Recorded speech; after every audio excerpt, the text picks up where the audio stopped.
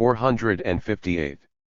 The ideas we have just been examining, that the modern world began with the Reformation and that all subsequent events are but the development and concretization oft at major turning point and cannot produce anything radically new. Never since the sun stood in the firmament and the planets revolved around it had man been seen to stand himself on his head, i.e. on thought, and construct reality in accordance with that. Anaxagoras had been the first to say that nous rules the world, but only now did man come to recognize that thought should rule spiritual reality. This was a glorious dawn. All thinking beings joined in celebrating the age. A sublime emotion ruled, an enthusiasm of the spirit overwhelmed the world as if only then had the deity been truly reconciled with it. We have italicized these words to draw the reader's attention to a certain stylistic reservation implicit in them. Hegel seems to hint that men lived in the enthusiastic, subjective faith that they were about to bring about a new turning point in history, but that objectively, this turning had already been taken in the Reformation. For if we scrutinize the content of the New Age, it can be identified with what Hegel had said about the Reformation. Of course, when analyzing particular passages from Hegel's lectures, we are continually hampered by the fact that we do not know precisely when Hegel said what he did. His pupils have assembled these books partly from Hegel's own summaries and partly from lecture notes taken by his audience. In the case of the latter, the dates are known exactly, but they did not establish the dates of his own summaries. So what they have done is to create unified texts from materials very widely separated in time, without concerning themselves overmuch if 10 or 20 years lay between one statement and the next. As long as we remain ignorant of the various strata incorporated in these lectures, we must proceed with extreme caution in on anything from them about Hegel's development. However, our task is not to establish an exact chronological progress of his subsequent views. We shall indeed attempt to show later on that he developed in a particular direction, basing ourselves on texts whose dates are indisputable, and we shall find our view completely vindicated. But for the time being it is enough if we just show the general contrast obtaining between his periodization of history in Jena and after the fall of Napoleon. And for that there are enough passages in the lectures on the philosophy of history even if they cannot be dated with any precision. The principal thesis of the lectures on the philosophy of history is that a socio-political upheaval of the sort that resulted in the French Revolution was only possible and necessary in countries where the Reformation had failed to carry the day. Hegel states this proposition quite 459 unequivocally. His starting point is the fact that the French Revolution triggered off a movement in the Latin countries where Catholicism was the prevailing religion. This movement was not brought to a halt, and waves of reaction and further revolution followed in relatively quick succession. The source of all this unrest lay, according to Hegel, in the fact that these nations had remained Catholic. Thus liberalism traversed the Latin world as an abstraction emanating from France, but religious subjection held that world in the fetters of political servitude. For it is a false principle that the shackles which bind right and freedom can be broken without the emancipation of the conscience, that there can be a revolution without a reformation. And it is quite in harmony with this view that when Hegel lists the factors that contributed to the outbreak of the French Revolution, he adduces as the last and decisive cause, the fact that the government was Catholic, and that therefore the concept of freedom, the rationality of the laws, was not absolutely binding, since the religious conscience and the sense of the sacred were separated from them. And by way of contrast, Hegel explains why there was no revolution in Germany along the lines of the upheaval in France, and why indeed one was not even strictly necessary. In Germany, secular society as a whole had already been improved by the Reformation. To that extent the principle of thought had already been reconciled. Moreover, the Protestant world was convinced that the reconciliation that had already been achieved itself contained the principle for a future elaboration of law. Thus in Hegel's later philosophy of history, revolutions on the French pattern represent vain efforts to achieve through secular means, the reconciliation of reason with reality, that had already been brought about in Germany by the Reformation. In harmony with these ideas is the greater emphasis Hegel now places on the particular positive religions, an emphasis they never possessed in the Jena period. We shall discuss the methodological and historical significance of religion in the phenomenology in due course. What needs to be said here is that in that work Hegel only speaks of religion in general, or at most of Christianity. In Jena Hegel is very little concerned with the differences between Catholicism and Protestantism, to say nothing of Lutheranism and Calvinism, which are given a certain prominence later on. He does not indeed neglect them entirely, but they certainly do not have the importance they will acquire in later years. 460. In Hegel's later philosophy of history he is no longer concerned just with Christianity, but precisely with the concrete distinctions between Catholicism and the various forms of Protestantism. Without going into his later development in any detail, an impossible undertaking in this context, we nevertheless would like to show that the general thesis we have been discussing to the effect that the Reformation was the turning point of modern world and that the division of modern Europe into Catholic and Protestant determined its later political and social destiny, took hold of him in Berlin and hardened out as the years went on. In the first edition of the Encyclopedia, Heidelberg 1817, there is as yet no trace of the idea. By the time the Philosophy of Right, the first major work of the Berlin period, was published in 1820, it had already become explicit. He speaks there of the relation of the Reformation to the emergence of the modern political state. Hence, so far from its being or its having been a misfortune for the state that the Church is disunited, it is only as a result of that disunion that the state has been able to reach its appointed end as a self-consciously rational and ethical organization. The idea is given even greater prominence in the second edition of the Encyclopedia, 1827. In the course of an attack on the Catholicizing philosophers of the Restoration, he observes: logically enough, Catholicism has been and still is loudly praised as the religion which best assures the security of governments. And indeed this is true of those governments whose security depends on institutions founded on the unfreedom of the spirit which ought ethically and by right to be free, i.e. institutions based on injustice, moral corruption, and barbarism. And in the third edition of 1830 he adds the following explanatory remark: these governments do not realize, however, that they possess a terrible power of fanaticism which only does not turn against themselves as long as, and on the condition that, they remain in thrall to injustice and immorality. But in the spirit a different power is at hand. The wisdom about what in the real world is right and reasonable in and for itself. These few quotations make it quite clear that there is a constant development at work here, one which probably had its beginning in Berlin. An evaluation of this period lies beyond the scope of the present study, and on such a slender basis it would inevitably be cursory. A real analysis of that reconciliation with reality which characterized the Berlin period above all must be left for a thorough Marxist investigation of 461. Hegel's later development. We would merely reiterate the point we have already made, that in his later years Hegel came much closer to accepting contemporary German actuality than he had during the period when he had hoped for radical change in Germany as a consequence of Napoleon's policies in the Confederation of the Rhine. And it will be necessary to digest and weigh up all the available material in order to determine where and how this greater realism represents a step forward in his grasp of objective reality, and where and how it involved an intensification of his uncritical positivism. Both tendencies are present in his later works. The problem is to depict their conflict and to assess the price that he had to pay for his final and most mature systematic expression of his ideas. However, without going into any details or attempting any evaluation ourselves, it is important to counter one misunderstanding. Even though his view of history represented a move to the right in comparison with his position in Jena, even though it involved him in a greater acceptance of German society as it was, the Owl of Minerva never became the carrion crow of reaction under the Restoration. There have been times when this was precisely the reproach levelled at Hegel by liberal critics, and now, of course, fascists and semi-fascists praise him for it. The only hard fact is that throughout the entire period Hegel was implacably opposed to German liberalism.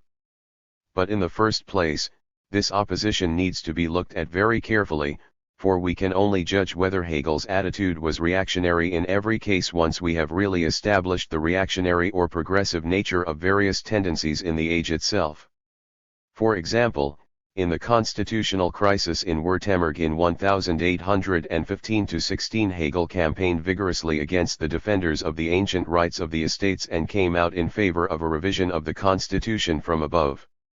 However, if we read what he actually said, it turns out that it was the conservative side of the ancient rights which he criticized, and that he scornfully held up to their defenders the great example of the French nation which had abolished the ancient rights of feudalism. And, secondly, we must not overlook the fact that in the philosophy of right his most violent and bitter polemics were directed at the ideologists of the Restoration, Savigny and Haller. Therefore, it would be a mistake to take the problem of assessing Hegel's later political views too lightly, for every superficial judgment plays into the hands of reactionary attempts to distort and falsify his ideas. Nor should we be misled by the increased emphasis on the positive religions in his later philosophy of history into drawing over hasty conclusions about his own religious beliefs, even though it is certainly true that religion was more important to the older than to the younger Hegel. His attitude towards religion was always highly ambiguous and 462. Even contradictory, as both his right-wing detractors and his left-wing supporters have recognized. It would be pointless to describe at length the attacks made on him by religious reactionaries. One quotation from Friedrich Schlegel after his conversion to Catholicism should be enough to convey the bitterness aroused by Hegel's philosophy of negation. Hegel's system of negation would be one shade worse than the atheism or the idolatry of ego and self of Fichte. It is a genuine idolatry of the spirit of negation and hence an actual philosophical Satanism. Nor did Hegel's left-wing supporters put a higher estimate on his positive relationship with religion. The great poet Heinrich Heine, who, according to Engels, was for a long time the only man who understood the revolutionary character of Hegel's dialectic, was also the first to make a sharp distinction between his exoteric proclamation of religion as absolute spirit and his esoteric atheism.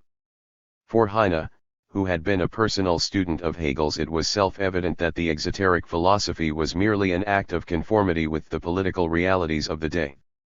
In the course of a discussion of atheism he writes as follows: I stood behind the maestro as he composed it, the music of atheism G.L. Of course he did so in very obscure and abstruse signs so that not everyone could decipher them. I sometimes saw him anxiously looking over his shoulder, for fear that he had been understood. When once I expressed disapproval of his assertion everything which exists is rational, he gave a strange smile and said that one might equally say everything which is rational must exist. It was not until much later that I understood why he had argued in the philosophy of history that Christianity was an advance if only because it taught of a God who had died, while pagan gods were immortal. What progress it would be, then, if we could say that God had never existed at all. The authenticity of this conversation with Hegel has often been questioned by bourgeois scholarship. For our purposes it is irrelevant whether a conversation on exactly these lines ever took place. What is important is that this is how radical intellectuals in the 30s and 40s interpreted Hegel's attitude towards religion.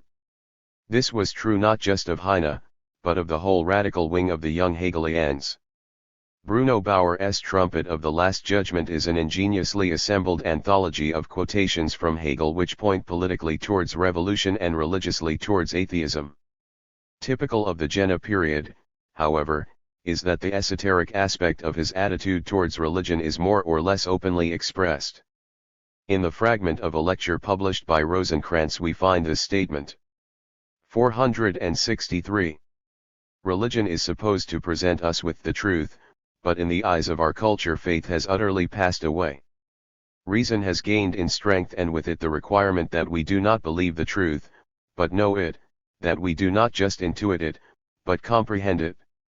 The individual well knows the truth of his individuality which precisely prescribes the course of his existence, but consciousness of life in general is something he expects from philosophy. Hegel's esoteric view of religion is much more explicit in the notebook which contains a number of derisive witticisms about the fact that religion is a thing of the past. Here is one of them. In Swabia, when something is long since past, people say of it, it is so long ago that it isn't true. And we may say that Christ died so long ago for our sins that it isn't true. Even more revealing is another passage where Hegel expresses his well-known and much-quoted mot that a party can be said to have vitality once it is divided. If we look at the way Hegel applies this aphorism both to religion and the Enlightenment, his position becomes clear enough. In the notebook he writes, a party exists when it becomes internally disunited. So with Protestantism, whose differences are to dissolve in attempts at unification, a proof that it no longer exists.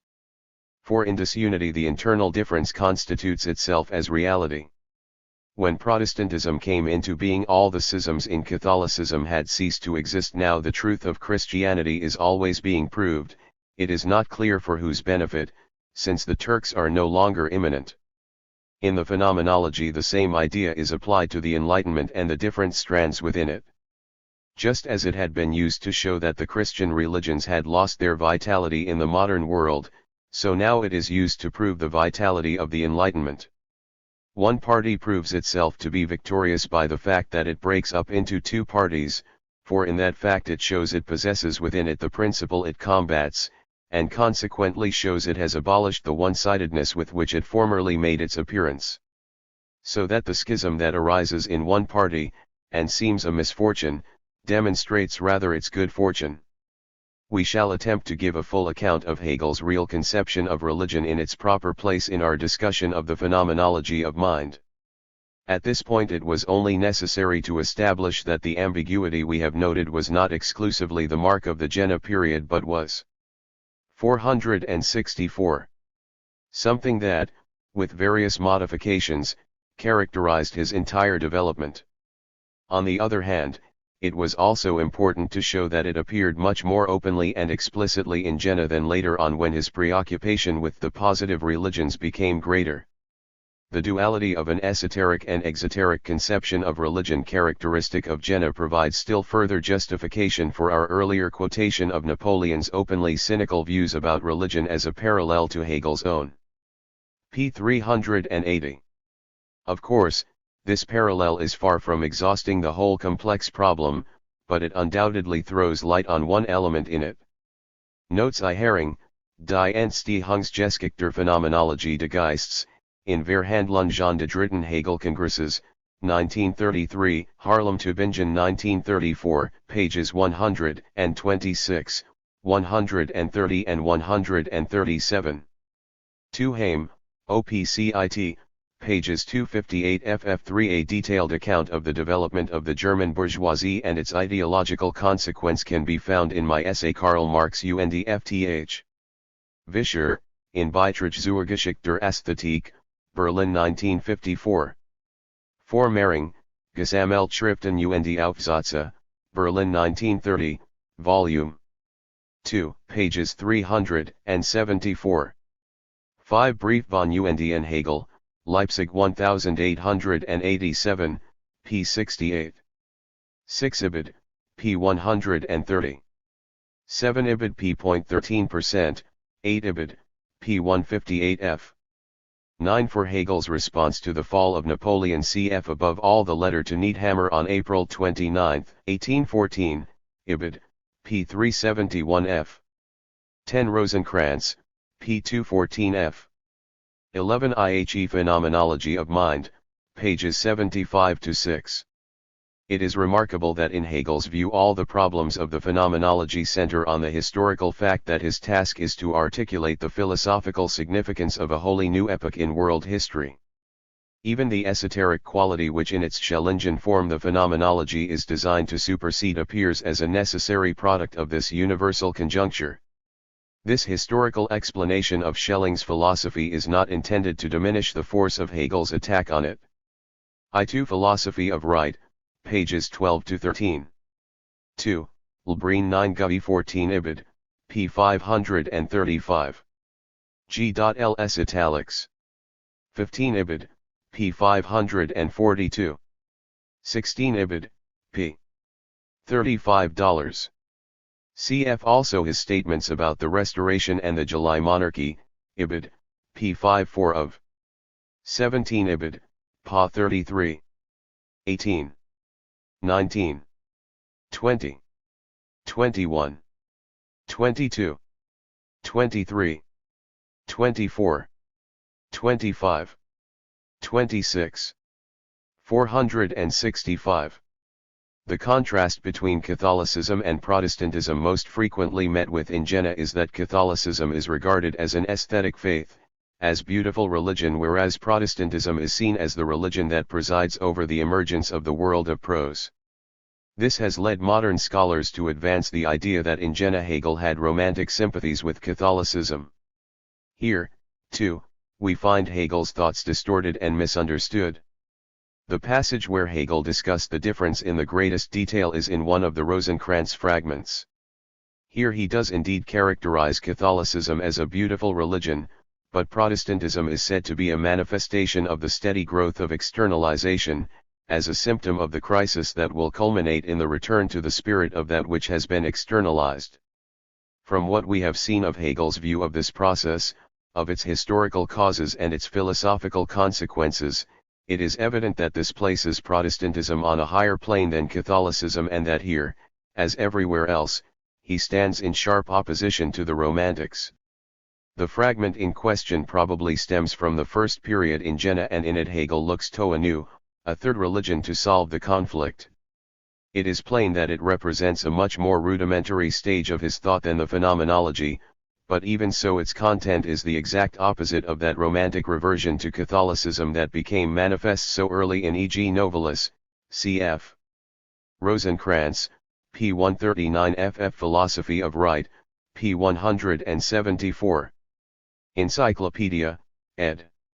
Lassen, Leipzig 1923, p. 466 f.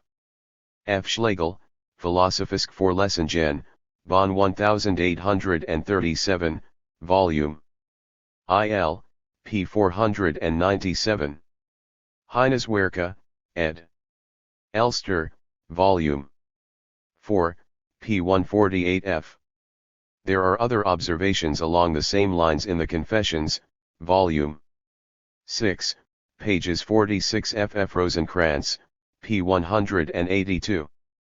Very similar is the passage in The Difference where Hegel says that in the modern world religion can only claim a place by the side of culture. Erste Druckschriften, p. 15. We shall also encounter such views in the Phenomenology. Ibid, p. 541. Ibid, p. 53-7f. The Phenomenology of Mind, OPCIT, p. 591. Chapter 3. A synoptic view of the structure of the phenomenology of mind. The method used in the phenomenology rests on a synthesis of the systematic and historical approach. The underlying assumption one's the conviction that there is a profound bond connecting the logical deduction of the various categories, their dialectical series, and the historical evolution of man.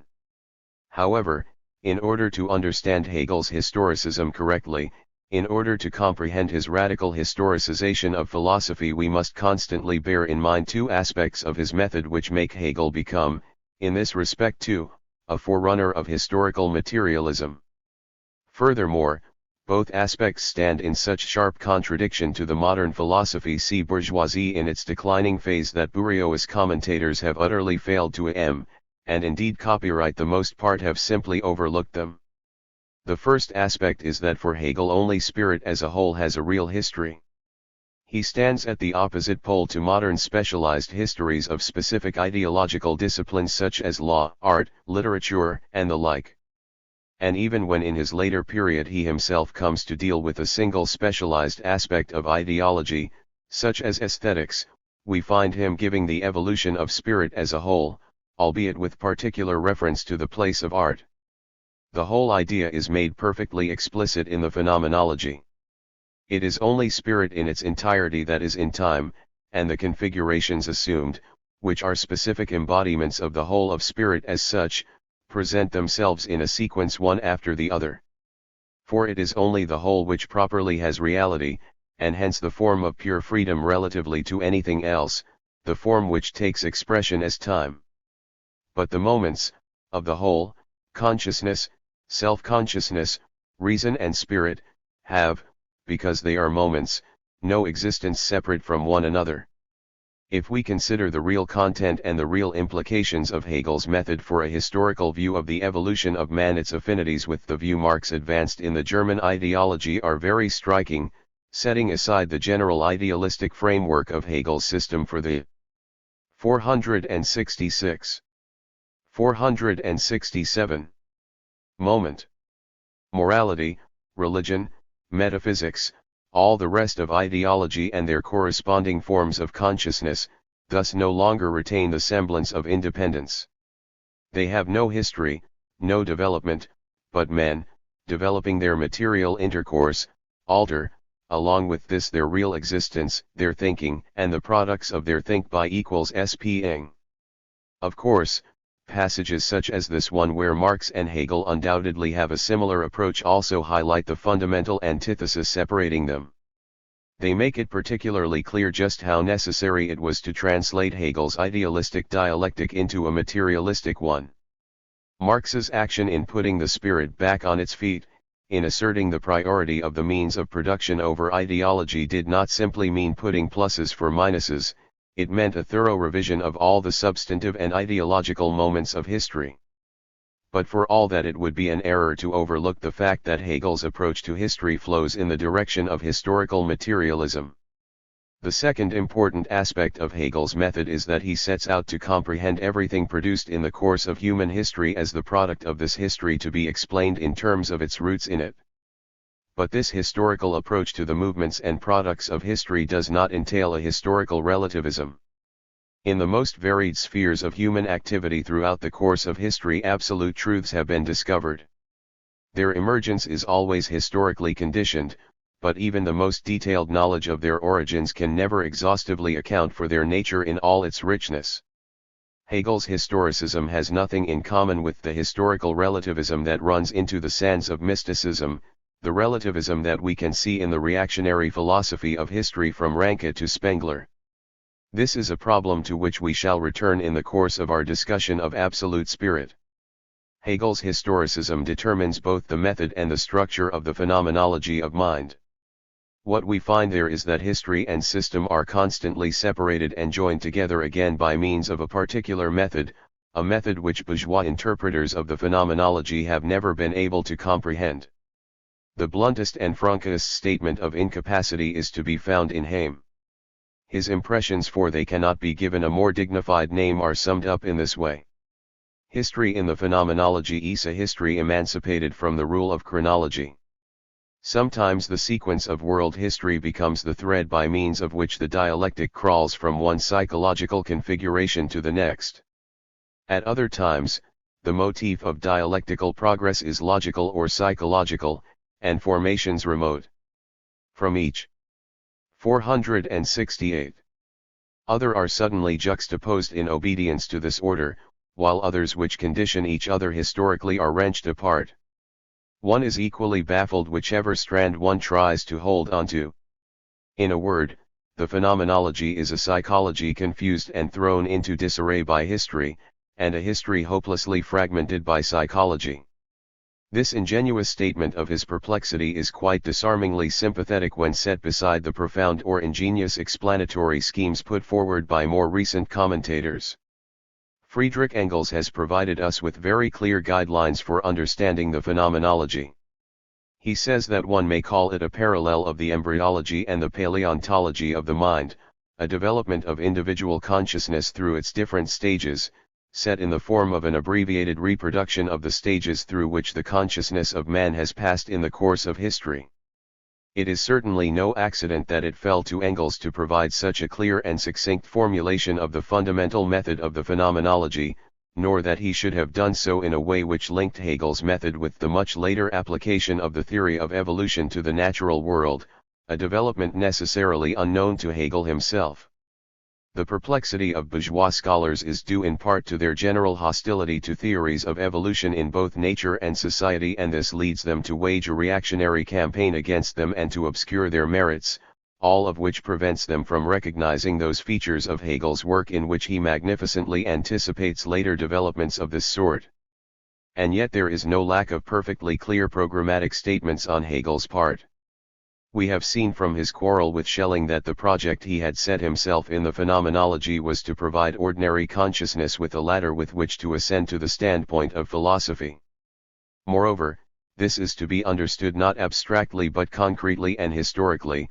The road which each individual must traverse is at the same time the road of human evolution in general.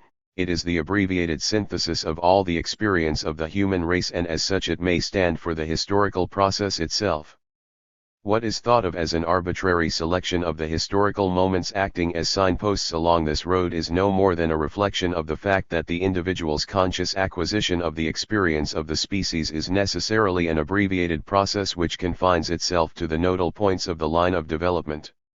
Of course, this abbreviation is purely relative.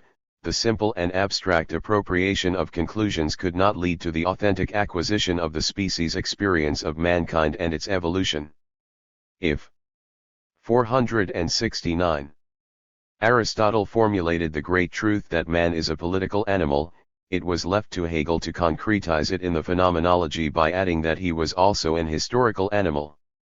The relationship between the experience of the individual and the species is formulated by Hegel in the preface to the phenomenology, and in view of its cardinal importance for an understanding of the work as a whole we find it essential to quote the passage at length. The task of conducting the individual mind from its unscientific standpoint to that of science had to be taken in its general sense. We had to contemplate the formative development of the universal individual, of self-conscious spirit. The individual whose substance is mind at the higher level, passes through these past forms, much in the way that one who takes up a higher science goes through those preparatory forms of knowledge, which he has long made his own. In order to call up their content before him, he brings back the recollection of them without stopping to fix his interest upon them. The particular individual, so far as content is concerned, has also to go through the stages through which the general mind has passed, but as configurations once assumed by mind and now laid aside, as stages of a road which has been worked over and levelled out. This bygone mode of existence has already become an acquired possession of the general mind, which constitutes the substance of the individual, and by thus appearing externally to him, furnishes his inorganic nature.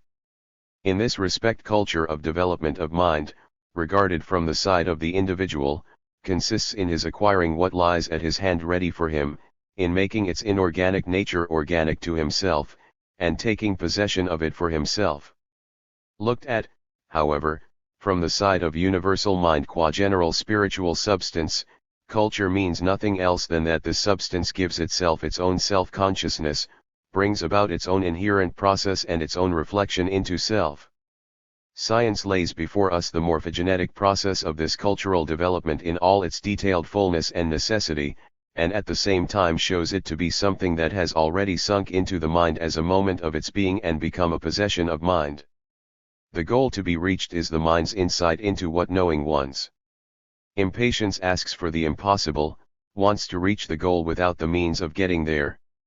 The length of the journey has to be borne with, for every moment is necessary, and again we must halt at every stage, for each is itself a complete individual form, and is fully and finally considered only so far as its determinate character is taken and dealt with as a rounded and concrete whole, or only so far as the whole is looked at in the light of the special and peculiar character which this determination gives it.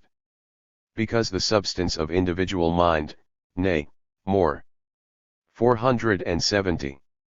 Because the world spirit itself, has had the patience to go through these forms in the long stretch of time's extent, and to take upon itself the prodigious labor of the world's history, where it bodied forth in each form the entire content of itself, as each is capable of presenting it, and because by nothing less could that all-pervading mind ever manage to become conscious of what itself is for that reason, the individual mind, in the nature of the case, cannot expect by less toil to grasp what its own substance contains. All the same, its task has meanwhile been made much lighter, because this has historically been implicitly accomplished. The content one's one where reality is already cancelled for spiritual possibilities, where immediacy has been overcome and brought under the control of reflection, the various forms and shapes have been already reduced to their intellectual abbreviations, to determinations of thought pure and simple. What Hegel is concerned with in the phenomenology of mind, then, is the acquisition by the individual of the experience of the species. Considered from this angle, it is not so hard to comprehend its overall structure, as might appear at first. The chaotic mingling of history and system does not in fact exist, the two are carefully related in accordance with strict methodological principles. One further point stands in need of explanation: why is it that the entire course of history has to be traversed 3 times?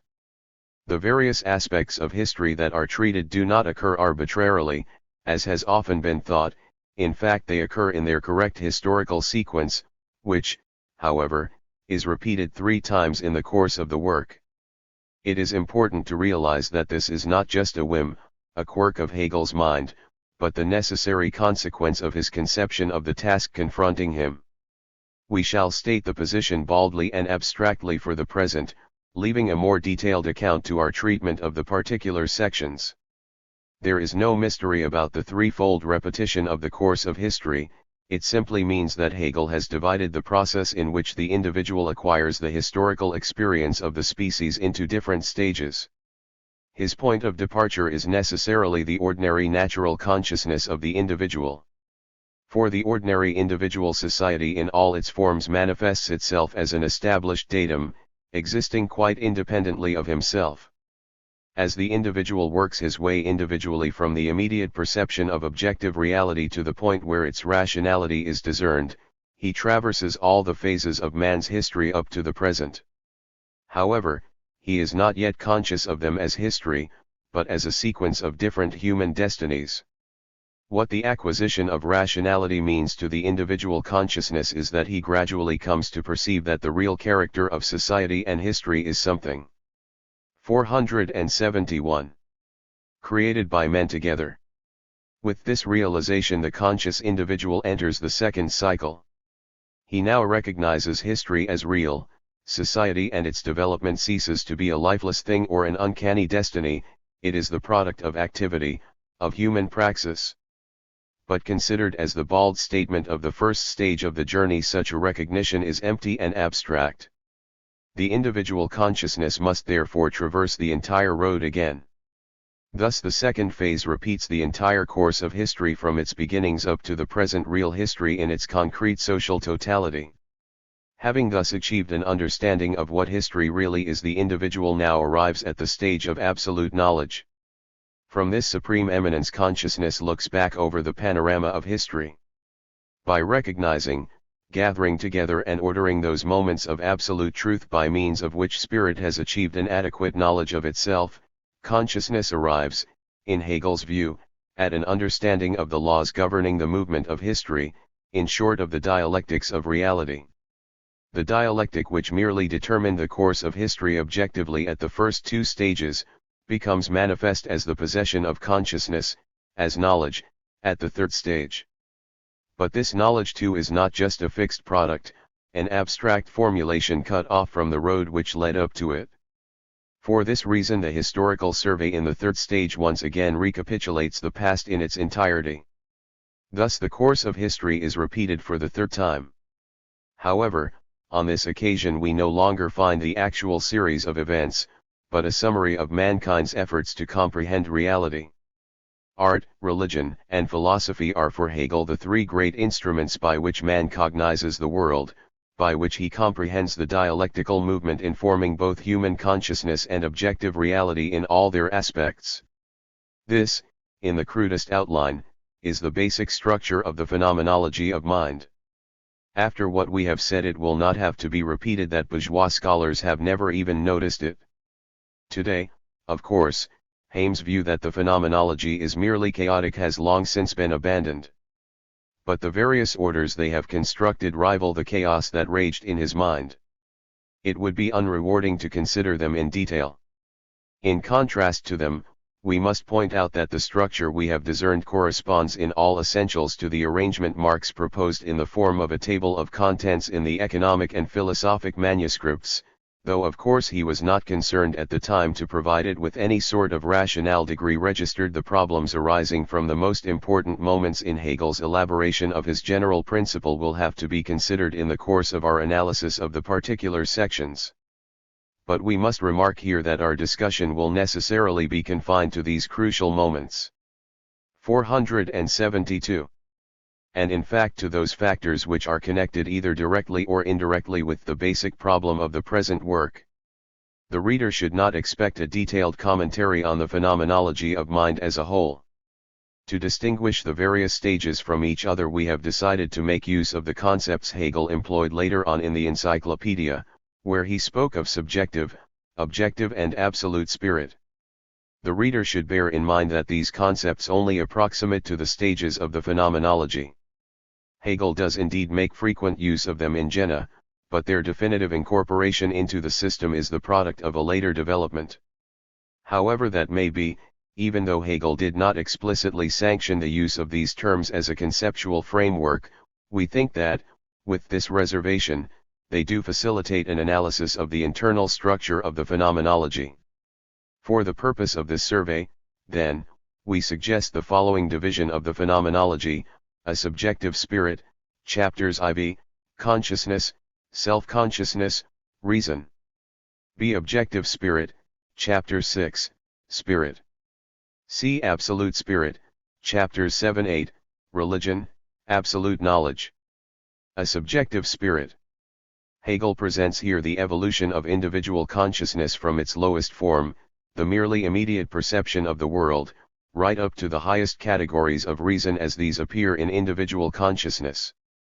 What is common to the different kinds of consciousness manifested is that it is everywhere confronted by an already established, alien world, nature and society.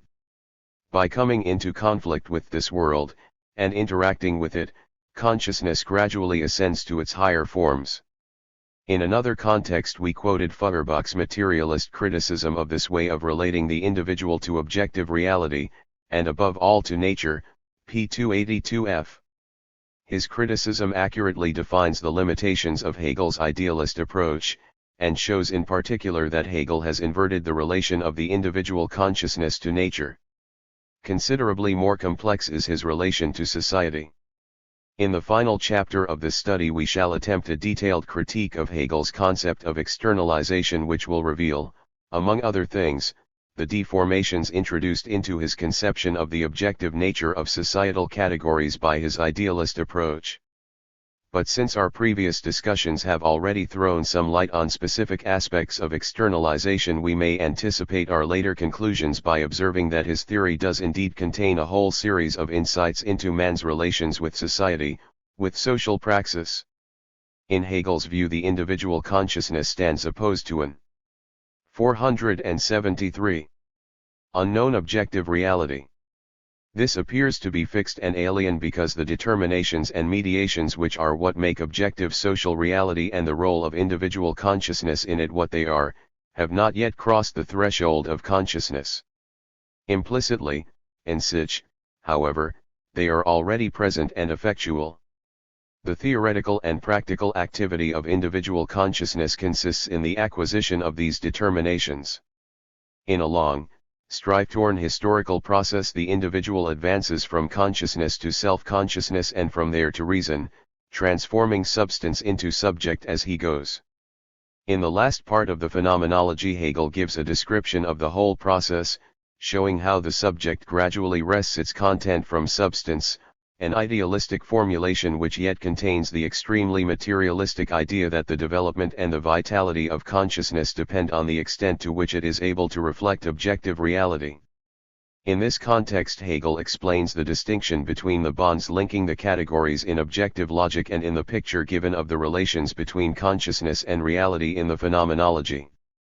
In the logic, the particular moments are deduced separately and their totality yields the concrete totality of the system. In the case of the phenomenology, however, consciousness confronts reality as a whole.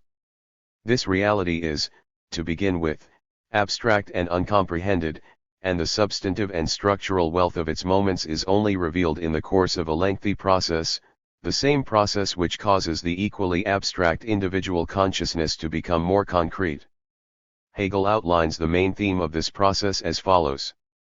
To begin with, therefore, it is only the abstract moments that belong to self-consciousness concerning the substance.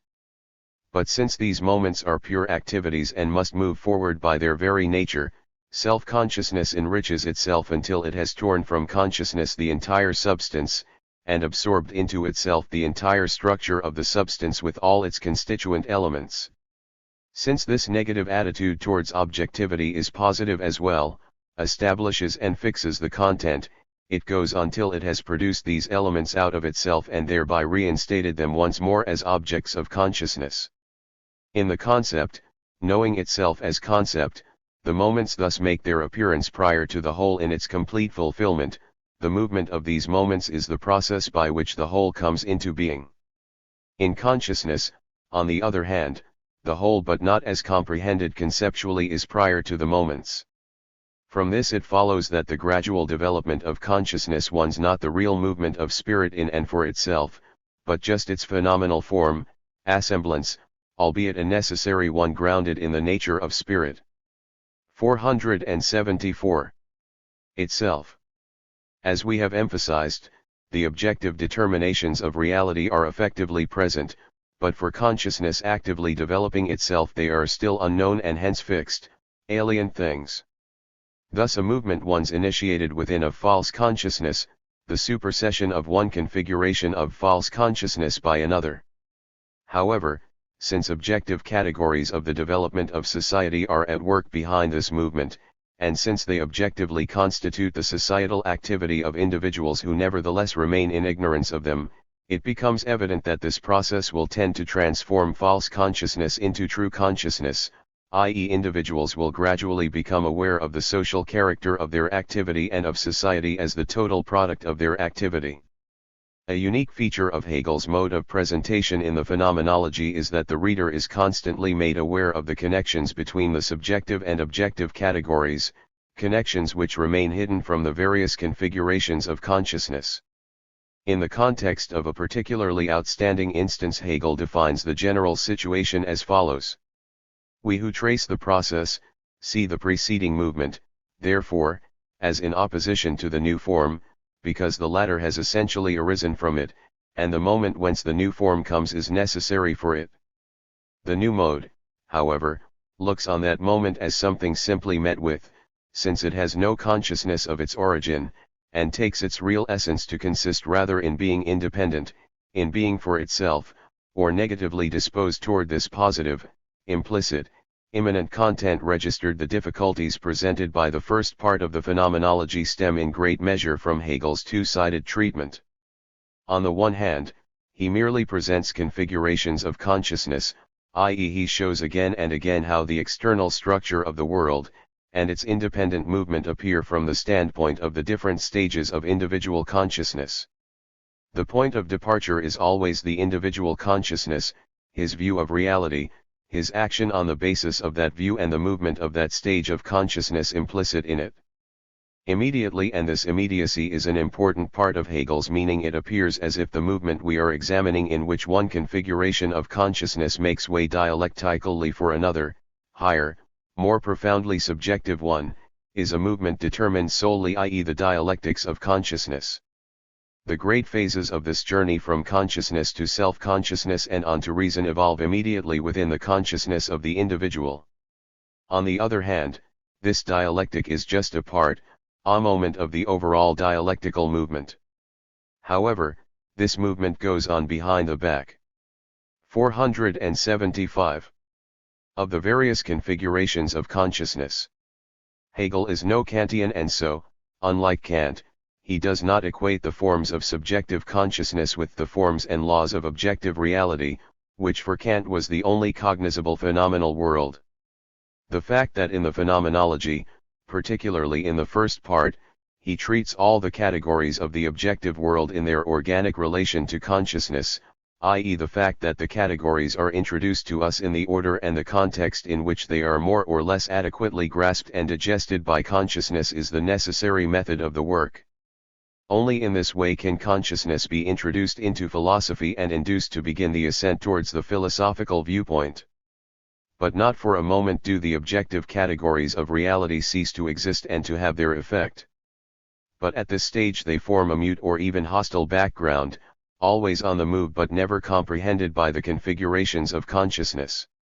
They are present and active in themselves, but only in themselves, not for the consciousness of the immediate subjects of the given stage of the spirit. Spirit has not yet recognized itself as spirit in man. This duality is the methodological consequence of the abstraction from which the phenomenology begins. It does not imply a dualistic vision of the world. But naturally, it is reflected in his mode of presentation where, however, it is present only for the configurations of consciousness, and not for the reader. When, in the passage just quoted, Hegel remarks that the crucial connections between subjectivity and objectivity are veiled from the configurations of consciousness, but accessible to us, he means to the philosophical reader who observes the evolution of the human race from a vantage point. This duality results in a persistent ambivalence between the immediate subjectivity of the configurations of consciousness and the implicit objectivity of the laws whose workings they cannot penetrate, a continuous oscillation between these two opposed points of view. The difficulties of comprehension thus arise above all from the method of the phenomenology itself. The work does not contain the objective history of reality, which is to be found in the encyclopedia and in his specialist studies such as the philosophy of history, but the history of mankind's experiences as a species as enacted in a consciousness. Thus the objective categories do indeed obey their own objective laws, but the manner of their appearance is dictated by their relations with consciousness.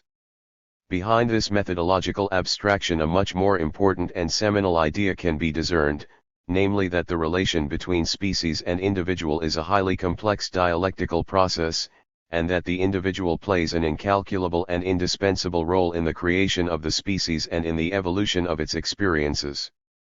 It is true that Hegel's narrowing of his focus to the individual consciousness is a methodological 476 abstraction.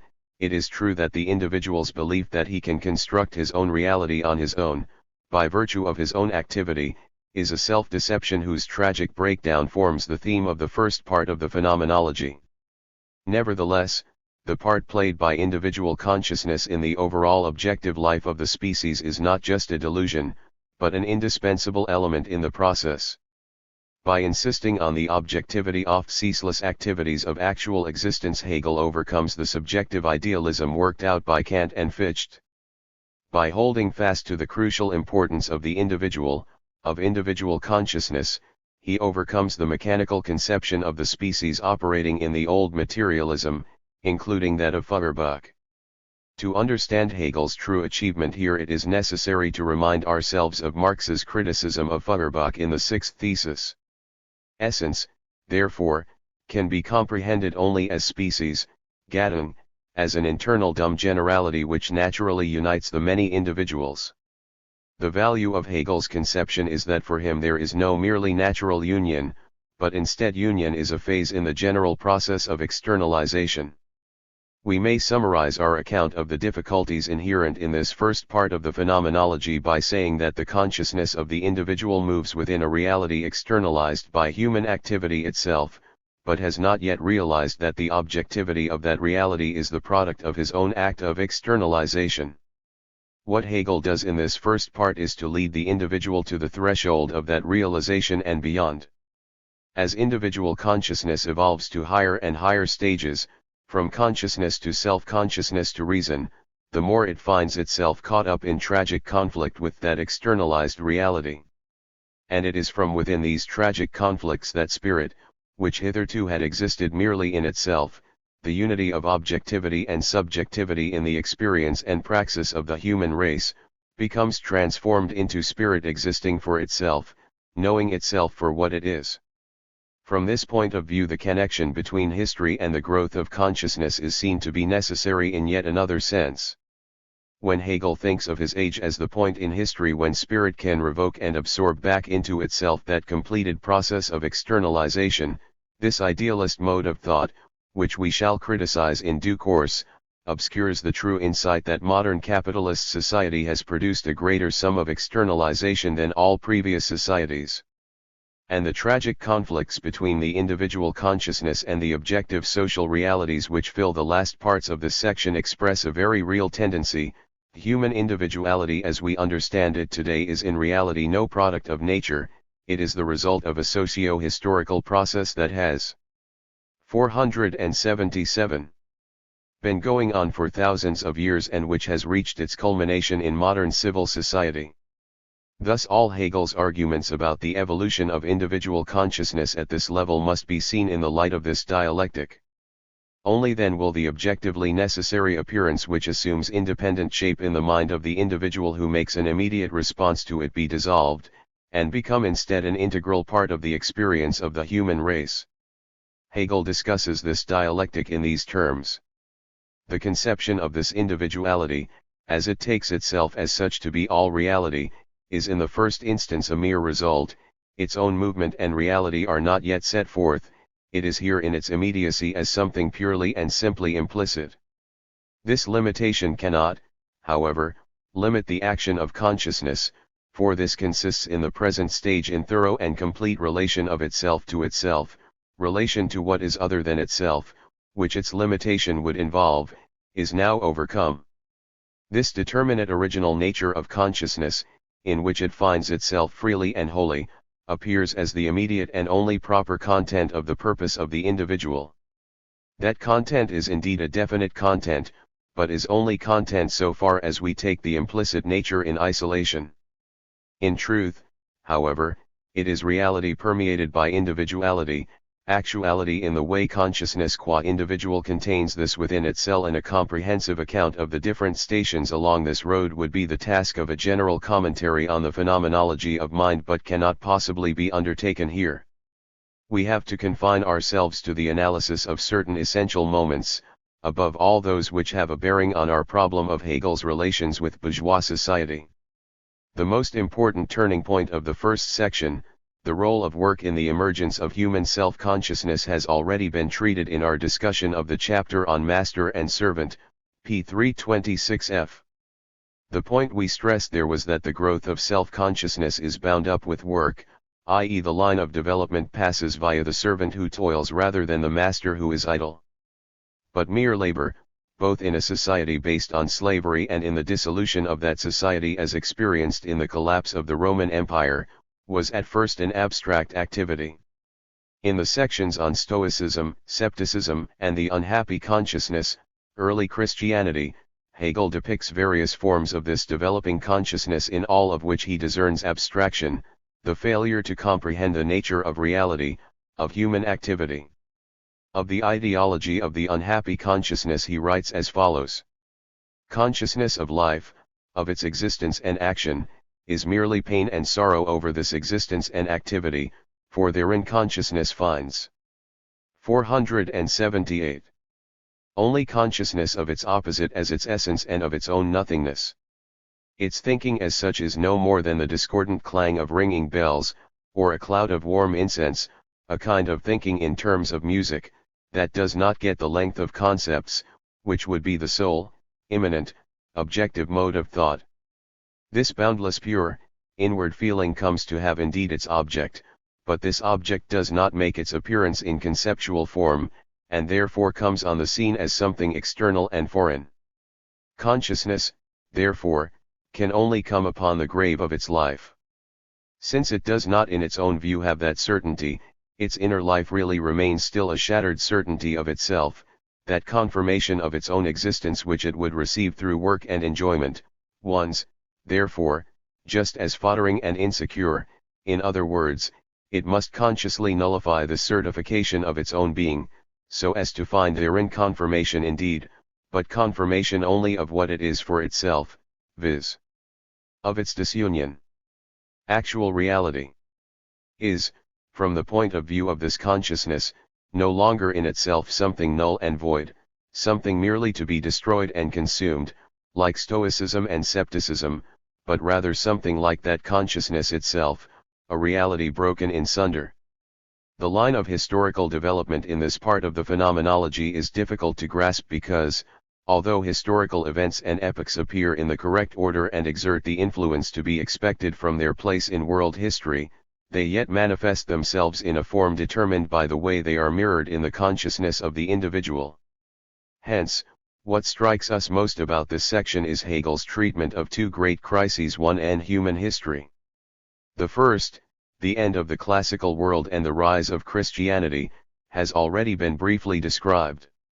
The difficulties of understanding presented by these chapters can only be clarified in the sections on objective and absolute spirit, when the objective social and historical events underlying these modes of consciousness will have been made explicit, enabling us to integrate this stage of consciousness into the general dialectical pattern of the development of manking. But even here it is clear, as we have seen long since, that Christianity provides the general ideological foundation for the modern age.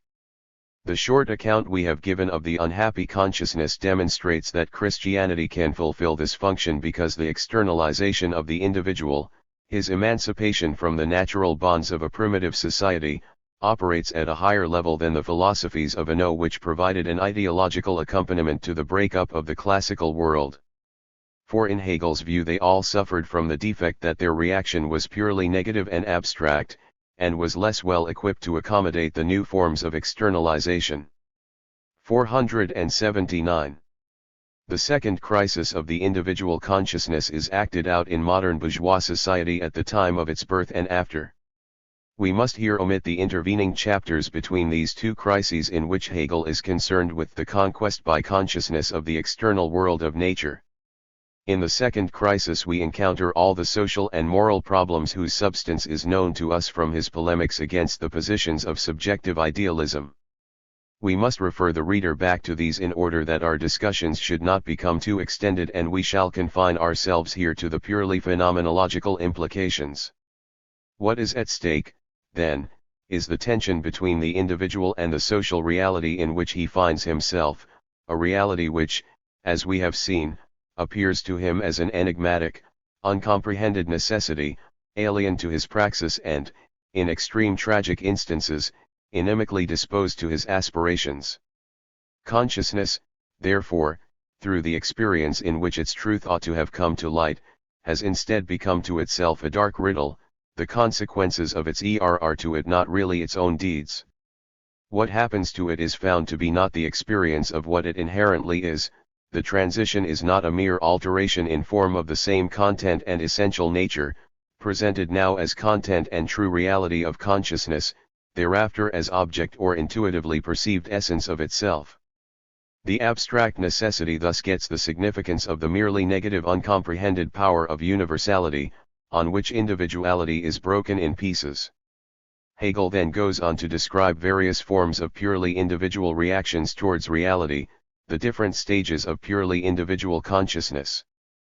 Pleasure, which inevitably collides with necessity and is broken by it, the law of the heart, in which the subjective individual prescribes laws for the whole of mankind on the basis of his own conviction, only to discover that different individuals live according to laws of the heart which propose different and frequently incompatible ends. And lastly, at a higher level, there is virtue, which sets out to reform the world according to exalted moral standards, but is made to realize that the objective necessities of the way of the world, Weltlauf, are utterly unconcerned about the subjective prescriptions of individual morality. In all these struggles and conflicts the particular configurations of consciousness witness the disappointment of their aspirations, the destruction at the hands of an unknown power, an alien reality, of all that their consciousness enjoins upon them as necessary. Only the detached observer is able to see the forces at work in what seem to be purely individual philosophical tragedies. The purely particular activity and business of the individual refer to 480. Needs which he has a part of nature, i.e. as a mere existent particular. That even these, its commonest functions, do not come to nothing, but have reality, is brought about by the universal sustaining medium, the might of the entire nation. Once again we cannot pause to go into details. The principle to be emphasized is that the individual consciousness becomes implicated in a series of tragic conflicts, and that very slowly and gradually the realization that his own subjectivity is connected with the unknown, merely implicit existence of objective social reality is painfully drummed into him. The principle at work in this process of education is visible in the preceding quotation: the individual is bound to society by his needs, by their gratification and by the labor which creates the conditions for their gratification. Once again it is characteristic of the structure of Hegel's philosophy that the sublime tragedies to which subjectivity succumbs are often enacted in rarefied ideological regions and that they often articulate profound moral problems, but it is no less true that problems which could never break out of the sphere of tragic conflict between alien and incompatible principles, can be resolved by the economic activities of men in society. And this resolution is valid philosophically, for the individual consciousness of the phenomenology. The man who works, then, is, to use a Goethean term which is not far removed from Hegel's dialectic, the Urphänomen, the primal reality of the identical subject-object, the substance that becomes subject, the externalization which is reintegrated into the subject. The social reality implicit in all human praxis comes closest to a transformation into an explicit conscious reality in the satisfaction of needs through work. This systematic nexus is matched by an historical one, by the fact that the merely subjective consciousness of the individual is overcome in capitalist society through economic activity. The tragic catastrophes that befall the individual consciousness are described by Hegel in the section entitled The Realization of Rational Self-Consciousness Through Itself. As the real power of implicit social existence becomes more and more apparent, we find ourselves coming closer and closer to capitalist society, to what Hegel refers to as the animal kingdom of the spirit. This is the highest stage attainable by the individual as lied, which takes itself to be real in and for itself, before its actual supersession. This realization of the individual is vouchsafed by the social nature of work. The labor of the individual for his own wants is just as much a satisfaction of those of others as of himself, and the satisfaction of his own he attains only by the labor of others. As the individual in his own particular work ipso facto accomplishes unconsciously a universal work, so again he also performs the universal. 481. Task as his conscious object. The whole becomes in its entirety his work, for which he sacrifices himself, and precisely by that means receives back his own self from it. If we think back to Hegel's economic views throughout the Jena period, we shall find nothing new or surprising in this passage. The philosophical supersession of the individual consciousness, which is dependent only on itself and imprisoned in the narrow world of its own subjectivity, is achieved by an understanding of the economic activity of man in modern civil society. That is to say, Hegel achieves it by drawing all the inferences from Adam Smith's economics that were open to him at that time. The standpoint to which the individual is to be brought is, of course, the unity of the individual and the social both subjectively and objectively. This unity is implicit in man's own economic praxis, i.e. in his ordinary daily work. The only problem is to ensure that he becomes fully conscious of the objective determinants of his own activity. It is symptomatic both of the social and philosophical origins of Hegel's thought and for the fundamental principles informing the phenomenology that the configuration of consciousness that finally affects the decisive movement of the spirit is self-interest, Eigennutz.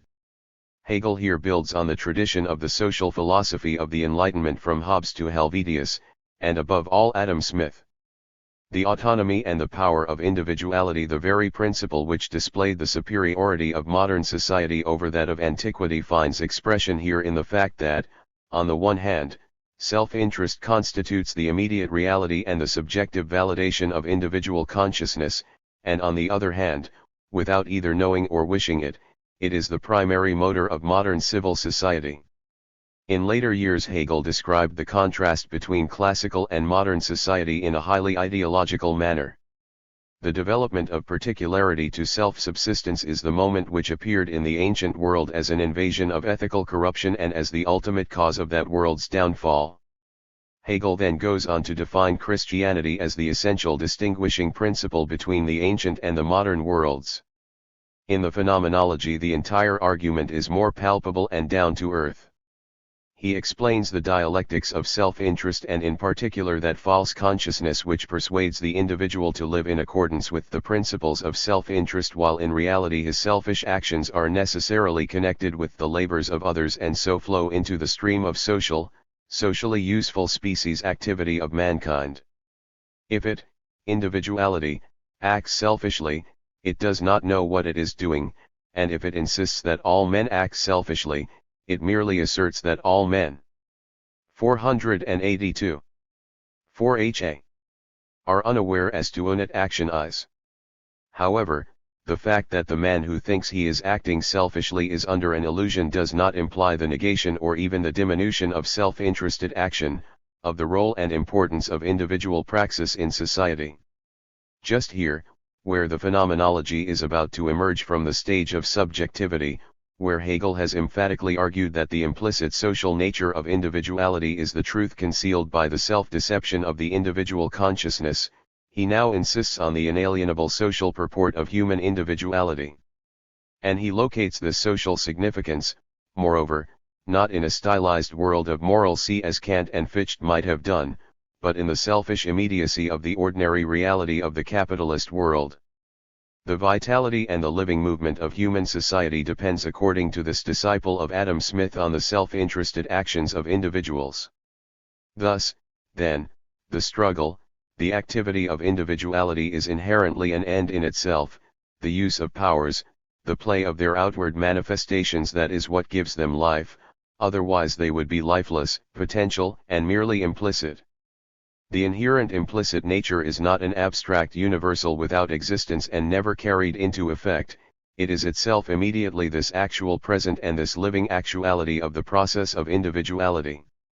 The essential moment of this dialectic is the gradual annulment of subjective activity in its immediacy, and with that go the immediacies of individual consciousness, its externalization and its consciousness of that externalized reality as a field of activity for individuality which is both an alienation and, inseparably from that, the foundation, content and determinate existence of individuality. This externalization is accomplished by man's devotion to his real concerns, die Sache selbst, by investing and externalizing his labor in those concerns, which we are not to think of merely as an object of the external world, transformed by labor, but as a nodal point of social interests, a focus of individual aspirations, a point where the subjective is transformed into the objective. It is through such complex cross-fertilizations, such an impenetrable network of human actions and of the concerns in which these actions are incorporated that the autonomous and dynamic unity of the whole comes into being. Its totality and unity remains hidden from those who act within it. As Marx said, they know it not, but they do it. However, their actions not only increase the objectivity of these relations, but they also strengthen their reflection in men's minds, even though at this stage Hegel does not attempt to go beyond the assumptions and prerequisites of the real, conscious appropriation of social. 483. Praxis in all its objectivity. He now gives this definition of the relation of individual consciousness to the whole. The whole is the moving process of permeating individuality with the universal. In that this consciousness finds this whole, however, to be merely the simple ultimate nature and thus the abstraction of his real concerns, die Sache selbst, the moments of this whole appear as distinct outside that object and outside one another. As a single whole at once only exhaustively exhibited by the process of alternately exposing its elements to view and keeping them within itself. That is to say, by the processes of the capitalist-commodity relation. In the frequently difficult and obscure account of the relation of the struggle and activity of individuality and his real concerns, it must always be borne in mind that this real concern embraces the commodity in both its aspects, its natural objectivity as thing and its social objectivity as commodity. The individual regards it, on the one hand, as the product of his own activity, the aim and end of that activity, and on the other hand, as a means of satisfying his wants. And thanks to both these aspects he enters into the most varied relations with other individuals and consequently with the living movement of society as a whole. Thus arises the dialectic by means of which man is raised above the plane of subjectivity to that of the social universal in the course of his own individual labor, through the medium of economic exchange. This argument is one familiar to us from Hegel's earlier works in Jena. Human consciousness is not concerned with the matter in hand as fact in the sense of this its own particular fact, but as fact, qua something universal, which is for all. Those, however, who regard themselves as, or profess to be, deceived by this interference from others wanted really themselves to deceive in the same way. They give out their efforts and doings as something only for themselves, in which they merely have themselves and their own nature in view. But since they do something, and thus express their nature, bring themselves to the light of day, they directly contradict by their deed the pretense of wanting to exclude the daylight, i.e. to exclude the publicity of universal consciousness, and participation by everyone. Actualization is, on the contrary, an exposing of one's universal element, where it comes to be and has to be fact for everyone. In this way the dialectic of labor, of human activity and social praxis in general is integrated into the dialectic of the commodity and subordinated to it. For Hegel saw quite clearly that the mere activity of work was not a sufficient basis upon which to construct the complex edifice of objective social realities. If he wished to show how human relations provide a foundation for the institutions of modern civil society, it was 484. Essential for the simple externalization involved in the mere activity of work to give way to a more complex form, more profoundly imbued with the fetishism of capitalism. Where Hegel does wrong in his analysis of the capitalist form of externalization and the concrete consequences of his errors will be discussed in the last chapter in conjunction with Marx's critique of his theory of externalization. For the time being we must content ourselves with the conclusions to which Hegel was led by this dialectic of externalized object forms, by the dynamic contradictions between man's activity, his relations to other men and his relation to the objects of his activity and those which satisfy his needs. He summarizes these conclusions in this way. Consciousness finds both sides to be equally essential moments, and thereby learns what the nature of the fact of the matter, his real concern, is, viz., that it is neither merely fact, which is opposed to action in general and to individual action, nor action which is opposed to permanence and is the genus independent of these moments as its species. Rather it is an essential reality whose existence means the action of the single individual and of all individuals, and whose action is immediately for others, or is a fact, and is only fact in the sense of an action of each and all the essential reality which is the essence of all beings, which is spiritual essence. Consciousness learns that no one of these moments is subject, but rather gets dissolved in the universal objectified intent. The moments of individuality which were taken as subject one after another by this unreflective incoherent stage of consciousness, coalesce and concentrate into simple individuality, which qua this, is no less immediately universal. The real concern thereby loses the characteristic of lifeless abstract universality, it is substance permeated by individuality, it is subject, wherein is individuality just as much qua individual, or qua this, as qua all individuals, and it is the universal, which has an existence only as being this action of each and all, and gets an actual reality in that this consciousness knows it to be its own individual reality, and the reality of all. This clarification makes possible the supersession of individual consciousness and its integration within objective social reality. Subjective spirit becomes objective spirit. Hegel concludes his first section with two further chapters on reason as lawgiver and reason as test of laws. Both contain incisive criticism of the philosophies of Kant and Fichte as the highest expression of that stage of consciousness in which the general attitude of subjective consciousness to objective reality does not go beyond that immediacy in which the world of objects must necessarily appear to be alien or even hostile. Since we are familiar with the burden of Hegel's strictures on Kant and Fichte, there is no need for us to rehearse them once more. 485. Nor need we be surprised by Hegel's method of taking issue at some length with arguments that have just been superseded by his analysis of work and the commodity relation. It is nothing new. On the one hand, we have seen how he regards Kant and Fichte as the consummate philosophical expression of that general historical crisis which manifested itself in the French Revolution. On the other hand, we are familiar with that idealistic side of Hegel which caused him to regard the higher, more spiritual forms of externalization, those further removed from the immediate commodity relation, as somehow closer to the culminating act of self-dissolution and supersession than the economic phenomenon of externalization itself. This idealistic emphasis is something which we have already encountered in his views on economics, where he accorded higher status to the concept of recognition than to the categories of economics. It repeats itself here in the phenomenology at this crucial point.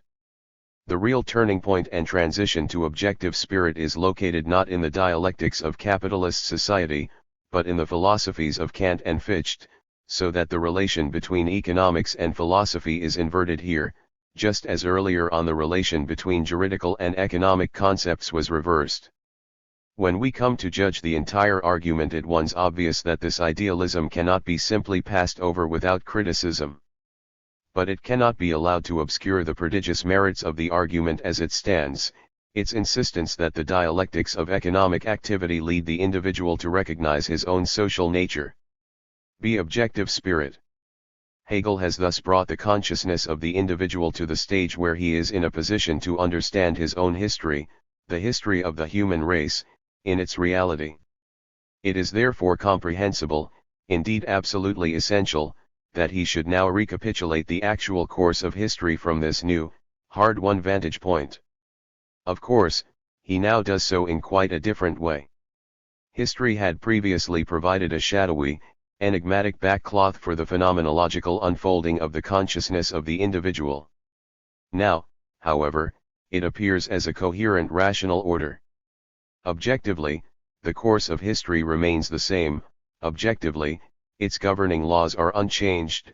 Objectively, neither the relation of the individual to the socio-historical totality, nor the role of his efforts and doings in it have altered. But we already know that the method of the phenomenology requires all the categories to be arranged in reference to the development of the subject. A higher level of subjectivity, therefore, implies that they too will acquire a new reality, the nature of the configurations that now become manifest and which embody mankind's generic experience, has 486 radically altered. This renders it essential to present this higher stage of generic experience in its historical sequence, 1.e to run through the entire historical development of consciousness once again. We thus find ourselves in the midst of history as it actually happened, while the first run-through, although of course historical, did not yet allow the genuine Hegelian categories of history to emerge in their fullness. Hegel himself stresses the qualitative difference between the two stages. In his preliminary remarks to the introduction of the new configurations, he says, "The distinction between these and those that have gone before consists in their being real spiritual individualities, Geister, actualities proper, and instead of being forms merely of consciousness, they are forms of a world." In his analysis of the world of antiquity, Hegel makes this distinction clearer, though it must be borne in mind that his concretization of the form of a world applies here to antiquity, and not to this entire stage of consciousness. Nevertheless, we believe that his arguments here do throw more light on the distinction between the two kinds of forms. The universal elements of the ethical life are thus the ethical substance qua universal, and that substance qua particular consciousness. Their universal actuality is the nation of the family. Here in this content of the ethical world we see attain those purposes which the previous insubstantial modes of conscious life set before them. What reason apprehended only as an object has become self-consciousness, and what self-consciousness merely contained within is here explicit true reality. What observation knew an object given externally and picked up, and one in the constitution of which the subject knowing had no share, is here a given ethical condition, a custom found lying ready at hand, but a reality which is at the same time the deed and product of the subject finding it. And Hegel goes on to give a detailed criticism of a number of the configurations of consciousness already described, by representing each stage in turn as the truth of the preceding one, to use the term employed in the logic. Thus what we are confronted with here is the real history of mankind, but here too, in accordance with the particular objectives of the phenomenology, history is not spread out before us in extenso. Instead, Hegel concentrates on the great crises and turning points in human history and in the history of man's consciousness. Hence we find this section subdivided as follows. 1. Objective spirit, the ethical order. The society of antiquity and its dissolution. 487. 2. Spirit in self-estrangement, the discipline of culture. The rise of civil society, the ideological crisis in the Enlightenment and the world crisis of French Revolution. 3. Spirit certain of itself, morality. Hegel's utopian dream of a Germany under the dominion of Napoleon. The poetry and philosophy of German classicism as the supreme ideological achievement of Napoleonic age, the solution to the universal crisis. We have arrived at Hegel's mature statement of the problem that has preoccupied him centrally ever since his crisis in Frankfurt, the rise of modern civil society. It consisted in showing, on the one hand, how the necessary dissolution of the society of antiquity came about, and on the other hand, how the contradictory forms of civil society came to constitute a higher stage of human development arising out of this dissolution. Lastly, he had to show how in his view the contradictions of civil society might be reconciled. Here too we are confronted by a series of problems and solutions already familiar to us from his earlier works. We shall not dwell on the features already known to us, but shall focus instead on those elements that are particularly characteristic of the phenomenology and which represent an advance on his earlier work. As far as the latter is concerned, the dialectics of externalization are of prime importance. Even though we have seen various sides of Hegel's preoccupation with this concept, it is only in the phenomenology that it becomes the chief pillar supporting the entire edifice of the dialectic. In line with this, the argument of this section recapitulates that of section A in a modified form and at a higher level. In that section he had started with the immediate relation of consciousness to a wholly alien world of objects, and he carried it through right up to the dawning realization that this societal world of objects has its foundation in externalization. In the present section, too, the path traversed proceeds from immediacy to the completed process of externalization. But both mean something quite different, viz. something objective. Immediacy here is the objective relation between classical man and the commonwealth of the democratic city-states. Hence the dialectical dissolution of immediacy, the road towards complete externalization in capitalist society, one's no longer primarily a process affecting consciousness.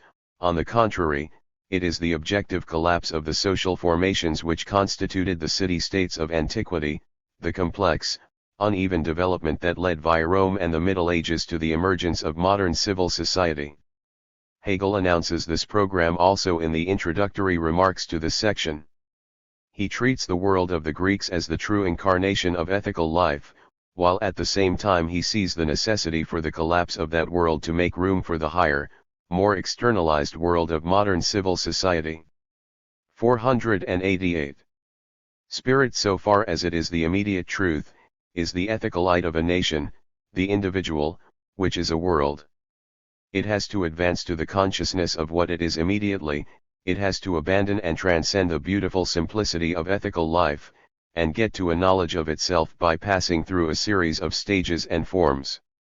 Hegel's description of the beautiful, unmediated ethical life of the Greeks, both here and in section C, is one of his greatest achievements as a writer. But since we are already thoroughly conversant with Hegel's view of antiquity and the problems arising from it, we need not repeat them here. All we need do is to comment briefly on the fall of the ancient world, and in particular on the phenomenal forms of the spirit by means of which Hegel depicts the rise of the already externalized individuality existing in the Roman Empire.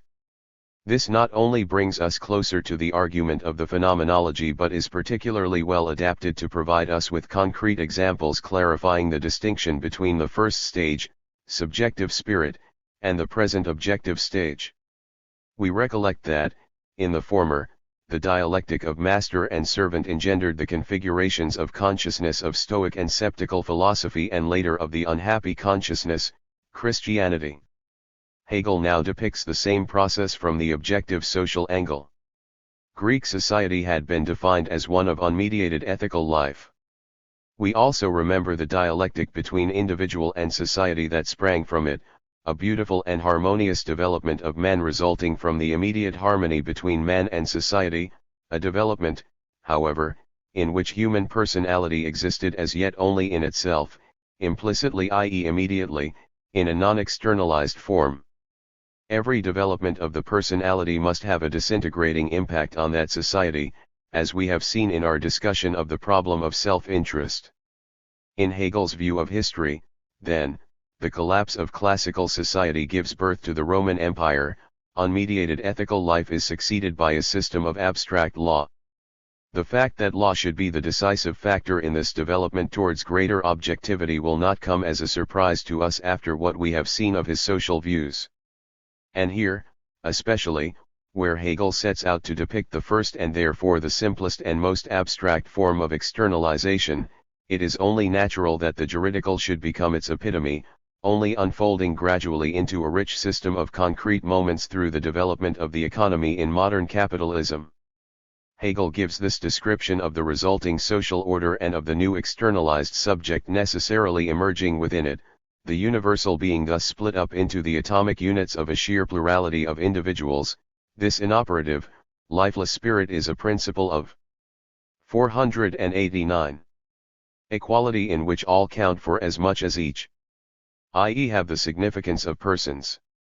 We saw the powers and forms of the ethical world in the bare necessity of mere destiny. This power of the ethical world is the substance turning itself back into its ultimate and simple nature.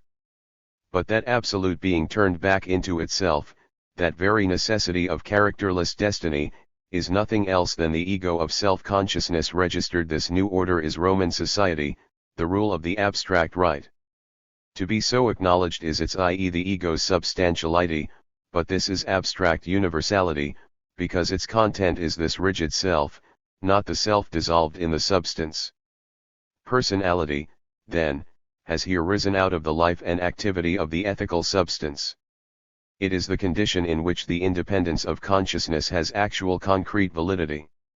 Now it is very interesting to see how Hegel now returns to the corresponding configurations of consciousness of section A, Stoicism and Scepticism. Even more interesting is the fact that the unhappy consciousness is not even mentioned. Hegel's account here is quite unambiguous and requires no lengthy explanations. Only one point need be made, viz. that Hegel underlines the homology existing between these ideological forms and the dominance of Roman law, i.e. the social order of the Roman Empire, emphasizing that the latter represents reality and the former a merely subjective response to that reality. What in Stoicism was implicit merely in an abstract way is now an explicit concrete world. By its flight from actuality it attained merely the idea of independence. It is absolutely subjective, exists solely for itself, in that it does not link its being to anything that exists, but is prepared to give up every kind of existence, and places its essential meaning in the unity of mere thinking. In the same manner, the right of a person is not linked to a richer or more powerful existence of the individual qua individual, nor again connected with a universal living spirit, but, rather, is attached to the mere unit of its abstract reality, or to that unit qua self-consciousness in general. This homologous structure becomes even more apparent in Hegel's treatment of scepticism, where he establishes a parallel with the necessarily formal condition of law. For here he shows that lying behind both is another, more real power, that of the forces moving society as a whole, and that both are but expressions of a world order dissolving under the impact of the negative action of what later would become the constitutive elements of modern civil society. As yet these do not form an independent, coherent system of man's externalized relations with other men, they appear therefore as the manifestations of an unknown. 490. Contingent and capricious social power.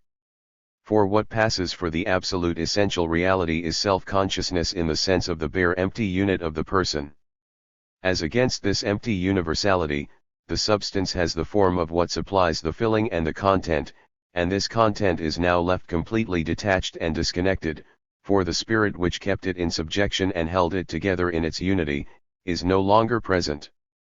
The empty unit of the person, is, therefore, as regards its reality, an accidental existence, a contingent insubstantial process and activity that comes to no durable subsistence. Just as was the case in scepticism, the formalism of right is, thus, by its very conception, without special content, it finds at its hand the fact of possession, a fact subsisting in multiplicity, and imprints thereon the abstract universality, by which it is called property. The same sort of abstraction as scepticism made use of. But while the reality so determined is in scepticism called a mere appearance, mere semblance, and has a merely negative value, in the case of right it has a positive significance. Both are the same abstract universal. The actual content, the proper value of what is mine, whether it be an external possession, or again inner riches or poverty of mind and character, is not contained in this empty form and does not concern it. The content belongs, therefore, to a peculiar specific power, which is something different from the formal universal, is chance and caprice. Consciousness of right, therefore, even in the very process of making its claim good, experiences the loss of its own reality, discovers its complete lack of inherent substantiality, and to describe an individual as a person is to use an expression of contempt. And Hegel goes on to show how the increasingly private nature of life, the transformation of all men into abstract legal persons, into bourgeois wholly taken up with economic life, goes hand in hand with the decay of public life of every sort and with the growing despotism of the Roman emperors. Arguments such as these, already familiar to us from the essay on natural law, are summed up here with a brief description of the typical despot, the lord of the world. Thus we are concerned here with externalization in its first primitive and abstract form. Hegel's view of the Roman Empire as an abstract forerunner of modern capitalism, and his cursory treatment of the Middle Ages as a mere episode of only incidental importance for the development of the human spirit, is, and will remain, a permanent feature of his periodization of history. This is because, in accordance with his scheme, man's societal existence cannot be anything natural or immediate. The beautiful incarnation of such a natural immediacy in Greek democracy, therefore, contains within it the seeds of its own destruction. The subject, 491, must steadily increase its own externalization, estrangement, since it continually enters into new, richer social relations, and since its labor, its individual efforts and activities turn it into the identical subject-object of these social relations. The entire process gradually advances to the point at which the wealth of social determinations, the coherence and independence of the modern economic system reaches its peak, and the individual then recognizes himself as the identical subject-object of social praxis. Hegel's description of this process provides the finest example of the general philosophical method, the phenomenology, the forcible appropriation by the subject of the wealth of substance, cfp 472f. It is here that we find those quintessential determinations which Marx repeatedly shows lying concealed in Hegel's mystified analysis of alienation. For here Hegel takes leave of his view of nature as the mere externalization of spirit, as what Feuerbach has shown to be a purely idealistic inversion of the true state of affairs, cfp 282f. Nor is there any sign here, except towards the end, of the religious and mystificatory side of his theory of externalization, viz. its reintegration into the subject, the abolition of the object world along with externalization. Here then the externalization of the human subject appears as the social activity of the human race, thanks to which a self-created objective society comes into being, drawing its vital energy from the social activity of the subject, grows steadily in complexity, richness, and scope, so that eventually it displaces what had been lifeless substance and occupies it on behalf of the subject. In a word, by wholly estranging itself, the subject recognizes itself in theory and practice to be identical with the substance. Only from this vantage point does Hegel's periodization of world history make sense, only from here does its relative justification become apparent as a view which focuses entirely on the origins and growth of modern civil society. We have already observed that Hegel swiftly passes over the Middle Ages. He briefly remarks on the relations of the feudal nobility to the medieval monarch. He is much more interested in the decline of the feudal system, and here, as in the pamphlet on the German Constitution, he clearly thinks of the fall of feudalism in France and the emergence of absolute monarchy as paradigmatic. And in general, the whole of the phenomenology is oriented on French history in a quite remarkable way. Apart from Greece and Rome, whose essential character is discussed at length in this section, only France is given comparable treatment, and it is evident that he thinks of France as representative of the entire modern development of philosophy. Thus, from the collapse of feudalism to the French Revolution, the phenomenology does not leave French soil. And even in the sphere of ideological conflict, only French sources are considered. The struggle between the Enlightenment and the religious tradition is confined wholly to France and French experience, and the same holds good for 492. The social and political struggles of the period. The only writer to be quoted in this section, although he is not in fact mentioned by name, is Diderot. The phenomenological form in which the internal struggles within French absolutism are fought out is the dialectical conflict between wealth and the power of the state. Hegel shows how once independent vassals degenerate into sycophantic courtiers, and how the noble consciousness of the feudal another echo of Montesquieu, had been translated into mere flattery of the monarch. This process involves, at the same time, the transformation of the state power into wealth, the very thing to which, at an earlier stage, it had been implacably opposed and alien. In short, what we have here, couched in the peculiar form of the phenomenology, is the gradual bourgeoisification of absolute monarchy. And it is absolutely typical of Hegel that the road taken by the spirit in its journey towards self-consciousness passes over bourgeois wealth and not the absolute state power, just as earlier on the transition from a state of nature to civilization had been effected by the labor of the servant. Here, then, it is not the noble consciousness of feudalism that leads the subject to conscious existence for itself, or that accomplishes the transformation of substance into subject. It is not the state power that incorporates the real historically progressive estrangement. On the contrary, wealth has within it from the first the aspect of existence for itself. The decisive ideological content of this transformation is the conflict between the Enlightenment and religion. In order to gain an insight into Hegel's historical view here, we must begin by remarking that according to him the Enlightenment arose out of the contradictions within the absolute monarchy in the process of bourgeoisification, and that the end of that conflict is to be found, on the economic plane, in the flowering of capitalist society, and politically, in the French Revolution. Now, as to the conflict between Enlightenment and religion, what is most striking is the poor figure cut by belief, which is the name given here to religion as a form of the world. True substance, genuine wealth of thought is found only in the Enlightenment. There is, it is true, a criticism of Enlightenment, familiar to us from Frankfurt, in which he protests against the insinuation that religion is no more than a conscious deception of the people. However, his protest is made not in the name of religion and its truth, but in that of historicism, i.e. of the historical of certain ideological formations at certain stages of human history. When the general question has been raised, whether it is permissible to delude a people, the answer, as a fact, was bound to be that the question 493 is pointless, because it is impossible to deceive a people in this matter.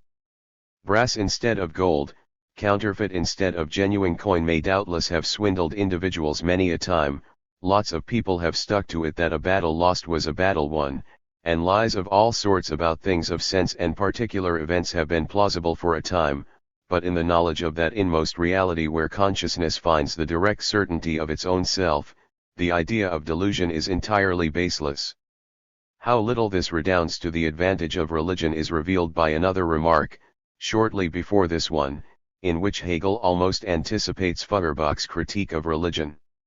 It is precisely this which Enlightenment rightly declares belief to be, when Enlightenment says that the absolute reality professed by belief is a being that comes from belief's own consciousness, is its own thought, something produced from and by consciousness.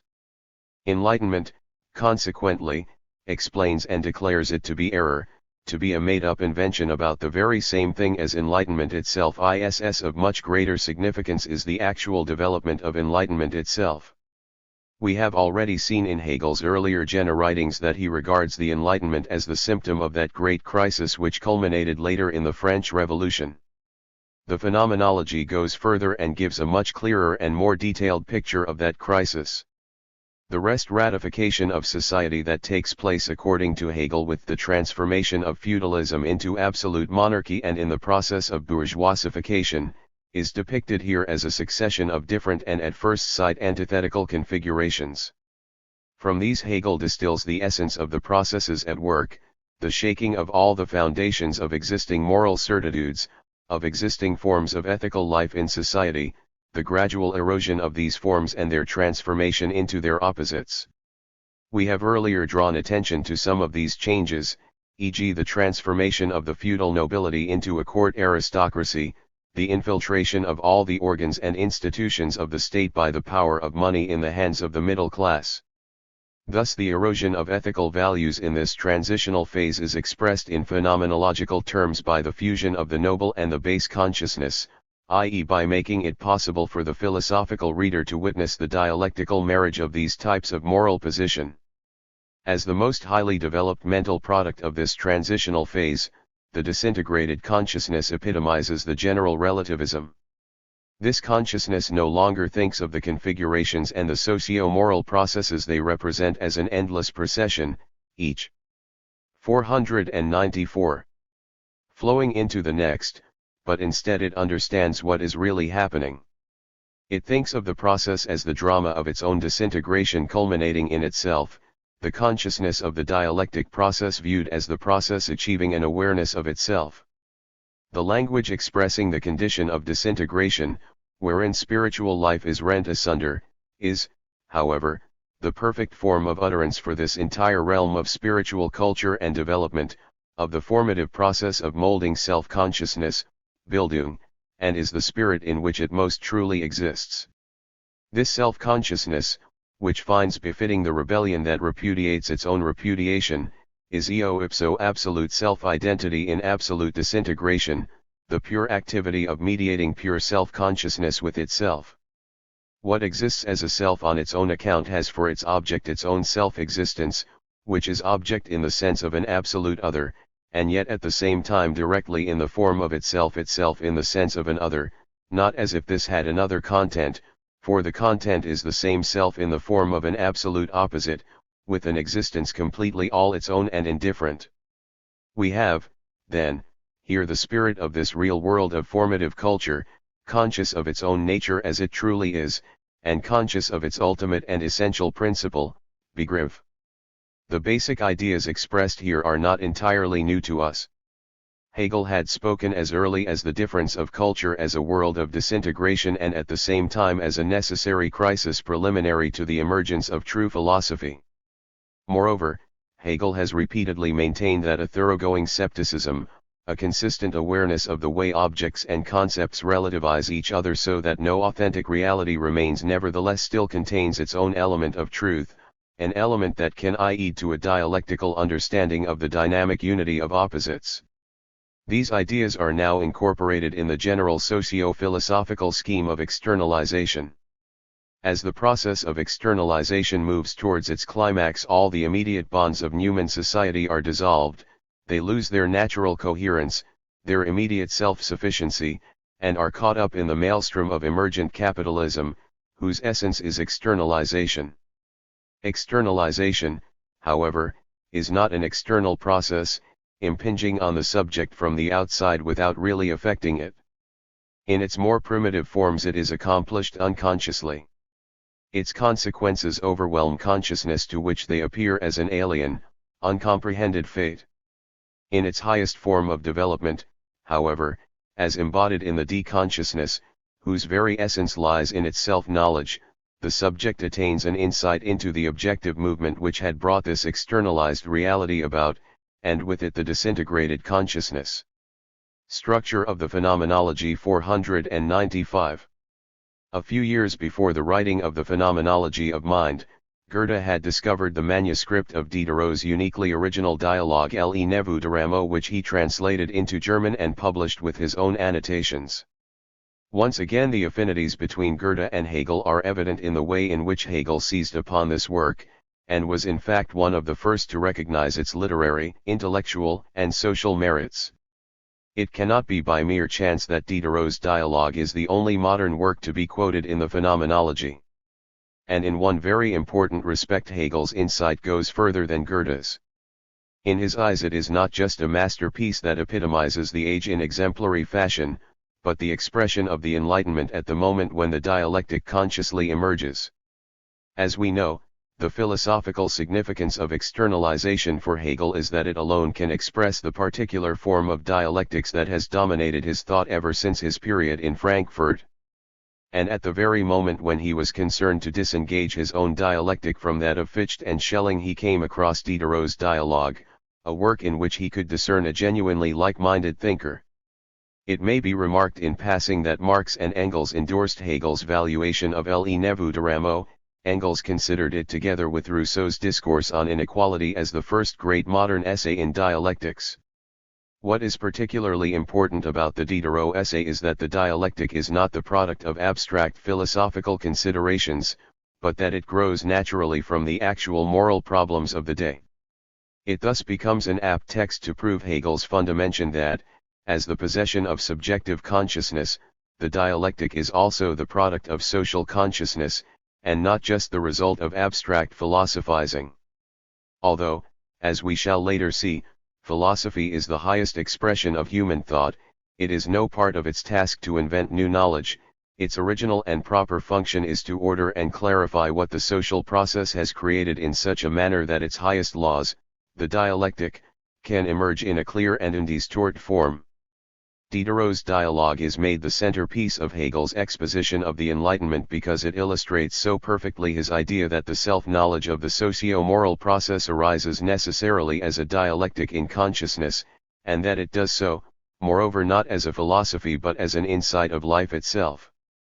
Hegel's summary of Diderot's work and his own comments on it are of such outstanding importance and form such a crucial turning point in the phenomenological development of human consciousness that we must quote them at length. The nature of this turning point will have become clear from what we have said already and from other quotations from Hegel. Hitherto the phenomenological configurations were the objects of an objective dialectic, now the dialectic has become subjective, the externalized subject has become conscious of. 496. The entire dialectic of externalization. This type of spiritual life is the absolute and universal inversion of reality and thought, their entire estrangement the one from the other. It is pure culture. What is found out in this sphere is that neither the concrete realities, state power and wealth, nor their determinate conceptions, good and bad, nor the consciousness of good and bad, the consciousness that is noble and the consciousness that is base, possess real truth. It is found that all these moments are inverted and transmuted the one into the other, and each is the opposite of itself. The universal power, which is the substance, when it gains a spiritual nature peculiarly its own through the principle of individuality, accepts the possession of a self of its own merely as a name by which it is described, and, even in being actual power, one's really so powerless as to have to sacrifice itself. But this selfless reality given over to others, this self that is turned into a thing, is in fact the return of the reality into itself. It is a self-existence that is there for its own sake, it is the existence of spirit. The principles belonging to these realities, the thoughts of good and bad, are similarly transmuted and reversed in this process. What is characterized as good is bad, and vice versa. The consciousness of each of these moments by itself, the conscious types judged as noble and base, these are rather in their real truth similarly the reverse of what these specific forms intend to be. Nobility is base and repudiated, just as what is repudiated as base turns round into the nobleness that characterizes the most highly developed form of free self-consciousness. Looked at formally, everything is likewise in its external aspects the reverse of what it is internally for itself, and again it is not really and in truth what it is for itself, but something else than it wants to be. Its existence on its own account is, Strictly speaking, the loss of self, and alienation of self is really self-preservation. The state of affairs brought about here, then, is that all moments execute justice on one another all round, each is just as much in a condition of inherent self-alienation as it molds itself into its opposite, and in this way reverses the nature of that opposite. Spirit truly objective, however, is just this unity of absolutely separate moments, and in fact comes into existence as the common ground, the mediating agency, just through the independent reality of these selfless extremes. Its existence consists in universal talk and depreciatory judgment, rending and tearing everything. This judging and talking is, therefore, the real truth, which cannot be got over. While it overpowers everything, it is that which in this real world is alone truly of importance. Each part of this world comes to find. 497. There its spirit expressed, or gets to be spoken of with esprit, and finds said of it what it is. The honest soul metaphysical thought in the sphere of morality G.L. takes each moment as a permanent and essential fact, and is the uncultivated thoughtless condition that does not think and does not know that it is likewise doing the very inverse. The distraught and disintegrated soul is, however, aware of inversion. It is in fact a consciousness of absolute inversion. The conceptual principle predominates there, brings together into a single unity the thoughts that lie far apart in the case of the honest soul, and the language conveying its meaning is, therefore, full of esprit and wit. It was necessary to quote this passage at such length because it signifies the point in Hegel's history of man's generic experience at which the dialectic appears in full view. And it is of the greatest importance for our understanding of Hegel's philosophy of history that the appearance of the dialectic is not a function of life in general but the product of the capitalist externalization and alienation of social and personal life, i.e. self-consciousness can only come to itself and can only see itself as a part of objective reality in this alienation. A further point of interest is that Hegel locates the emergence of dialectical consciousness in the literature and philosophy of the Enlightenment. Of course, the dialectic he discerns there is not quite its perfected form. A careful reading of the passage just quoted reveals that it does contain the moment in which opposed determinations are inverted the one into the other, but that there is no dialectical synthesis. The opposites continuously break down and merge with each other, thus exposing the nullity of all metaphysical notions about the solidity and permanence of the object world, of the abstract identity of objects with themselves. But this continuous process of inversion has no direction, it is a perpetuum mobile. For this reason we may say that the aspect of capitalism that stands in the forefront of attention today has been much more successfully defined here from the standpoint of social morality than in those passages where Hegel brings about a reconciliation of opposites. On the other hand, it is no less obvious, and we have already seen the problem discussed in Tragedy in the realm of the ethical, that a dialectic which contains no progressive impulse, no tendency towards a higher evolution, would be incapable of generating a history of mankind. This situation gives rise to a contradiction in Hegel's thought to which we shall return. Here, however, we are not concerned just with the emergence of dialectical consciousness in general, but with the question of which concrete social context favored its appearance, which ideological 498. Flicks facilitated the breakthrough. And we must repeat that, on the one hand, Hegel regards the entire period as an important transitional crisis in man's indeed as the most decisive crisis of all. And on the other hand, the dialectic of the disintegrated consciousness is not simply the expression of that crisis, but also a decisive weapon of the human spirit in its fight against belief vu. In this context Hegel lays great emphasis on the irresistible force of this idea. The whole section echoes with the victory of enlightenment over religion. Belief is driven relentlessly from positions it has occupied for thousands of years, and the dialectic of the immanent movement of terrestrial objects, of the relations of man to society, of human consciousness to the things in which human praxis is articulated, all this rushes to fill the ideological gap abandoned by religion. Belief has by this means lost the content which furnished its filling, and collapses into an inarticulate state where the spirit works and weaves within itself. Belief is banished from its own kingdom, This kingdom is sacked and plundered, since the waking consciousness has forcibly taken to itself every distinction and expansion of it and claimed every one of its parts for earth, and returned them to the earth that owns them. Of course, Hegel does express certain reservations, but these refer to the later part of his argument, to the sphere of absolute spirit where, as we shall see, religion acquires a quite different function. Thus Hegel's present reservations about the irresistible triumph of enlightenment over belief are merely preparatory to the dialectical move to the next stage. Here, in the chaos from which the new spirit is born, in which the perfected externalization of the spirit leads it to the discovery of itself, the inexorable advance of enlightenment is in Hegel's eyes, an historically necessary and progressive fact. The following chapter in this section bears the title "The Truth of Enlightenment Registered." This truth, or, in Hegel's general usage, this higher stage of the dialectical development, is capitalist society in all its glory. We have already encountered it in section A of the Phenomenology. There, viewed from the standpoint of individual consciousness, it had appeared as the animal kingdom of the spirit, the world of self-interest. At the same time, unbeknown to the individual subject, the implicit dynamic already contains the universal social implications of the efforts and activities of the individual, of the self-interested subject. Here, in contrast, corresponding to the higher plane of human development, the objective context is quite explicit, though of course it is never separated from the evolution of consciousness. For this reason, the real substance of externalization is fully objective. Thought is thinghood, or thinghood is. 499. Thought. Hegel's concept of alienation has now been fully explicated. It is important to state this to prevent confusion about section C, for we shall see there that the culmination of absolute spirit in absolute knowledge does not represent any material advance on the present stage. Thus the greatest abstraction coincides with the greatest alienation, the essence of capitalist society.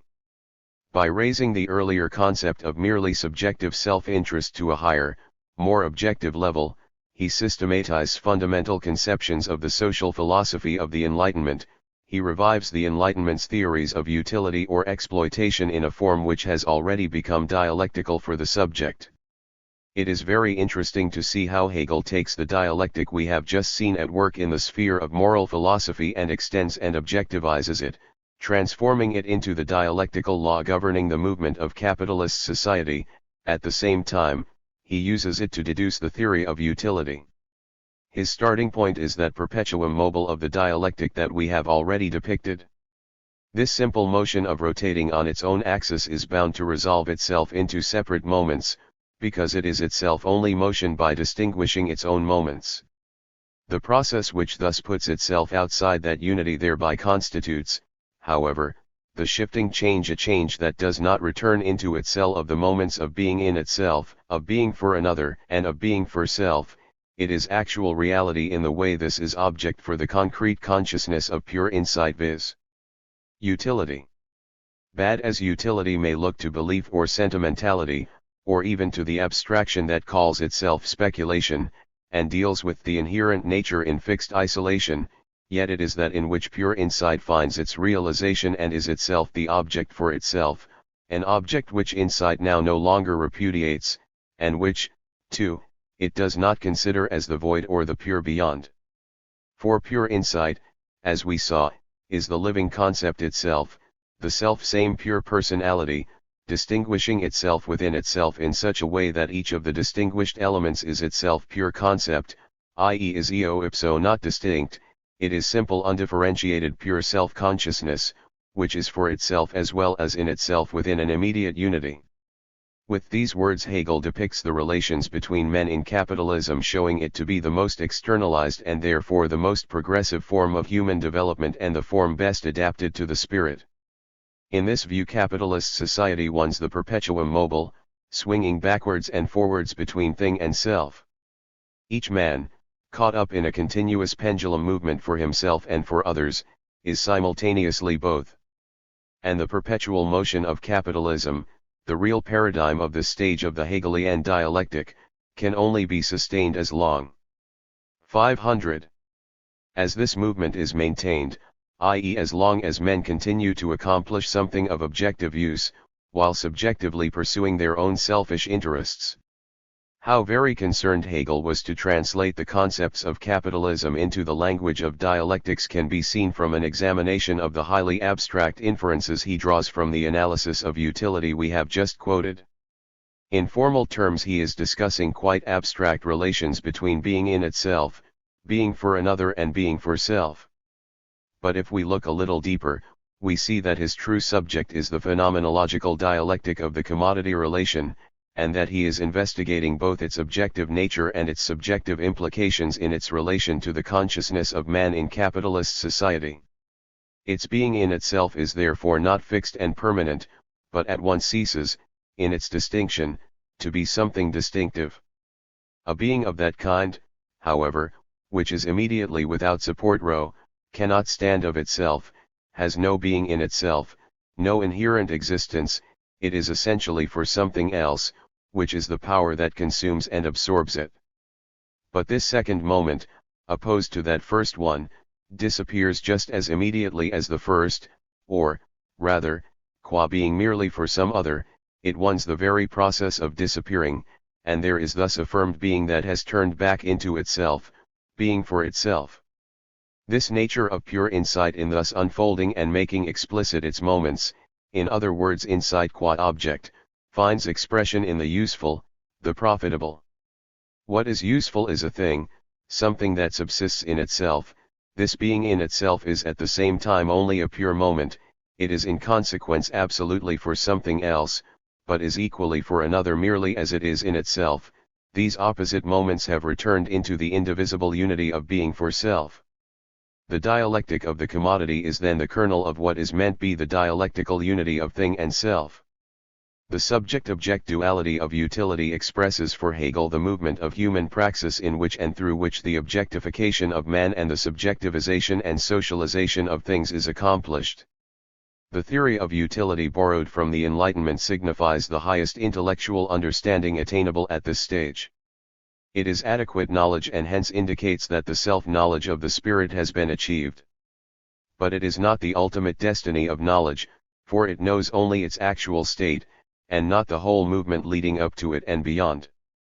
In the useful, pure insight thus possesses as its object its own peculiar concept in the pure moments constituting its nature.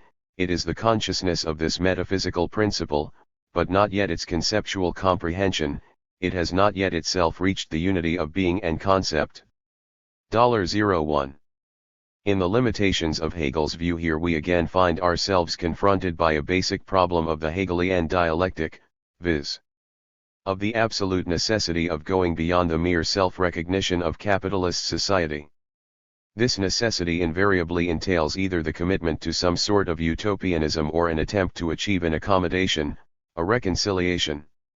That is to say, Hegel is forced into either uncritical idealism or uncritical positivism. But just because of these manifold and intractable complexities it is of the greatest importance to underline just what has been achieved at this stage of the evolution and self-appropriation of the spirit. We have seen what is involved from the side of consciousness in this discussion of enlightenment. In the concluding observations of the chapter now under discussion, Hegel approaches the problem from the side of existence. He confirms that what had been lacking in the previous stages of the phenomenology was the world, terrestrial reality. In this sense a fully realized and evolved capitalist society signifies something quite new in history. What is thus wanting is reached in the fact of utility so far as pure insight is thereby a concrete actual consciousness satisfied within itself. This objectivity now constitutes its world, and is become the final and true outcome of the entire previous world, ideal as well as real. The useful is the object so far as self-consciousness sees through it, and individual certainty of self finds its enjoyment, its self-existence, in it. Self-consciousness sees into it in this manner, and this insight contains the true essence of the object, which consists in being something seen through, in other words, in being for an other. This insight is thus itself true knowledge, and self-consciousness directly finds in this attitude universal certainty of itself as well, has its pure consciousness in this attitude, in which truth as well as immediateness and reality are united. Both worlds are reconciled and heaven is transplanted to the earth below. Thus the reality of capitalism corresponds in Hegel's view to the dialectical insight that was first articulated as the self-knowledge of man as a social being in the Enlightenment. The truth and reality of both movements, the social and the ideological, are the sources of that indomitable force with which they invade and take possession of the worlds of reality and thought. But the irresistible progress of the human spirit to the pinnacle of its development, to that extreme of externalization leading to the reintegration into the subject of that which has been externalized, is embodied in a third form of the world, the highest and the most extreme form yet, the French Revolution and the Terror of 1793. Here too Hegel emphasizes the ineluctable necessity of this 502 movement. According to him, capitalism and enlightenment must give way to the highest form of externalization. Absolute freedom must come into being and begin its triumphal march through the world. This undivided substance of absolute freedom puts itself on the throne of the world, without any power being able to offer effectual resistance. Hegel's understanding of the French Revolution has now been sufficiently explored and requires no further investigation on our part.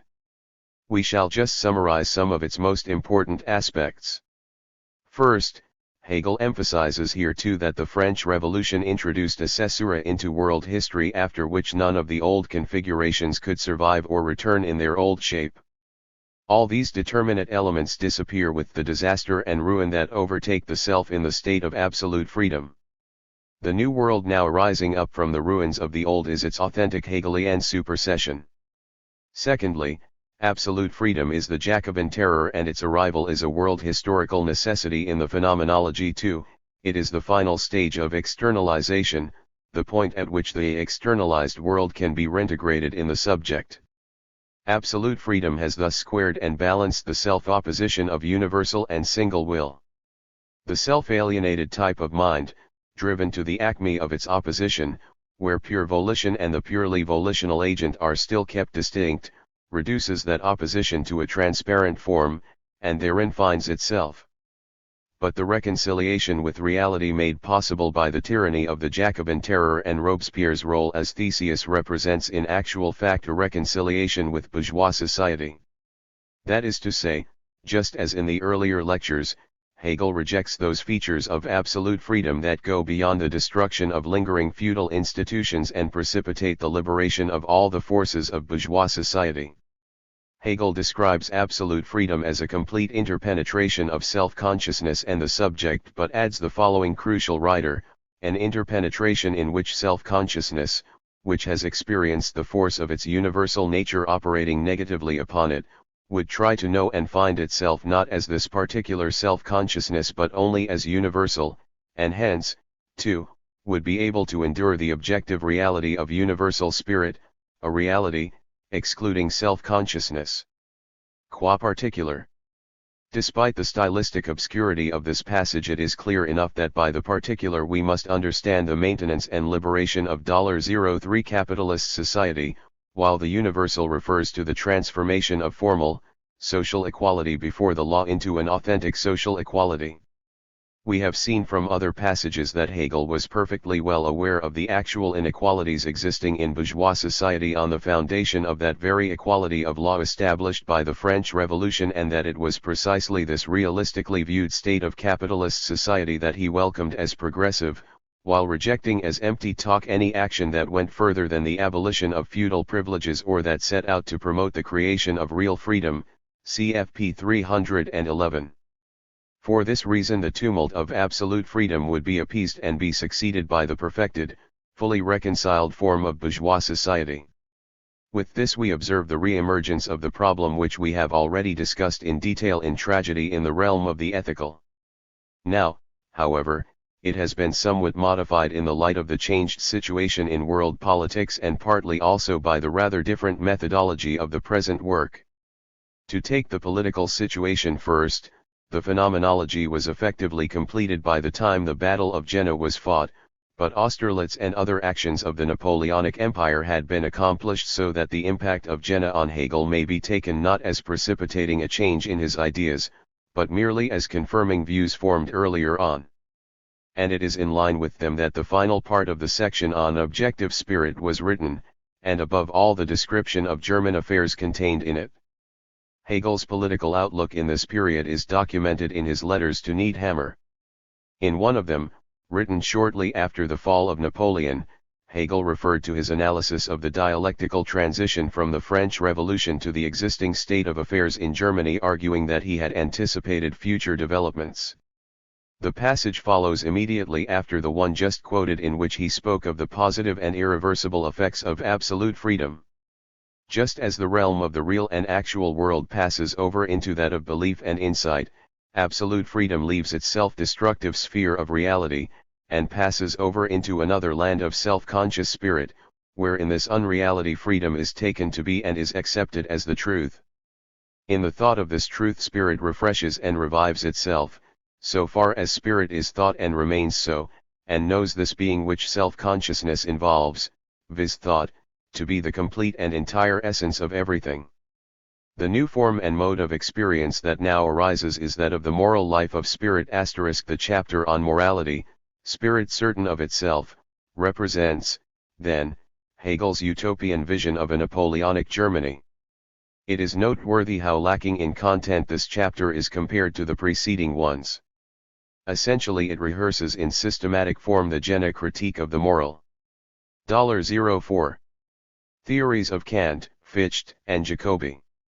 Obviously, our disappointment is not due to the fact that he just systematized his general ideas about the philosophy of history. He does that also in the chapters on antiquity and the French Revolution. But the latter are nevertheless full of quintessential material because they contain an important and original account of certain major themes in the socio-historical development of man. Here, however, where Hegel ought to present his view of the dawning era in world history which he had in his Jena lectures, the era destined to fulfill the moral life of the spirit and to be embodied in a Germany liberated and unified by Napoleon, here he can offer only critical and negative remarks to the effect that this new age will overcome the internal contradictions in the moral doctrines of Kant, Fichte, and Jacobi. In his earlier analysis of their positions, he had appealed to the ethical nature of society as an antidote to the abstract dogmas of subjective idealism in its various forms. Thus he had convincingly refuted Jacobi, pages 294 ff, by pointing to the harmony between individual morality and the ethics of society that had obtained in Greece. However, this avenue no longer remained open to him in the context of the phenomenology, since he would have to demonstrate this harmony in the case of a society where no such harmony existed as yet. That a liberated Germany would in fact embody the form of capitalism which would exhibit the right relation between ethical life and the state, i.e. that it would present the modern analog to Greek civilization that Hegel had propounded in Tragedy in the realm of the ethical. That is one of Hegel's convictions, but it is abstract, it lacks all social content and hence remains a mere postulate without any philosophical substance either. Hegel's resignation, his descent to a mere imperative, an ought, absent elsewhere in his work, is most in evidence in the concluding parts of the chapter where the actual content of this society turns out to be the absolute spirit as incorporated in religion. The absolute spirit signals the first appearance of that affirmation of a reality that has discovered itself, of that reconciliation towards which the entire philosophy of history was leading up.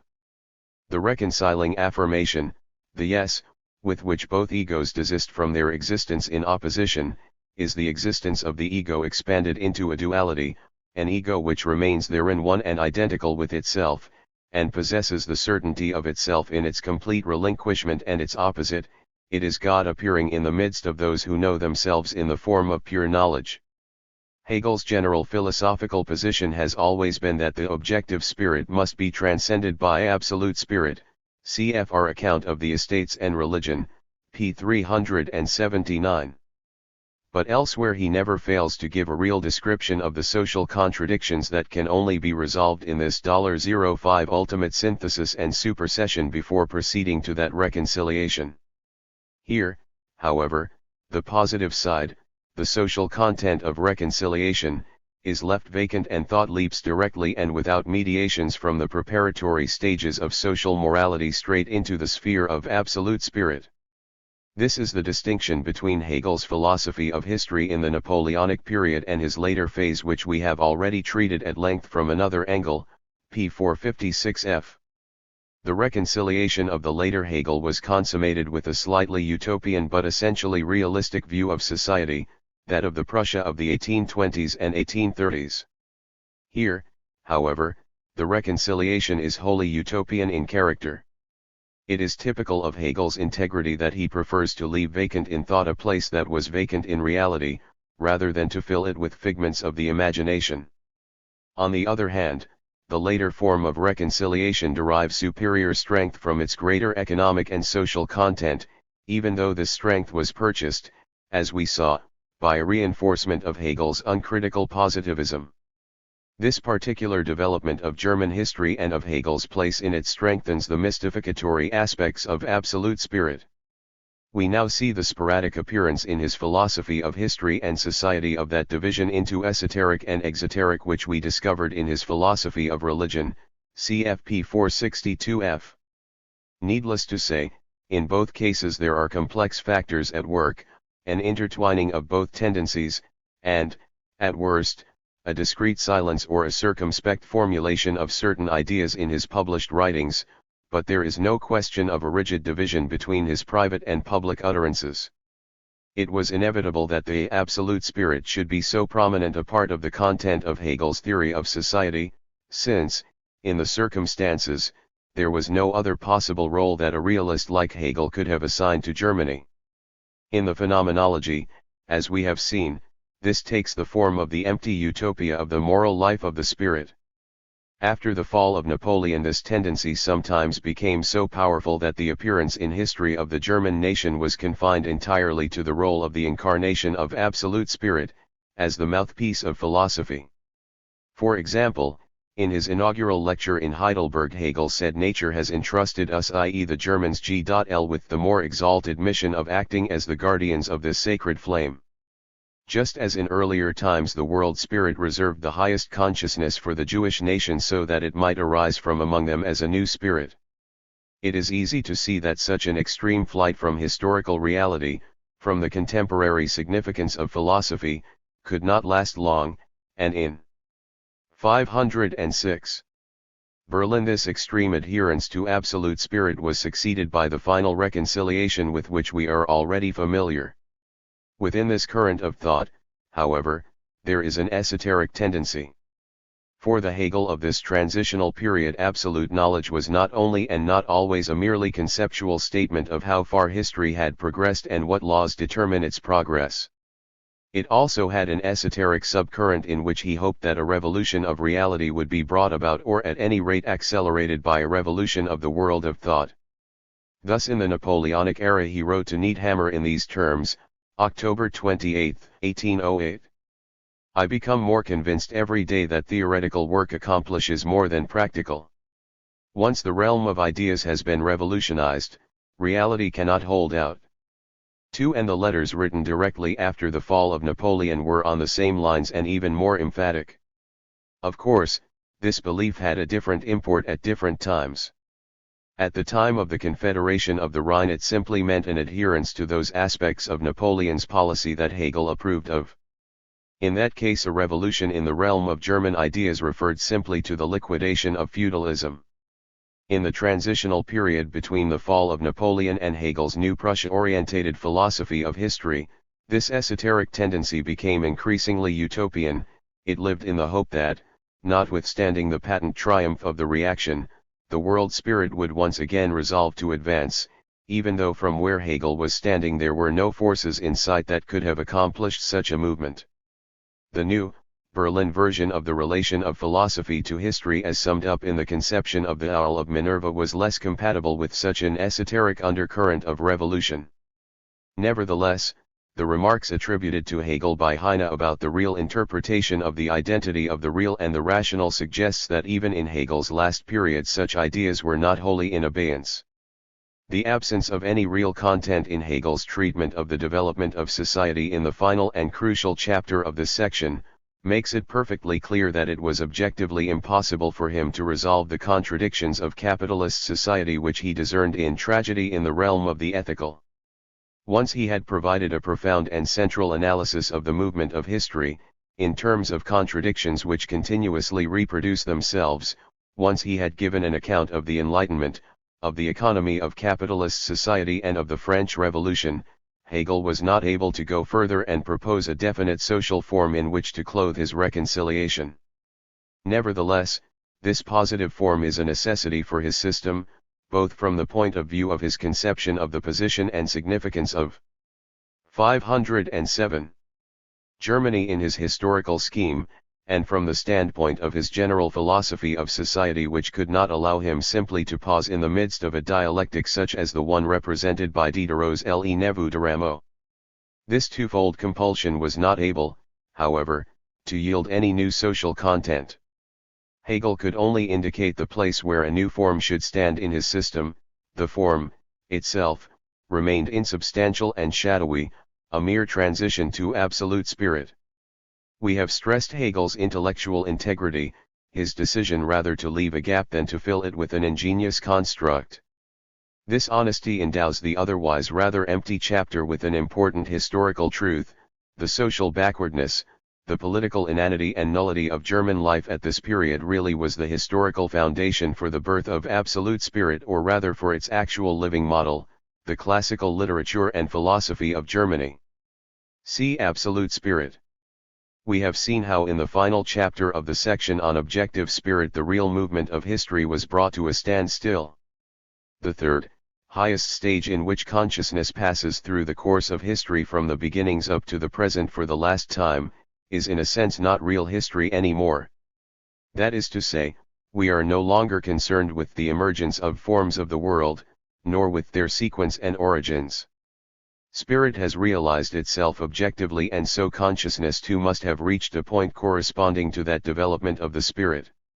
Having come this far, Hegel now conducts a retrospective survey of history up to the present. In section a real history had been enacted, as it were, behind the backs of the configurations of consciousness, so that the latter regarded themselves as the finished product of an unknown process and viewed their conflicts with the outside world as abstract contradictions between absolute subjectivity and absolute objectivity. In section B, the forms of the world were the actors in the drama of world history in which spirit moved from one form to the next on its journey of self-discovery. At this stage the different forms always experienced this process as a dramatic struggle in the present, regardless of whether they were victorious or defeated. Now, in section C, the great epic of world history is narrated as a continuous process. Our use of the distinction between drama as present and epic as past, as formulated by Goethe and Schiller, is something more than a simile in the present case. For it gives us a real insight into the distinction between sections B and C of the phenomenology. We can only understand Hegel's ideas about the absolute spirit if we realize that we are surveying in retrospect an evolution of the spirit now at an end, because an understanding of the deepest laws governing that evolution is only possible in retrospect and post festum. Hegel himself repeatedly advocated this method of approaching the 08 phenomenology. Thus, when talking of classical works of art, he emphasized the distinction between their meaning for their contemporaries and the meaning they have for us now looking back.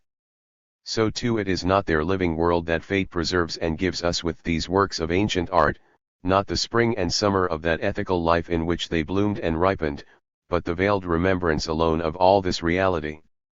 So too the spirit of the fate which presents us with those works of art, is more than the ethical life realized in that nation. For it is the inwardizing in us, in the form of conscious memory, Erinnerung, of the spirit which in them was manifested in a still external way. And in the concluding remarks on absolute knowledge this idea is again given great emphasis.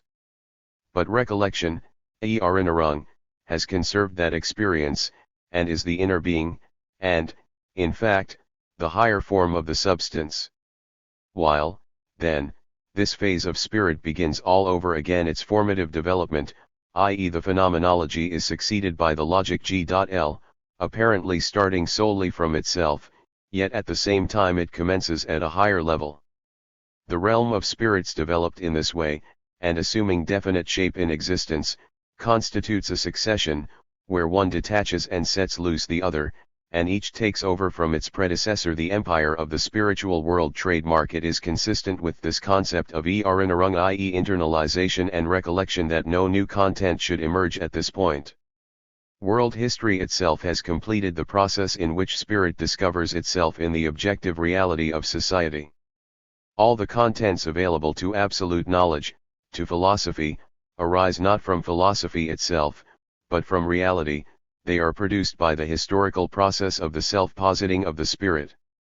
The novelty at this stage is that the laws and the interconnections that have accompanied and determined the struggles of history, but which had hitherto not been recognized by the heroes in the drama, now enter their consciousness and are illuminated by the light of absolute knowledge. In his treatment of religion, a theme that occupies a strategic position in this development, Hegel discusses the methodology of this section. In particular, he sets out the relation of religion to the configurations of consciousness and the forms of the world. Thus, if consciousness, self-consciousness, reason and spirit belong to self-knowing spirit in general, in a similar way the specific shapes, which self-knowing spirit assumes, appropriate and adopt the distinctive forms which were specially developed in the case of each of the 09 stages: consciousness, self-consciousness, reason, and spirit. The determinate form assumed in a given case by religion, appropriates, from among the forms belonging to each of its moments, the one adapted to it, and makes this its actual spirit. The material which spirit has worked through historically is now rearranged. In this way the arrangement now assumed by the forms and shapes which have thus far appeared, is different from the way they appeared in their own order. On this point we may note shortly at the outset what is necessary. In the series we considered, each moment, exhaustively elaborating its entire content, evolved and formed itself into a single whole within its own peculiar principle. And knowledge was the inner depth, or the spirit, wherein the moments, having no subsistence of their own, possessed their substance. This substance, however, has now at length made its appearance. Thus while the previous linear series in its advance marked the retrogressive steps in it by knots, but thence went forward again in one linear stretch, it is now, as it were, broken at these knots, these universal moments, and falls asunder into many lines, which, being bound together into a single bundle, combine at the same time symmetrically, so that the similar distinctions, in which each separately took shape within its own sphere, meet together. And Hegel adds that these distinctions are to be taken to mean essentially and only moments of the process of development, not parts. Registered thus, familiar historical material is reorganized in order to explore its internal laws. Hence Hegel's approach is now partly historical, partly systematic, instead of purely historical. We have emphasized the distinction between sections B and C, but before proceeding to our discussion of the principal consequences arising from the change in approach, it is as well to observe that these distinctions should not be adhered to pedantically. That is to say, it is not the case that the spirit now operates on a lifeless body of material, sorting and arranging it in the effort to deduce general laws, ignoring its historical aspects. On the contrary, there are two movements in this section. First, as we have noted, Hegel's treatment is partly systematic, partly historical, and not just abstractly systematic. That is to say, the patterns discerned are the patterns of a historical sequence, and they find their expression in the unfolding of historical events. Thus Hegel is neither ahistorical nor suprahistorical, but instead he provides a recapitulation of the entire process from his present vantage point. Second, and we shall return to this later, this section contains a subjective, phenomenological movement, the evolution of consciousness towards absolute knowledge, passing 510 through art and religion on the way. So the recapitulation of the history of mankind is at the same time man's conscious struggle to achieve his highest development, to attain an adequate understanding of the world in the science of philosophy. It will be remembered that in his polemic against Schelling, Hegel spoke of handing a ladder to the man of ordinary consciousness for him to make the ascent to the standpoint of philosophy. We are concerned here with the last and highest step in that ladder. We have frequently pointed out in the course of our discussions that absolute spirit is the true haven of Hegel's tendencies towards idealistic mystification, and we shall have occasion to return to this theme. But it would be quite mistaken to see the absolute spirit as nothing but mystification. This was fashionable when positivism was the rule in bourgeois ideology, and the heritage of the most superficial positivism lives on in our vulgar sociology. The method of vulgar sociology is built on the belief that an historical phenomenon is adequately explained once its social origins have been uncovered. We cannot concern ourselves here with its superficial and distorted view of what constitutes social origin. But let us not forget that although the vulgar sociologists claim to defend historical materialism against idealism, historical materialism in fact opposes their view on principle. Marx, Engels, Lenin, and Stalin never imagined that the substance, the truth content of a scientific theory could be assessed in terms of its social origins. Even if we were to lay bare all the social factors underlying the revolution in astronomy carried out in the 15th and 16th centuries by Copernicus, Galileo, and Kepler in the greatest detail and with the greatest subtlety, this would still not constitute an answer to the truth value of the new astronomy, nor would it explain whether and to what extent the new theories correctly reflected the objective realities of nature. Marx was quite clear about the distinction, as we can see from a comment made about works of art. After making a profound analysis of the social conditions in which the Homeric epics were written, he remarks: "The difficulty we are confronted with is not, however, that of understanding how Greek art and epic poetry are associated with certain forms of development. The difficulty is that they still give us aesthetic pleasure and are in certain respects regarded as a standard and unattainable ideal." And in Materialism and Empirio-Criticism and his philosophical notebooks, Lenin provides the foundations for a dialectical approach to the objectivity of knowledge. But it is of the greatest importance to understand that Hegel's conception of absolute spirit represents a step in the direction of such objectivity. In the 17th and 18th centuries, philosophers sn.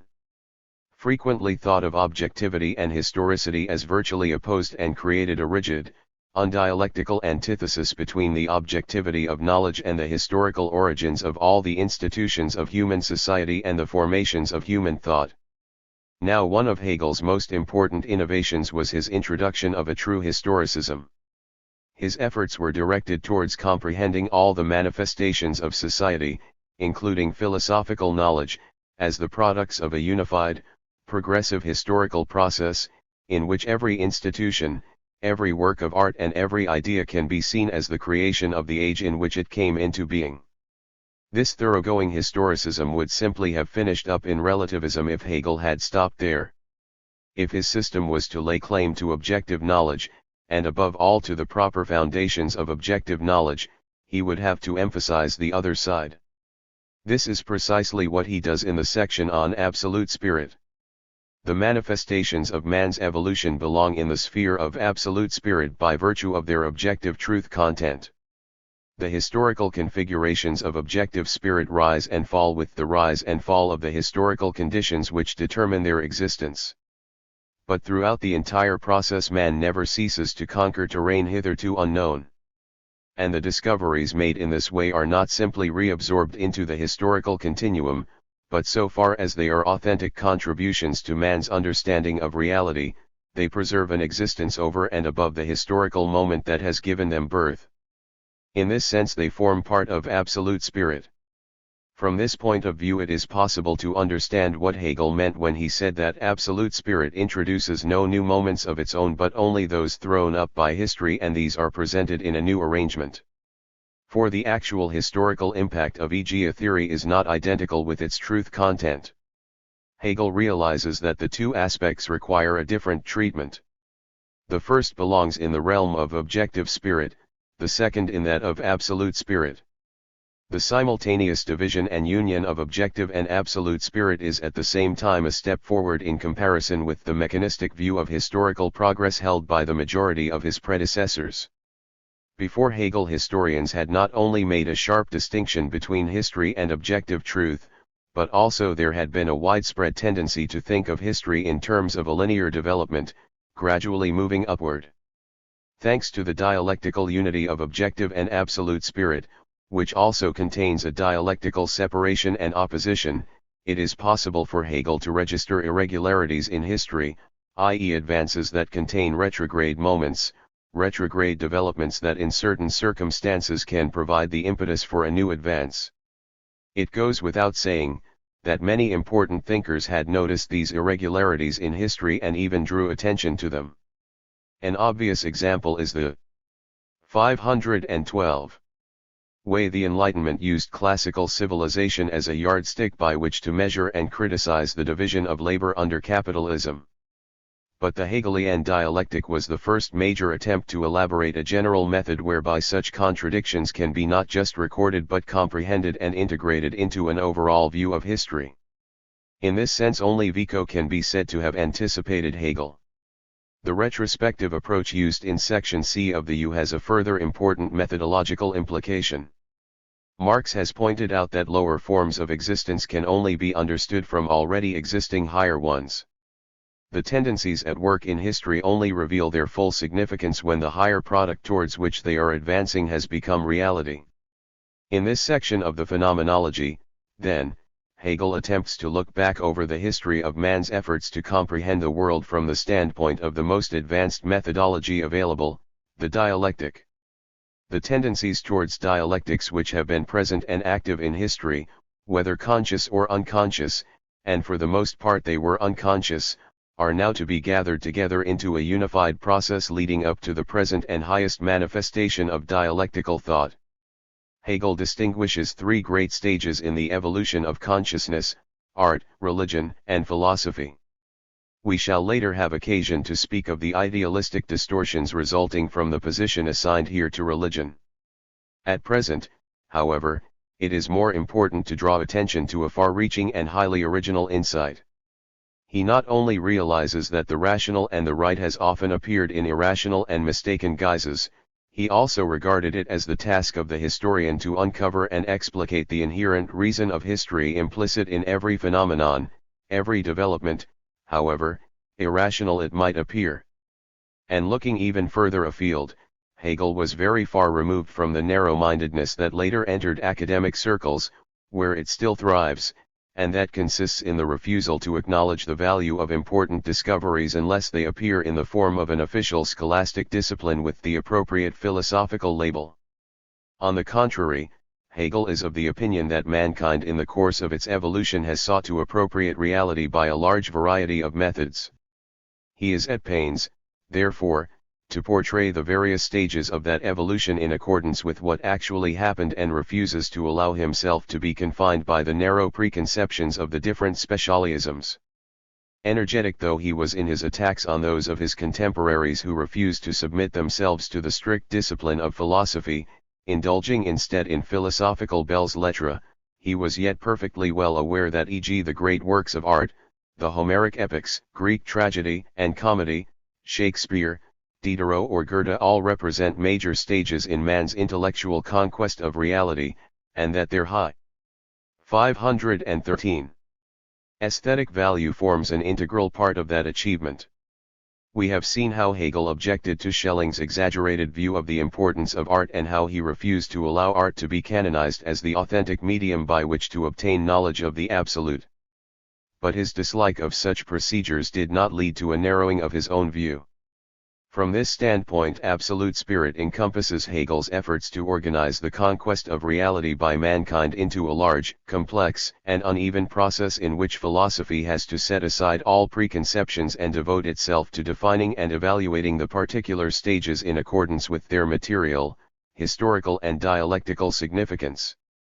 The path of absolute spirit through art, religion, and onto philosophy has yet another implication, one in which the specific issues raised by the Hegelian dialectic find expression.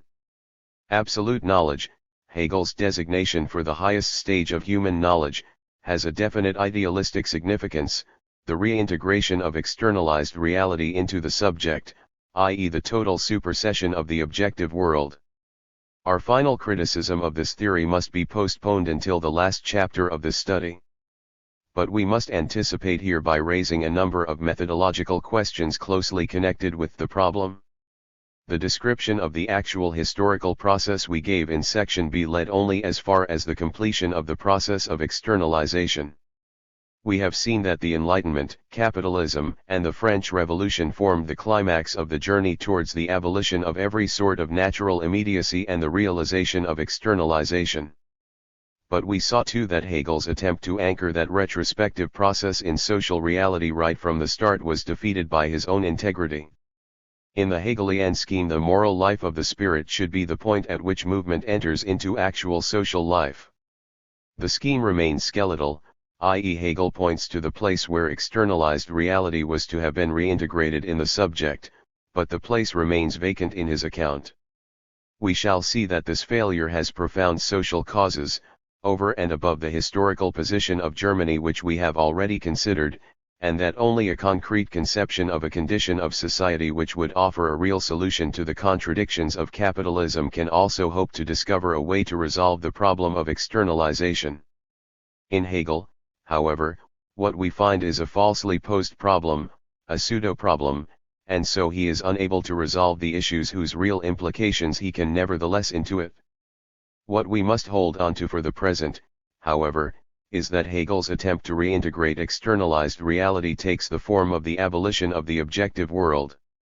The greater one's understanding of the world, in Hegel's view, the more pronounced this tendency becomes. This theme influences the other aspect of absolute spirit. We have seen how positive and fruitful it was to step back from the immediate. 514. Contemplation of history. Here, however, this distance from history is transformed into the attempt to abolish reality's character as real, to transmute objectivity into something posited by the subject and into an identity of subject and object, in short to complete the transformation of substance into subject. This not only conditions the whole sphere of absolute spirit, but it also determines its structure and the order in which its components make their appearance. The Hegelian sequence, art, religion, and philosophy is dictated essentially by the extent to which each stage can express the supersession of the world of objects. Here, too, Hegel remains true to the methodology proposed in the introduction to this section. Absolute spirit introduces no really new knowledge about the actual evolution of history, it sets out only to clarify the products of that evolution. For this reason Hegel refers back to the conclusions familiar to us from his account of the Enlightenment and capitalism. The thing is ego. In point of fact, thing is transcended in this infinite judgment. The thing is nothing in itself, it only has significance in relation, only through the ego and its reference to the ego. This moment came before consciousness in pure insight and enlightenment. Things are simply and solely useful, and only to be considered from the point of view of their utility.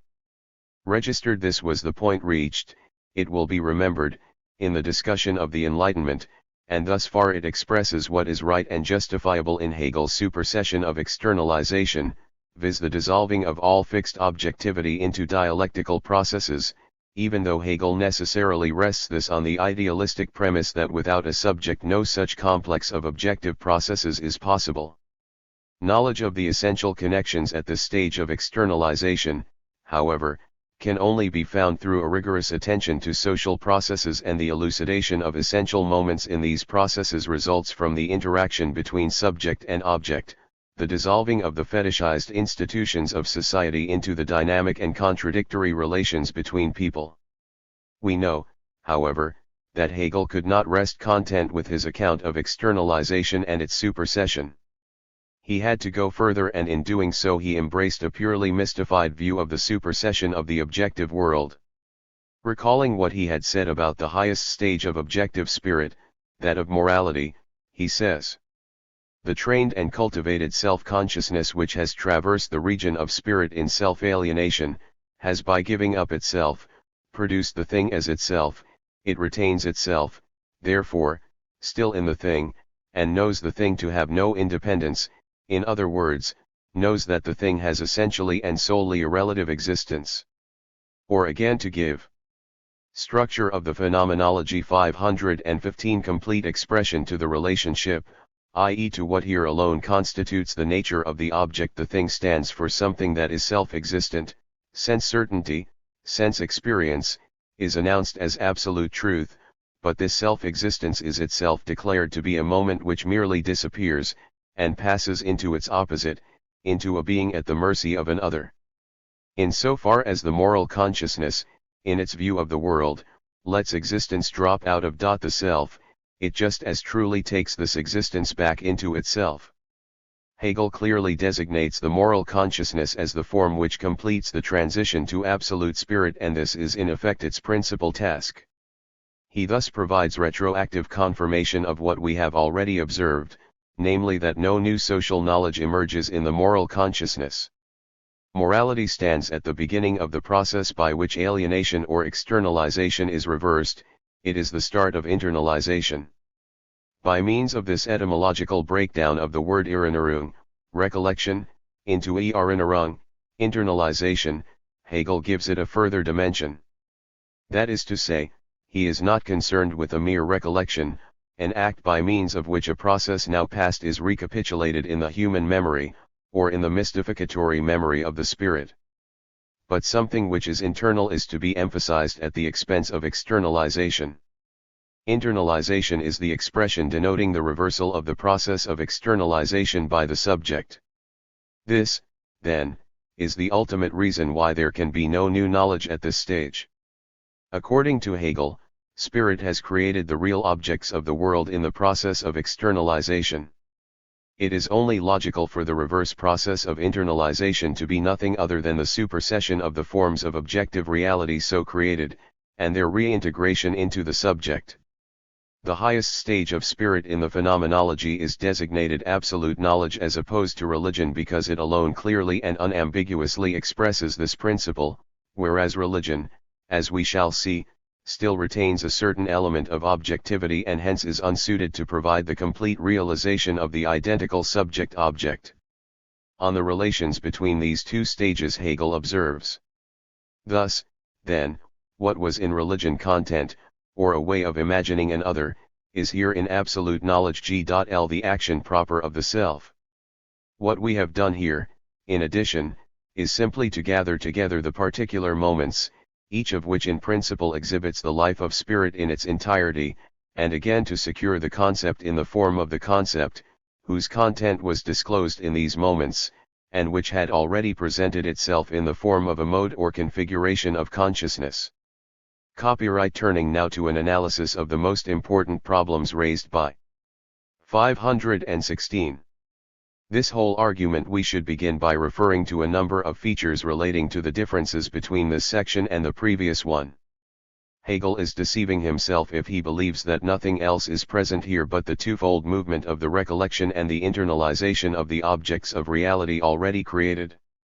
Since this reverse movement, this supersession of externalization is not an internal movement of objective reality at all, but merely something he has invented in order to bring his philosophy to a conclusion, and to solve certain idealistic and hence intractable difficulties in his dialectic. New problems of content must arise, problems which will for the most part be exposed as historical and systematic distortions of knowledge acquired earlier on. Though we must hasten to add that a philosopher of Hegel's stature will not fail to extract significant truths even from such unpromising material. In the first place, it must be noted that the place of religion is now the very opposite of what it had been in section B. There it had played a very minor role compared to the Enlightenment. Here, however, the importance of the Enlightenment is greatly diminished and religion is assigned a central function in the development of man's conscious life. This is evident from the fact that art becomes a subdivision of religion. The art of antiquity, for example, is treated under the heading of religion in the form of art. Even more striking is the shift of emphasis in the history of the modern world. By making religion, i.e. Christianity, the center point of his thought, a whole new view of history emerges, quite the reverse of what we found in section B. This contrast between the two sections exposes that antagonistic, contradictory principle in Hegel's dialectic which we have frequently mentioned and to which we shall return in our discussion of the problems of religion. Before doing that, however, there are a number of observations to be made. First, It is very revealing that Hegel's esoteric view of religion comes to the fore when his intention is to give an account of the actual course of history, i.e. in section B. Second, it is indicative of the contradictory tendencies in Hegel's conception of externalization that the problem of nature is almost wholly ignored in section B, which is devoted entirely to social and historical problems. The problems of the philosophy of Naur, and especially those arising from the relation of the individual consciousness to the contents and the objective forms of nature, are given a prominent role in section A. They then re-emerge in section C so that they too, like the problems of society, may be reintegrated in the subject.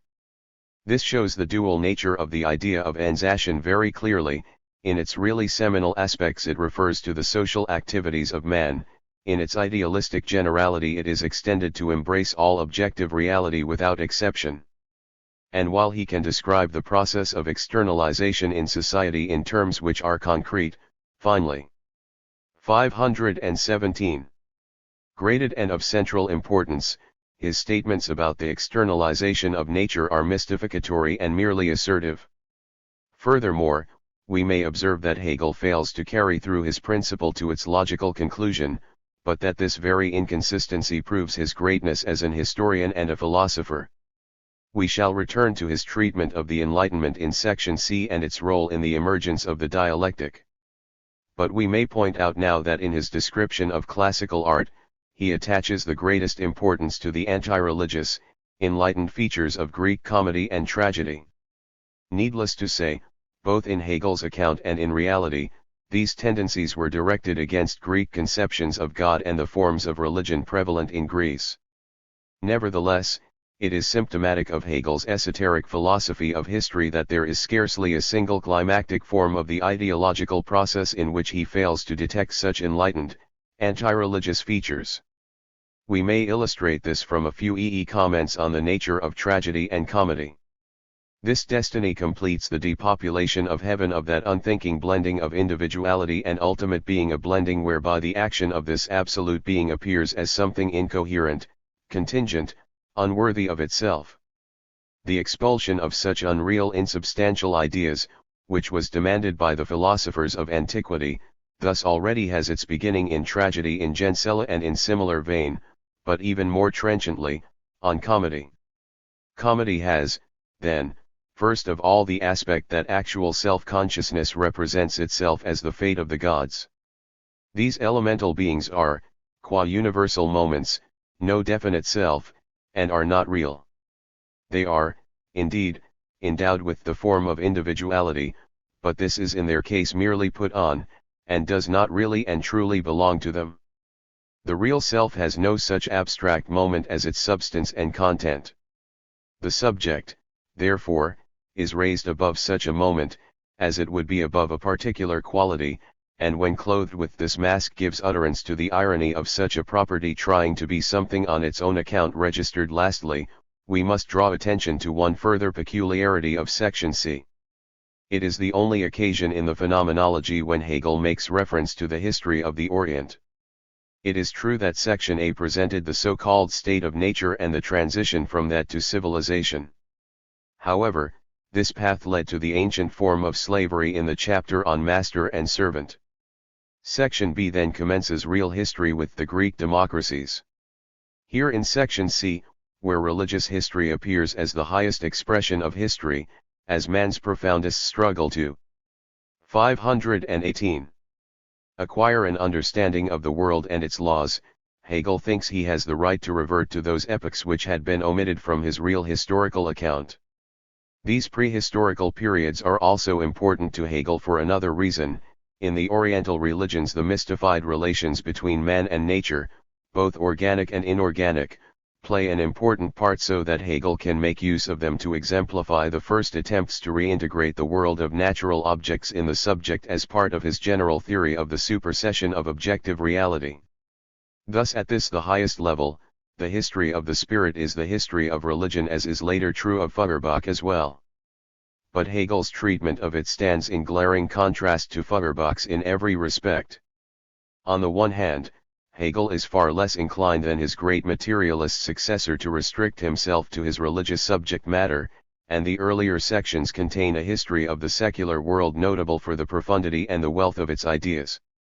On the other hand, Feuerbach's history of religion is in effect a materialist exposure, whereas Hegel's amounts to the vindication of religion both in history and in philosophy, notwithstanding the depreciation of religion in the preceding sections. This double movement in Hegel's philosophy, this negation and reinstatement of religion, was first observed and criticized by Feuerbach. His objections do not refer to the phenomenology but to the Hegelian system as a whole, but they do apply to those aspects of Hegel with which we are concerned.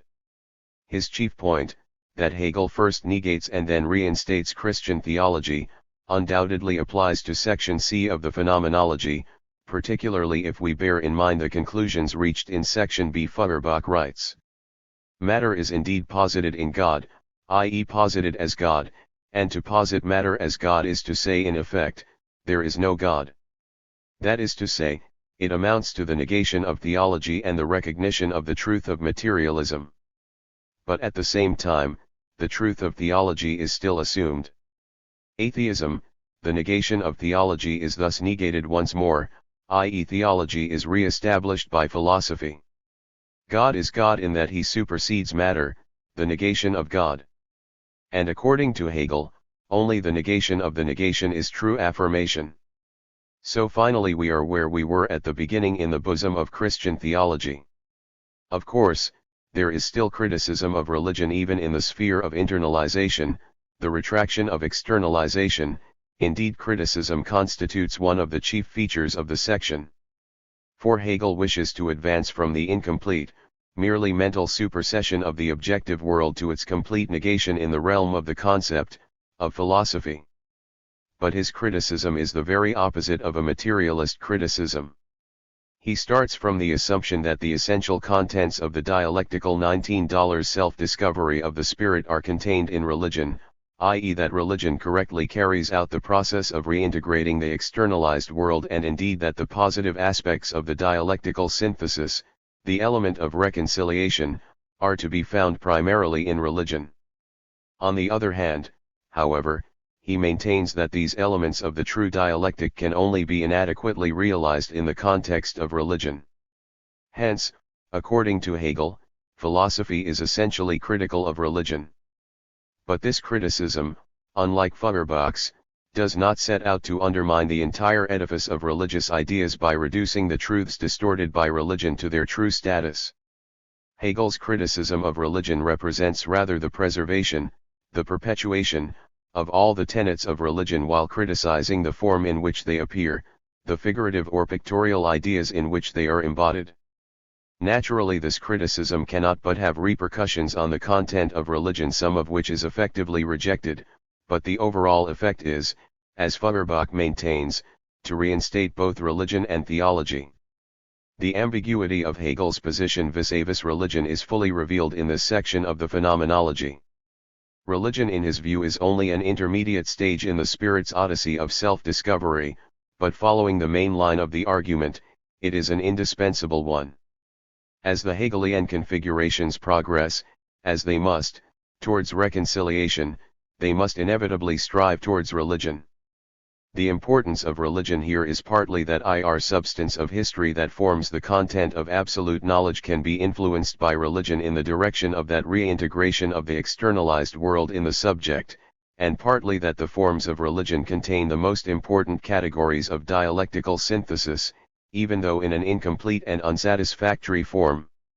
It is characteristic of the ambiguity of his position that despite the main trend prescribed by crucial elements of his idealism, real, irreligious tendencies make themselves felt even here. He expressly mentions two paths leading to the dialectic and asserts that the form of dialectic we encountered in the Enlightenment takes precedence phenomenologically over the religious dialectic, and that its mode of self-existence is superior in his eyes.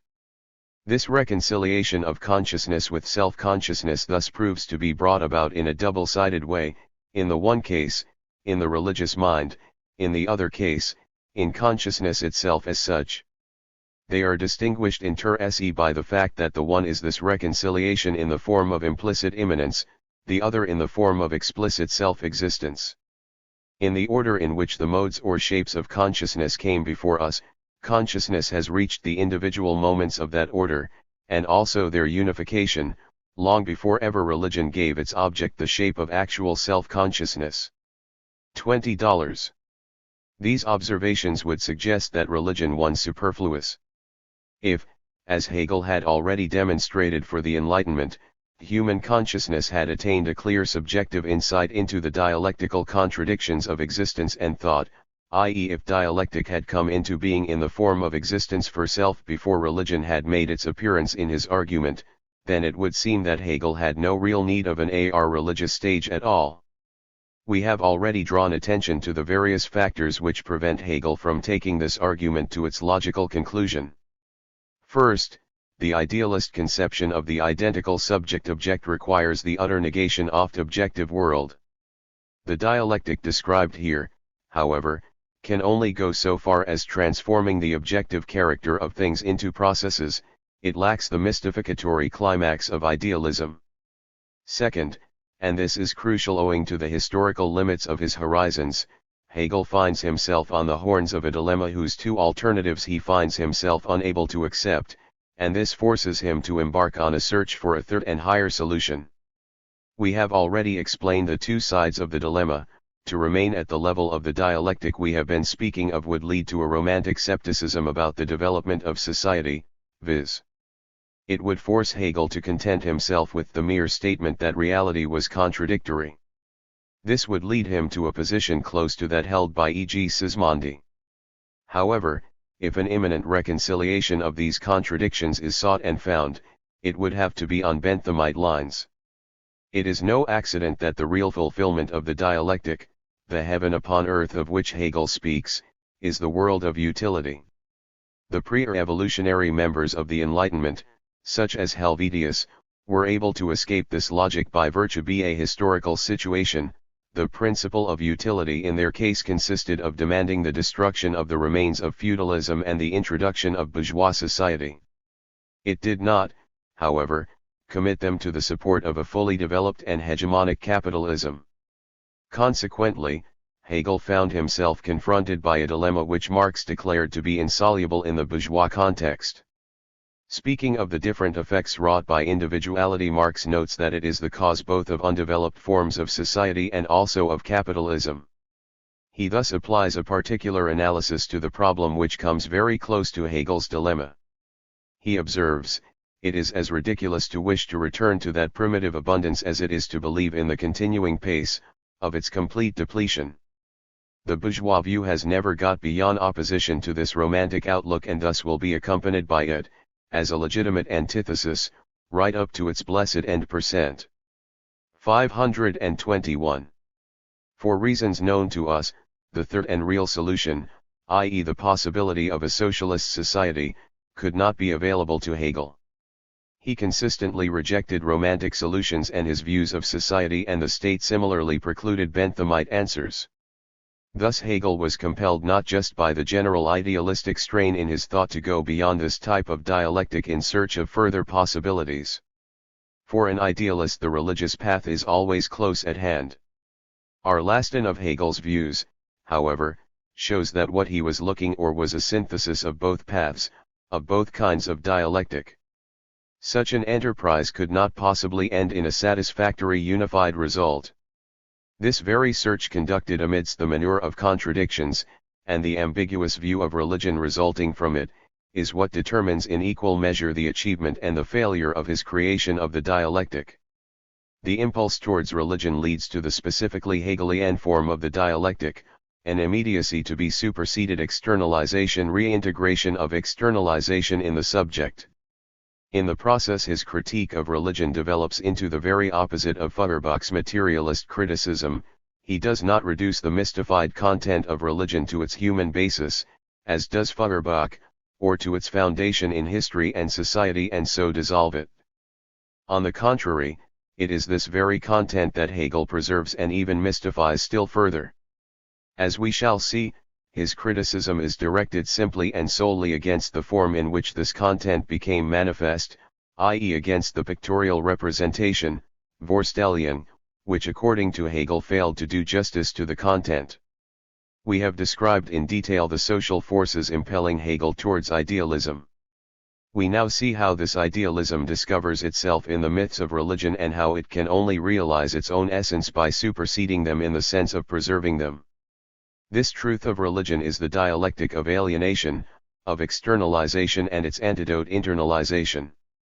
Here alone can be discovered what Hegel found wanting in the dialectics of culture in the Enlightenment: the synthetic unity, the reconciliation, the supersession of the objective world. The myths of religion, and of Christianity in particular, are thus mystified by Hegel in the sense that he detects in them the prototypes of his own dialectic, the dialectical triad, externalization and its revocation, etc. And this he elevates to the real truth of religion. Hence religion provides Hegel, in appearance at least, with a historical reality, a historical movement from which these dynamic forms of thought and reality may be alleged to have sprung. This is the ultimate form of Hegel's ambiguous view of religion. On the one hand, the historical religion is both a historical movement and also the form of consciousness which embodies the highest relationship between man and his self-created socio-historical environment. To make 522. This relationship a reality, all the myths of religion must be reinterpreted in terms of the Hegelian dialectic. Hegel discusses in turn the creation of the world, God's relation to man, the Trinity, the death of the Redeemer, etc., showing how each of them exhibits the basic categories of his own system.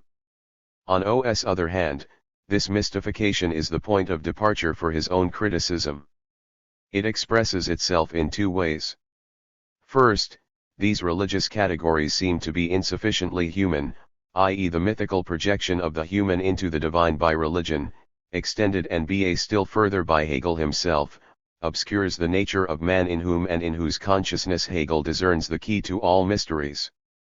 In Hegel's view, ought to demonstrate the identity of the human and the divine, but it only does so imperfectly, and as he criticizes it he overlooks the fact that it was he who had taken the mystification to its furthest extreme. Second, and in sharp contradiction to the previous position, Hegel finds that what religion teaches and what religious communion represents is still too earthly, too externalized, too objective for his liking. In religion and in the faith of community of believers, the concept has not yet discovered itself as concept. In our view, it is not necessary to give a detailed analysis of Hegel's interpretation of Christian dogmas, or rather, of this injection of Hegelian categories into Christian theology, nor of his criticism, which consists in essence of the failure of religion to provide a satisfactory mythical framework for the Hegelian dialectic. It is enough if we quote a few passages to exemplify Hegel's interpretation of Christianity and to show how he proceeds from interpretation to criticism. E.g., he presents the dialectical transition of abstract spirit into reality much in the way in which he later argues the transition from logic to the philosophy of nature in the Encyclopedia. He imputes this meaning to the Christian myths and gives a following interpretation and criticism. Merely eternal or abstract spirit, then, becomes an other to itself, it enters existence, and, in the first instance, enters immediate existence. It creates a world. This creation is the word which pictorial thought, Vorstellung, uses to convey the concept of itself in its absolute movement, or to express the fact that the simple which has been expressed as absolute, or pure thought, just because it is abstract, is really the negative, and hence opposed to itself, the other of itself. And here is his interpretation of the death of Christ. That which belongs to the sphere of pictorial thought, viz. that absolute spirit presents the nature of spirit in its existence, qua individual or rather qua particular, is thus here transferred to self-consciousness itself, to the knowledge which maintains itself in its otherness. This self-consciousness does not therefore really die, as the particular person $23, i.e. Christ is pictorially imagined to have really died. Its particularity expires in its universality, i.e. in its knowledge, which is essential being reconciling itself with itself. When the death of the mediator is grasped by the self, this means the supersession of his factuality, of his particular independent existence. This particular self-existence has become universal self-consciousness.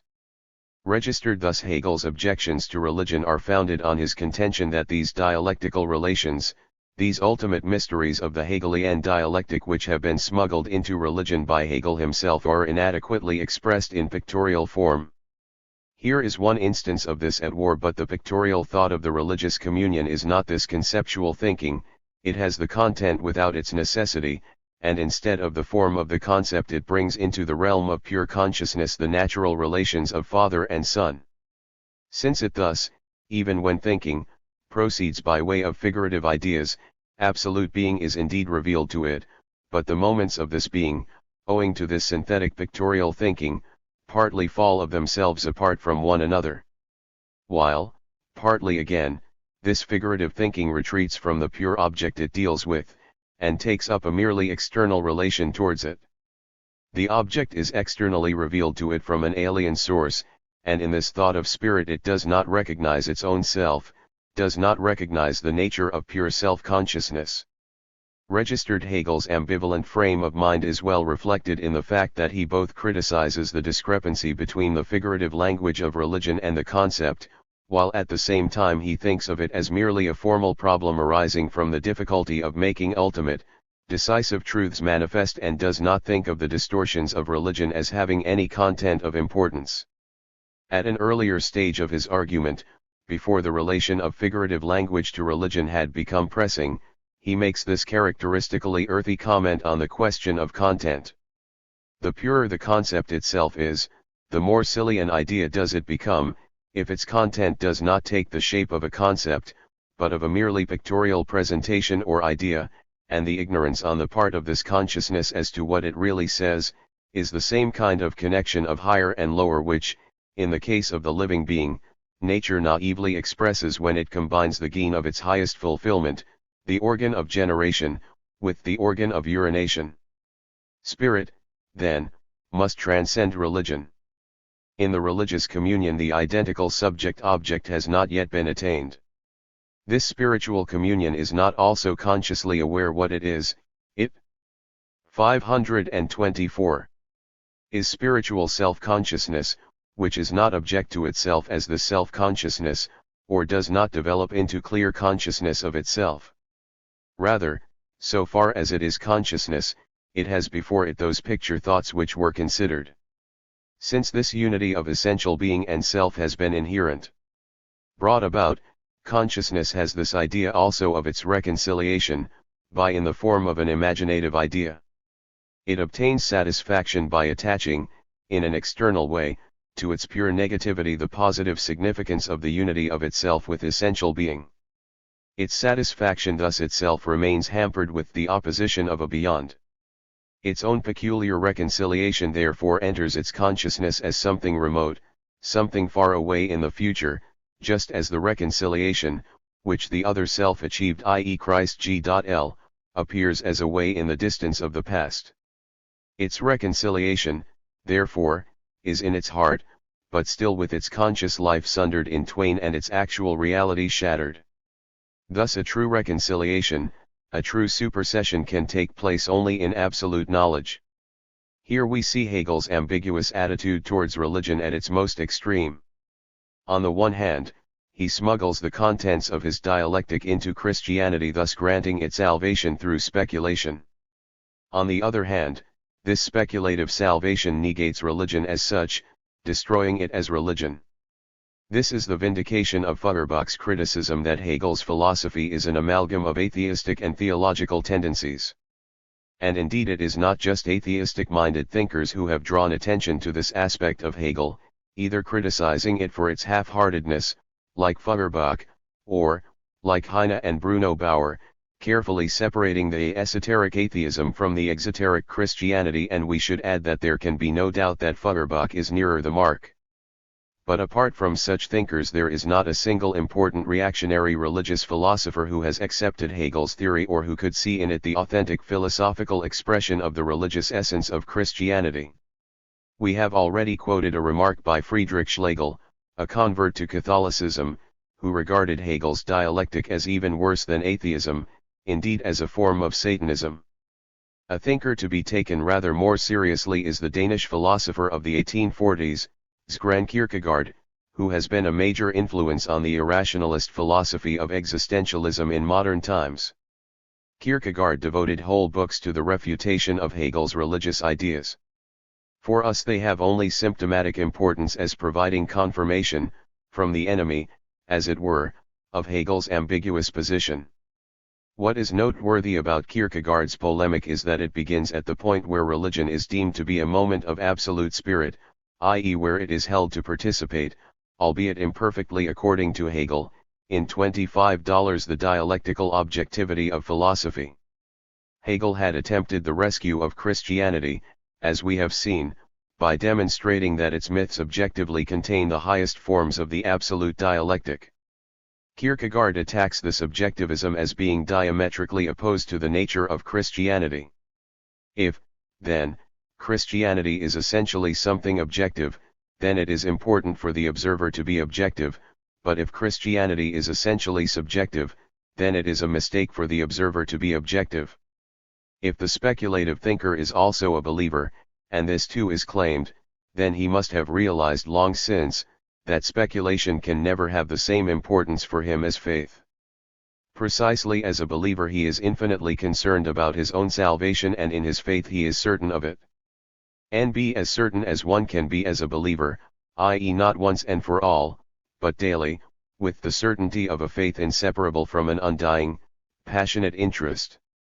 And he will not erect his eternal bliss on his speculation, rather will he mistrust his speculation, lest it seduce him and lure him away from the certainty of faith, which contains the infinite dialectic of uncertainty at every moment, into the indifference of objective knowledge. These are the simple dialectical facts of the matter. Thus if he says that he erects his eternal bliss on the foundation of his speculation, he is the comic victim of contradiction, for in its objectivity speculation is utterly indifferent to his and my and your eternal bliss, whereas that bliss lies in the rapidly vanishing feeling of self that has taken such efforts to acquire. And at the same time he lies, giving himself out as a believer. But for the man of speculation the question of his own personal eternal bliss cannot even arise, just because his task is to remove himself further and further from himself and to become objective, to vanish from himself and become the contemplative force of speculation. We have given so much space to Kierkegaard's objections to Hegel because his position exposes Hegel's modern irrationalist interpreters better than any polemic. But, even more importantly, it reveals the existence of two divergent currents in modern idealism, both of which are concerned to bring about a revival of religion, but in radically opposed ways. It should be emphasized that both currents flow within idealism and that both should be combated in equal measure. But it would be a mistake to confuse them with each other and to overlook the social and philosophical distinctions between them. Kierkegaard stands for the irrationalist revival of religion as a philosophy of life, a tendency that had manifested itself in Germany while Hegel was in Jena in Schleiermacher's Discourses on Religion, a work which Hegel had attacked in the course of his polemic against subjective idealism. This view of religion is based on an agnostic subjective ideal. 526. Ism, it perceives that the old forms of religion are incompatible with the contents and methods of modern science, and consequently it sets out to demarcate a sphere of subjectivity in which religion may flourish, in which religion may be assured of a continued existence as an elemental, inalienable manifestation of human subjectivity which for these thinkers was identical with human nature. Schleiermacher, and even Kierkegaard, imagined that it was possible to combine this mystical irrationalism with the subjectivist elements of Protestant theology. Their more recent successors, say from Simmel to Heidegger, renounce any such theological garniture and attempt to preserve religion only as a subjective life form of man in general. Nevertheless, the basic agnostic and irrationalist emphasis remains constant, and in Heidegger, its latest and most consistent advocate, it reaches its climax in utter despair, in the outright denial that any objective knowledge can exist or be of value. Similar tendencies appeared earlier in Clausius. Hegel's revival of religion, the culmination of his idealist philosophy in religion and theology, has a different character and origin. As we have seen, it is objectivist. It establishes no hard and fast line between the knowledge of objective reality and itself. On the contrary, the value of religion in Hegel's eyes is precisely that it allows the highest objective categories of the dialectic to be expressed, and even though the form in which it does this is inadequate, it nevertheless represents the penultimate stage before arriving at absolute knowledge. These contrary tendencies naturally have differing origins. The revival of religion by Schleiermacher and Kierkegaard is an essentially modern phenomenon, even though it may be traced back to earlier, rather differently constituted irrationalist philosophies of life, such as Jacobi's, from whom it has borrowed a number of features. The affinity between Schleiermacher and Jacobi was pointed out by Hegel in Faith and Knowledge. It becomes the direct predecessor of the irrationalist currents that ultimately flow into the reactionary extremes of fascist theories of myth. Hegel's philosophy of religion, however, is the last philosophical manifestation of the German Enlightenment. Our analysis has shown that wherever Hegel's ideas have been truly great and original, they have been found to lie apart from the mainstream of German history. We have shown that wherever he was forced to take his German predecessors as a reference point, he consistently broke through the limits imposed by Kantian problems and solutions, and that it was above all this that distinguished him from Fichte and Schelling, who never escaped from that magic circle.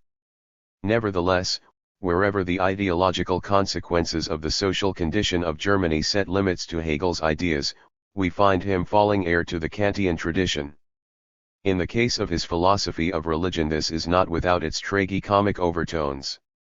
It will be remembered with what scorn Hegel had treated Kant's 527 reintroduction of religion as the proper sphere for the realization of the postulates of practical reason, p. 19f. Ironically, in his own philosophy of religion, Hegel now revives the Kantian salvage operation, though on the higher level of objective idealism. The affinity of method between the two lies in the circumstance that neither version of idealism is able to do justice to the dialectics of objective reality. This failure, which springs from the social condition of Germany, of which idealism is the philosophical expression, now becomes obscured and concealed within the overall system. In Kant's case, the denial that things in themselves can be known was complemented by his insistence on the absolute validity of the moral imperatives in practical reason. The religion of reason provided a pseudo-objective realm in which these postulates might flourish, a realm of his own invention. Kant constructed an imaginary religious sphere so as to provide his moral postulates with a firm hold on reality. Hegel overcame this dualism both in the realm of epistemology, the knowability of the thing in itself, and in the relation of theory to practice, work and teleology. But this does not mean that he solved the problem of the ultimate objectivity of his dialectical categories. The principle of reconciliation, the actual transformation of substance into subject, the revoking of externalization, the supersession of the objective world in the identity of subject and object, none of this is to be found in reality itself. The development of religion in what we have seen to be a mystified form opens up the possibility of a new pseudo-reality and pseudo-objectivity on Kantian lines, a realm of historical development, the development of the human consciousness in which the categories of Hegelian thought themselves appear as moments of the movement of reality. The German Enlightenment, unlike that of France or England, was never able to mount a resolute or radical attack on religion. Thanks to the backwardness of German society, it was always looking for a reconciliation between religion and the principles of reason, and strove to emasculate ordinary religion, reinterpreting it in accordance with its own principles, harmonizing it with the constantly changing conceptions of what constituted reason. In this sense, then, Hegel's philosophy of religion may be regarded as the continuation of Kant's and of the German Enlightenment in general. Thus Hegel's philosophy of religion in all its ambiguity and inconsistency is part of the larger pattern of the German Enlightenment. It is not surprising, then, that it could dominate the intellectual scene only as long as economic forces did not accentuate internal class conflicts. In the 1840s, when the struggles leading to bourgeois revolution became acute, Hegelian philosophy was forced to give up its position as mediator in the conflict between materialism, on the one hand, and romantic irrationalism, on the other. The fact that the dissolution of the Hegelian school 528.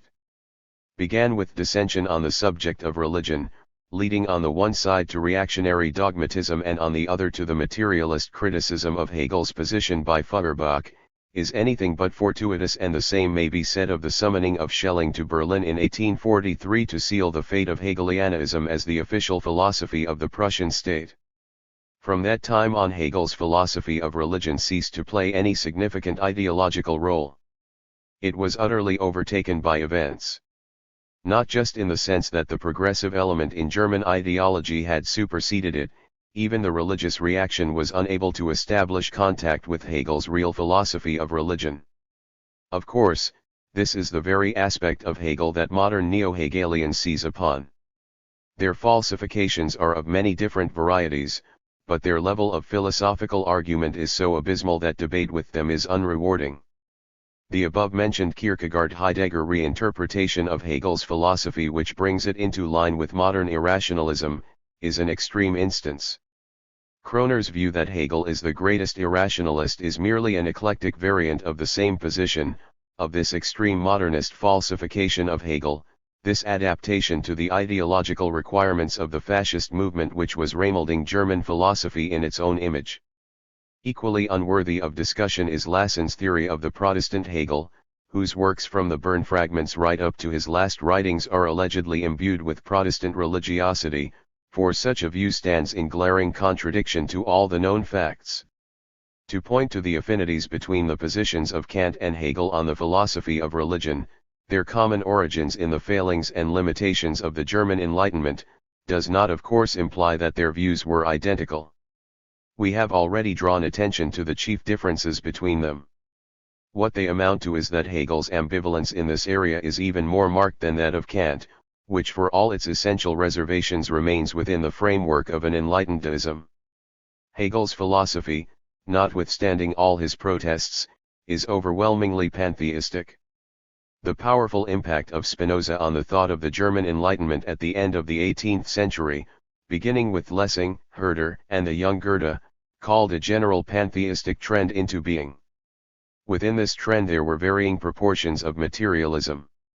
The advantage of pantheism was that it gave German idealists the opportunity to analyze objective reality, both nature and society, in a scientific manner, i.e. according to their own immanent laws.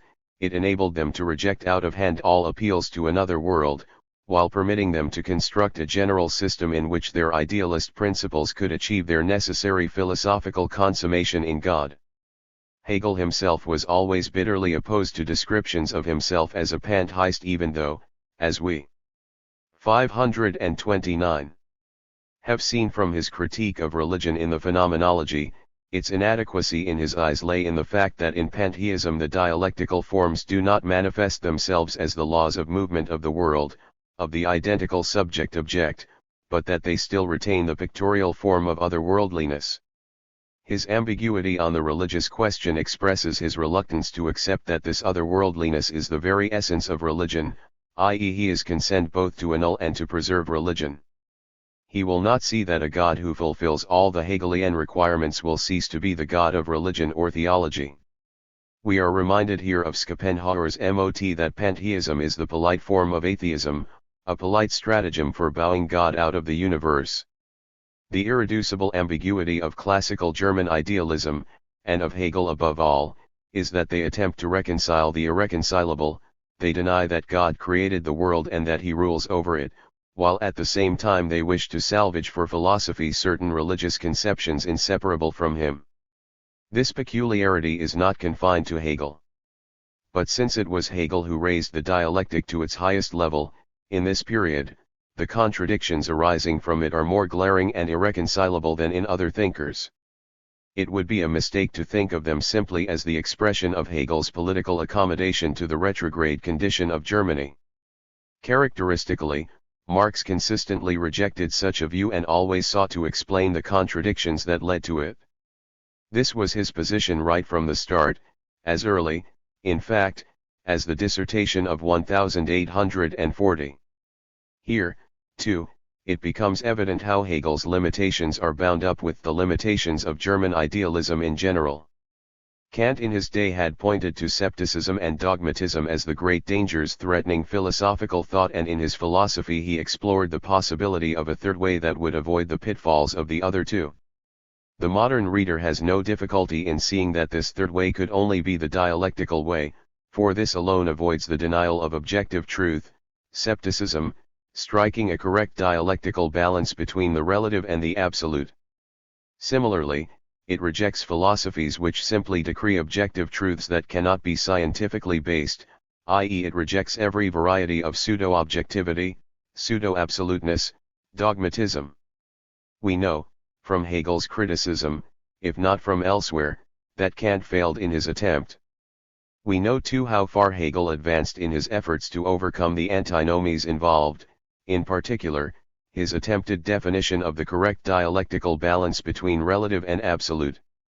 Nevertheless, what he does ultimately is to reproduce the same dilemma at a very high level, without being able to arrive at a fully satisfactory solution. The moment corresponding to scepticism at a level higher than that envisaged by Kant is that pattern in which the dialectic simply causes 530 opposites to synthesize aimlessly, without direction, without higher development. It is the pattern we have witnessed in the phenomenology as the dialectic of existence for self, the dialectics of enlightenment. Earlier on, in our discussion of tragedy in the realm of the ethical, we saw that the limitation of that dialectic were imposed by Hegel's inability to discern the direction that would be taken by the dialectical contradictions that he had so perceptively observed in capitalism. Had he consistently followed this argument through to its conclusion, this stasis would have led to a dialectical nihilism along the lines of Salzer's. From this standpoint we can understand why Schelling strives to connect scepticism with dialectics. Hegel, it is true, does not countenance scepticism, but only the bacchanalian revel where not a member is sober, and where every member no sooner becomes detached than it eo ipso collapses straight away. It is in short the indirect flow of a stream of contradictions which are constantly being broken up and reformed. From this angle it is finally possible wholly to understand why Hegel locates this dialectic in the disintegrated consciousness, and why he thinks of the Enlightenment as a crisis of the spirit. This dialectic need not necessarily take romantic forms, as it does in Salzer. It is the dialectic propounded by Mephistopheles in Goethe's Faust. Faust, who then are you? Mephistopheles, part of a good that would alone work evil, but engenders good. Faust, what hidden meaning in this riddle lies? Mephistopheles, the spirit I that endlessly denies. And rightly too, for all that comes to birth is fit for overthrow as nothing worth, wherefore the world were better sterilized. It is obvious that this diabolic philosophy comes fairly close to the Hegelian version of the function of evil in history. More importantly, Goethe too was unable to resolve the contradictions here. It is evident that Faust, and with him Goethe, does not share Mephisto's dialectical scepticism, but it is no less clear, though for reasons of space we cannot go into the matter here, that Goethe can only arrive at a positive solution in Faust at the level of myth. This is a method of which we have seen all too much in the parts of the phenomenology that deal with religion. But Hegel's heroic achievement in struggling for the dialectical truth amidst the manure $31 of contradictions can be seen in the restraint with which, in his philosophical battles with Kant, Fichte, and Schelling, he postpones the act of making a dogmatic decree to the last possible moment, developing the dialectical truth as far as possible from the internal movement of the contradictions in reality itself. In order to achieve this fully, Hegel would have had to be able to see where the contradictions of capitalism, the bacchanalian revel, were leading. But he did not and could not have done so. He understood capitalism as the highest configuration of the historical process to date.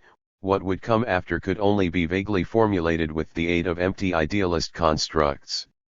In this sense, we may apply to him what Marx said about the view of history to be found in classical economics. Thus there has been history, but there no longer is any. This simple proclamation of the concluding positive truth of the system is a product of the social conditions in which and from which the Hegelian dialectic came into being. Its philosophical implications, however, are very complex. It has immediate consequences for his social and historical philosophy, but over and above that it has repercussions in the furthest and most abstract reaches of philosophy, in the problem of the criterion of truth. The older materialism rightly insisted on the criterion of correspondence between objective reality and man's view of it, on the correct reflection of an external world independent of consciousness. The limitation of this view, as Lenin has shown, was that it was unable to discover and hence articulate in philosophical terms, the dialectic involved in that process of reflection. German idealism intervenes at precisely this moment. It finds itself confronted by the problem of the criterion of truth, a problem it is unable to solve. The question it cannot answer is, with what does a statement have to agree in order to be recognized as true? Kant now has to pay for his inconsistency in his approach to dialectics by finding himself compelled to fall back on formal logic as a guarantee of the criterion of truth. Truth is to be found in the internal logical consistency of a proposition with itself. Of course, Kant makes other attempts to deal with the problem. But we have seen how at all decisive points he was compelled to have recourse to the apparently apodictic security of formal logic. This was particularly obvious in his failure to discover any other criterion with which to validate the categorical imperative. Hegel's criticism of the inadequacies and the defects of his arguments will be remembered from his discussion of the Kantian example of the deposit, p. 293 ff. Objective idealism had necessarily to go in search of new criteria. Schelling discovered them in a revised form of the Platonic idea. The criterion of truth would consist in a correspondence with these ideas, since philosophical propositions and works of art, etc., are nothing but the 532 reflections of these ideas in the consciousness of man. What we have here, then, is a mystically inverted materialism. Objective reality is mystified and translated into Platonic ideas so that these in turn shall furnish a criterion of the truth. Despite these mystifications, Schelling's philosophy of art contains vestiges of the epistemology of materialism, as these have survived unconsciously in Schelling's mind, so that his book does mark a significant advance in aesthetics. But as early as his dialogue, Bruno, the mysticism gains the upper hand and leads straight to his later religious mysticism. His notion of intellectual intuition as a quality of genius vouchsafed to a few chosen people intensified the dogmatic and mystical tendencies in his thought. Hegel's dialectical logic goes much further than the ideas of his predecessors. However, his advance is really no more than a postponement of the problem, enabling him to apply a theory of reflection on particular issues of epistemology, a theory to which his own premises do not entitle him. He can thus solve these particular problems only to find the whole dilemma recurring at the end of his system in a more acute form than ever. Hegel's logic shows on the one hand that the objects which seem to be so fixed and rigid are in reality processes, and, on the other hand, it regards the objective nature of the objects as products of externalization on the part of the subject. Both do away with the Kantian problem of the thing in itself, the problem of the relation of an object to its attribute, whereas Fichte had hoped to eliminate it by decree and Schelling had attempted to achieve the same solution by the opposite decree. Now, by defining objects as alienations, externalizations of the spirit, Hegel finds it possible simply to apply the theory of reflection to empirical reality without admitting it. Every thought can be compared to the corresponding reality, and the criterion is one that holds good on particular issues, even though this reality is viewed as not being really independent of consciousness, but as the product of the externalization of a subject that is on a higher plane than individual consciousness. And since the process of externalization is dialectical, Hegel's unintended and unconscious application of the materialist criteria of true knowledge sometimes advances his position beyond that of the old materialists themselves. The difficulty arises only in connection with knowledge as a whole. Hegel emphasizes that knowledge is a process, that the absolute itself is a result of the overall process. But he obviously requires a criterion by which to gauge the truth of our knowledge of the overall process. And it is at this point that we can see how the highest concepts of the Hegelian dialectic in all their abstruse mysticism, nevertheless spring necessarily from his own premises. For if the objectivity of the world of objects is the product of a provisional disunity in the identical subject-object, then, inevitably, the criterion of the validity of the total process can lie only in 533. The demonstration that subject and object are identical, in the self-realization of the identical subject-object. If, however, the starting point of the spirit must be an identity on which the whole argument must be premised, and if the process itself consists in the creation of objects through externalization, then it is absolutely necessary for Hegel to close the circle by positing a recovery of that original identity of subject and object in the form of the retraction of externalization, the transformation of substance into subject and the annulment of objective reality as such. Thus Hegel's dialectic has a prodigious advantage over other theories of knowledge in classical German idealism. For long stretches it can function with a theory of knowledge as a reflection of reality, which although illicitly acquired, nevertheless gains great scope for a comprehensive understanding of the external world and for the elaboration of the essential determinants of knowledge.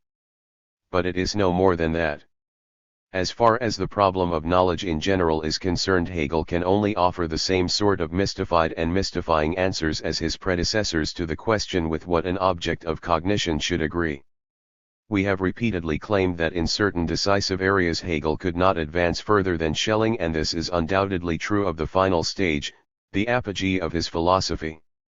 Despite Hegel's ambiguous attitude towards religion itself, the limits of his theory of knowledge, whose social base has, we hope, now become sufficiently clear, strengthens and hardens out the religious and theological tendencies in his thought. For ultimately the pull of the forces governing society must carry the day. The religious reflex of the real world, Marx observes, can in any case only then finally vanish, when the practical relations of everyday life offer to man none but perfectly intelligible and reasonable relations with regard to fellow men and to nature. The life process of society, which is based on the process of material production, does not strip off its mystical veil until it is treated as production by freely associated men, and is consciously regulated by them in accordance with a settled plan. Chapter 4. Entäußerung, externalization, as the central philosophical concept of the phenomenology of mind. Before turning to a detailed analysis of the concept of externalization, it may be as well to recapitulate briefly the growth of the problem and the history of the concept in Hegel's works. It will be remembered that in his Republican phase in Bern the term positivity was used to describe an institution or a complex of ideas standing opposed in lifeless objectivity to the subjectivity, and above all the praxis of man. Even at that early date positivity was used to define the specific character of modern society. At that time, however, Hegel contrasted it rigidly with the non-positive age of Greek democracy. His philosophy of history culminated in the revolutionary hope that the revival of antiquity in and through the French Revolution would lead to a new era of freedom, and the true hegemony of man, an era without positivity. The disappointment of these hopes, which triggered off the Frankfurt crisis in his thought, brought in its wake a more and dialectical conception of positivity. Modern institutions were no longer hopelessly positive by the very outset, but instead Hegel became increasingly interested in discovering in detail just how something became positive, how the relations between man's social praxis and the institutions of society originate, how they decline and how they are transformed in the course of history. This greater concreteness went hand in hand with his study of the intellectual implications of English economic theory, with his deepening interest in the economic of capitalism and his growing insight into them. And we have seen also how Hegel gradually began to formulate his own specific concept of dialectics in the course of his own intellectual crisis. The further the process advanced and the more mature Hegel's own philosophy became, the more the concept of positivity receded into the background. It never disappeared entirely, but, increasingly, it came to be used in the sense in the lawyers and theologians speak of positive law or positive theology. The philosophical generality of the Bern and Frankfurt periods vanished. Typically, however, the word positive embodied in Hegel's philosophy could not allow the great age of an institution to be used to justify its further existence. For many years after the Jena period, Hegel continued to treat this sort of positivity as the lifeless detritus of history, to be cleared away as soon as possible. 537. 538. Thus the maturing and deepening of AE philosophy only eliminated the concept of positivity, not the problem to which it had referred in Frankfurt, namely the dialectical relation of the praxis of man in society to the objects he has created. It is not necessary to rehearse here the results of our analysis either of the social content or the philosophical terminology of Hegel's Jena period. In the course of his uninterrupted experimentation with terminology, what emerged more and more clearly was that the primal immediacy, the natural, has to be overcome and is overcome in the social praxis of man. It is replaced by a system of institutions created by man in the course of his own labors and endeavors. These labors not only create the institutions of society, they also transform the human subject, since they annul his original immediacy, alienating the subject from itself. In the course of his debate firstly with subjective idealism and later with objective idealism in its Schellingen form, Hegel developed a new terminology with which to describe these novel ideas and to translate into the general language of philosophy the social phenomena that he had come to understand in his study of history and economics. In this way concepts such as mediation and reflection acquired their specifically Hegelian significance. Likewise, the abstract theory of contradictions and their unity, first formulated in Frankfurt, evolved into the mature theory of the movement of contradictions and their supersession. In the course of this development the terms Entäußerung, externalization, and Entfremdung, alienation, came to occupy a central position in the Hegelian system. It is difficult to establish the exact chronology here. We noted that the lectures of 1803-4 still operated to a great extent with Schelling's terminology. In the lectures SE 805-6 the term Entäußerung occurs repeatedly, but is by no means dominant, although in both lecture courses, particularly the later ones, very many of the social and philosophical problems which become the problems of externalization in the phenomenology, are already present and given the sort of treatment they receive later, but without being gathered together under the general heading of externalization. Not until the phenomenology do we find the new conceptual system fully worked out and applied. In themselves there is nothing novel about the terms Entäußerung and Entfremdung. They are simply German translations of the English word alienation. This was used in works on economic theory to betoken the sale of a commodity, and in works on natural law to refer to the loss of an aboriginal freedom, the handing over or alienation of freedom to the society which came into being as a result of a social contract. Philosophically, the term Entäußerung was first used, to the best of my knowledge, by Fichte, for whom it meant both that the positing of an object implied an externalization or alienation of the subject and that the object was to be thought of as an externalized act of reason. $39. The same problem but with a different terminology turns up in the early works of Schelling.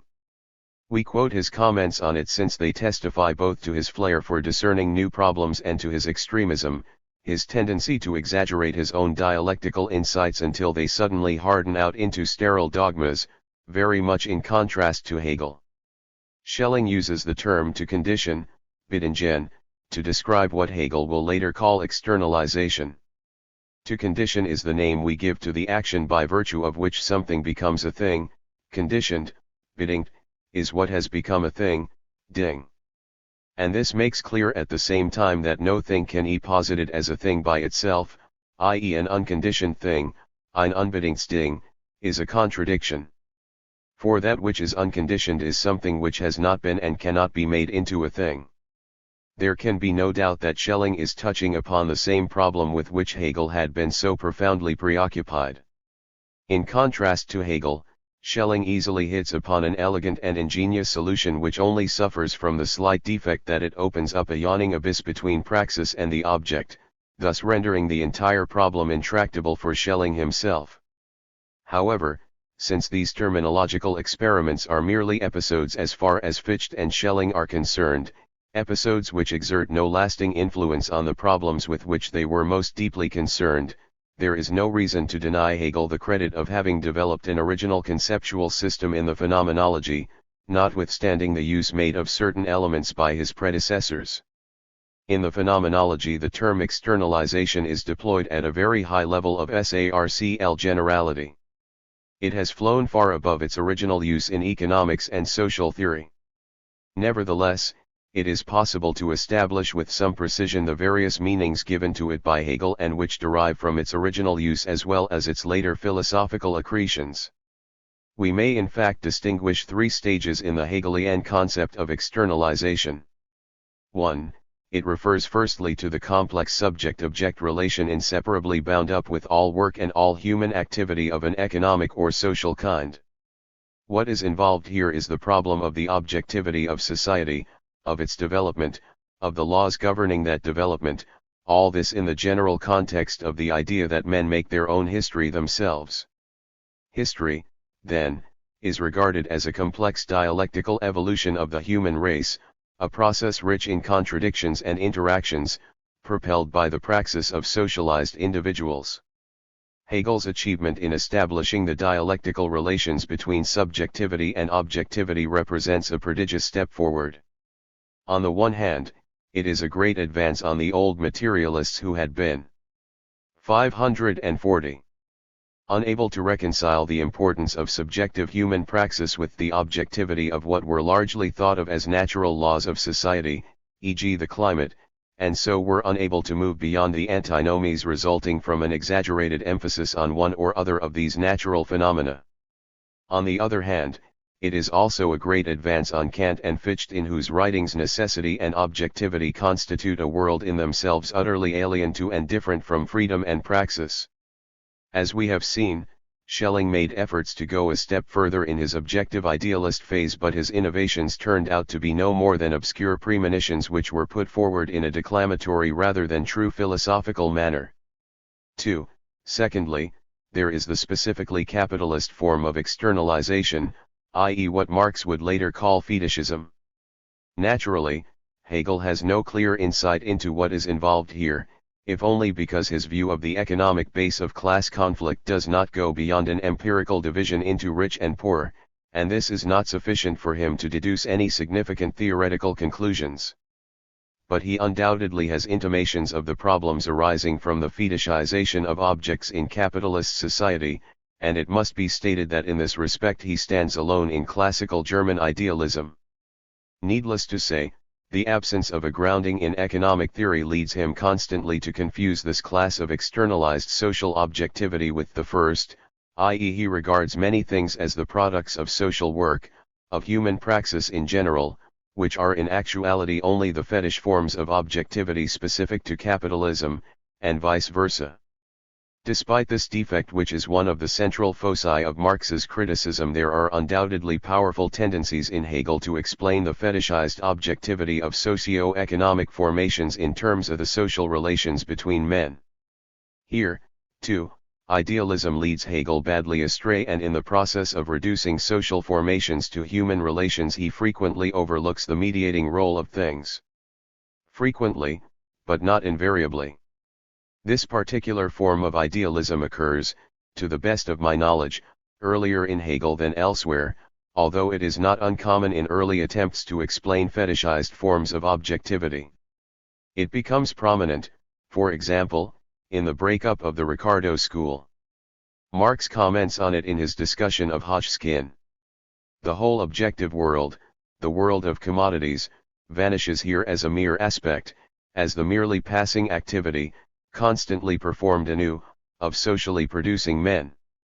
Compare this idealism with the crude, material fetishism into which the Ricardian theory develops in the writings of this incredible cobbler, McCulloch, where not only the difference between man and animal disappears but even the difference between a living organism and an inanimate $41 object.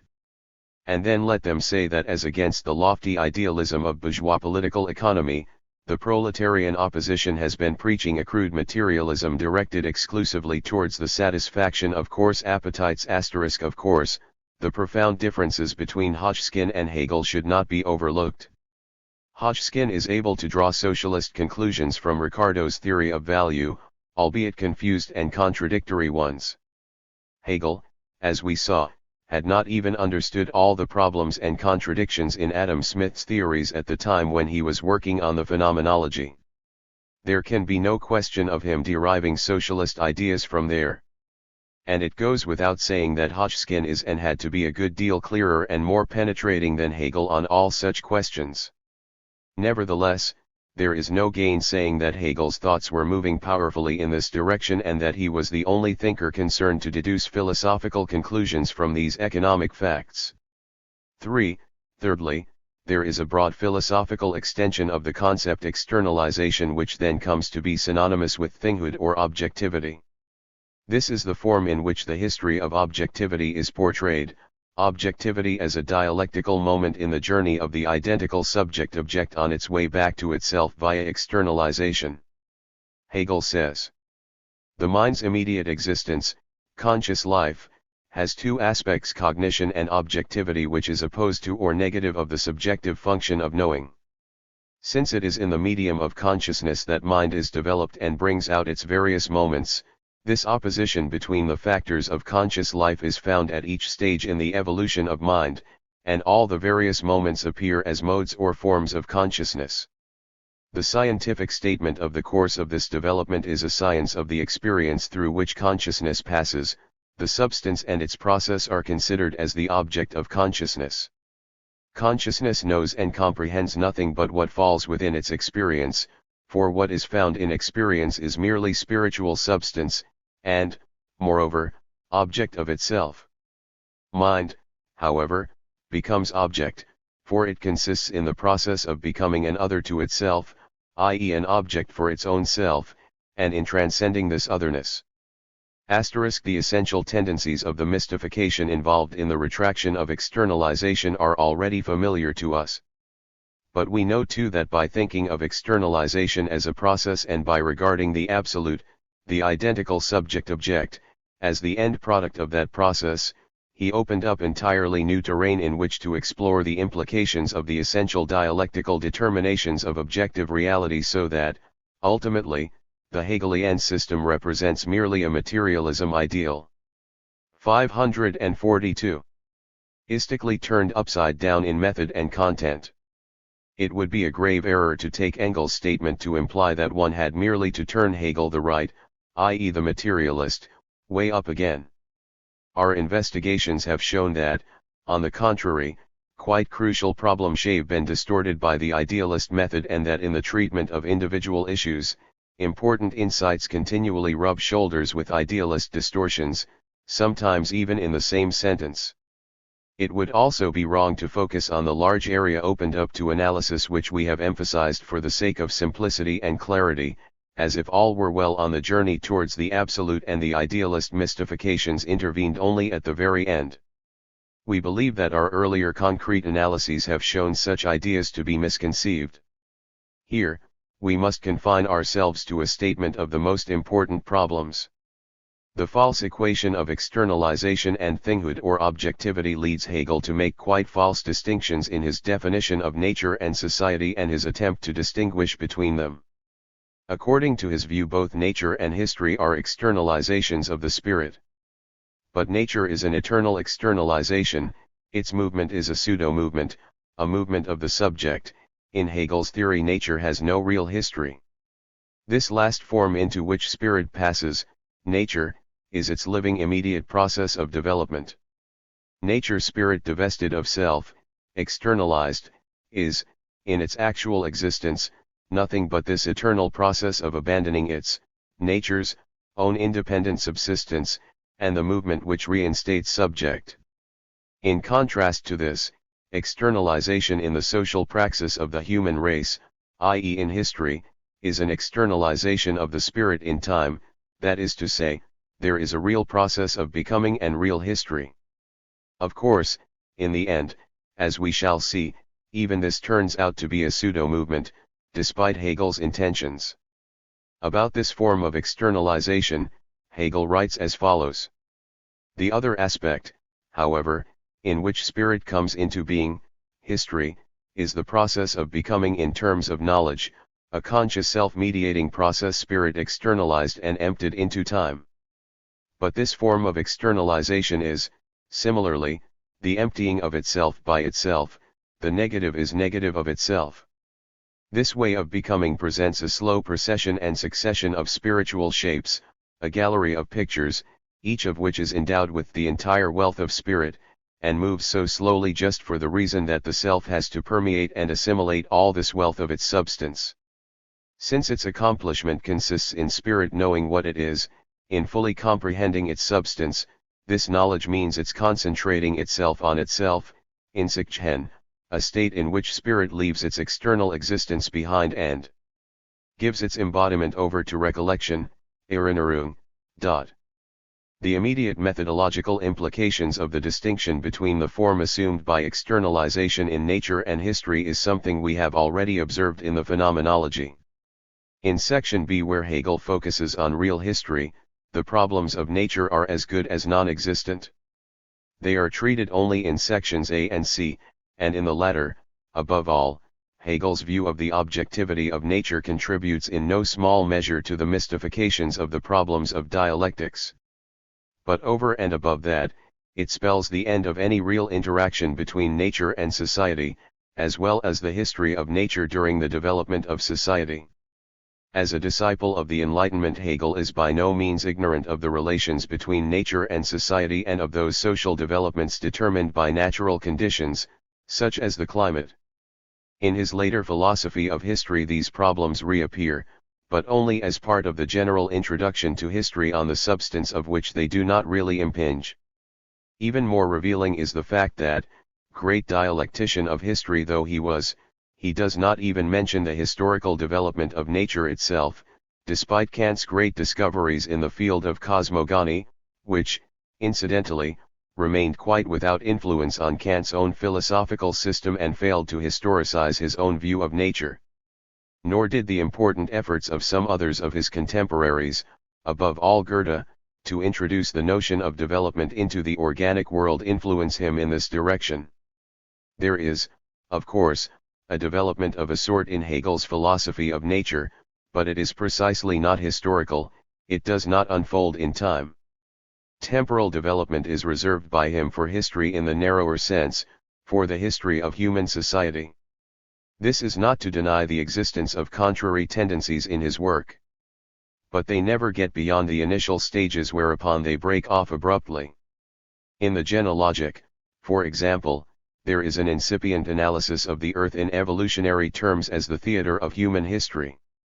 However, the idea that there has been history, but there is none anymore, then makes its appearance with a vengeance.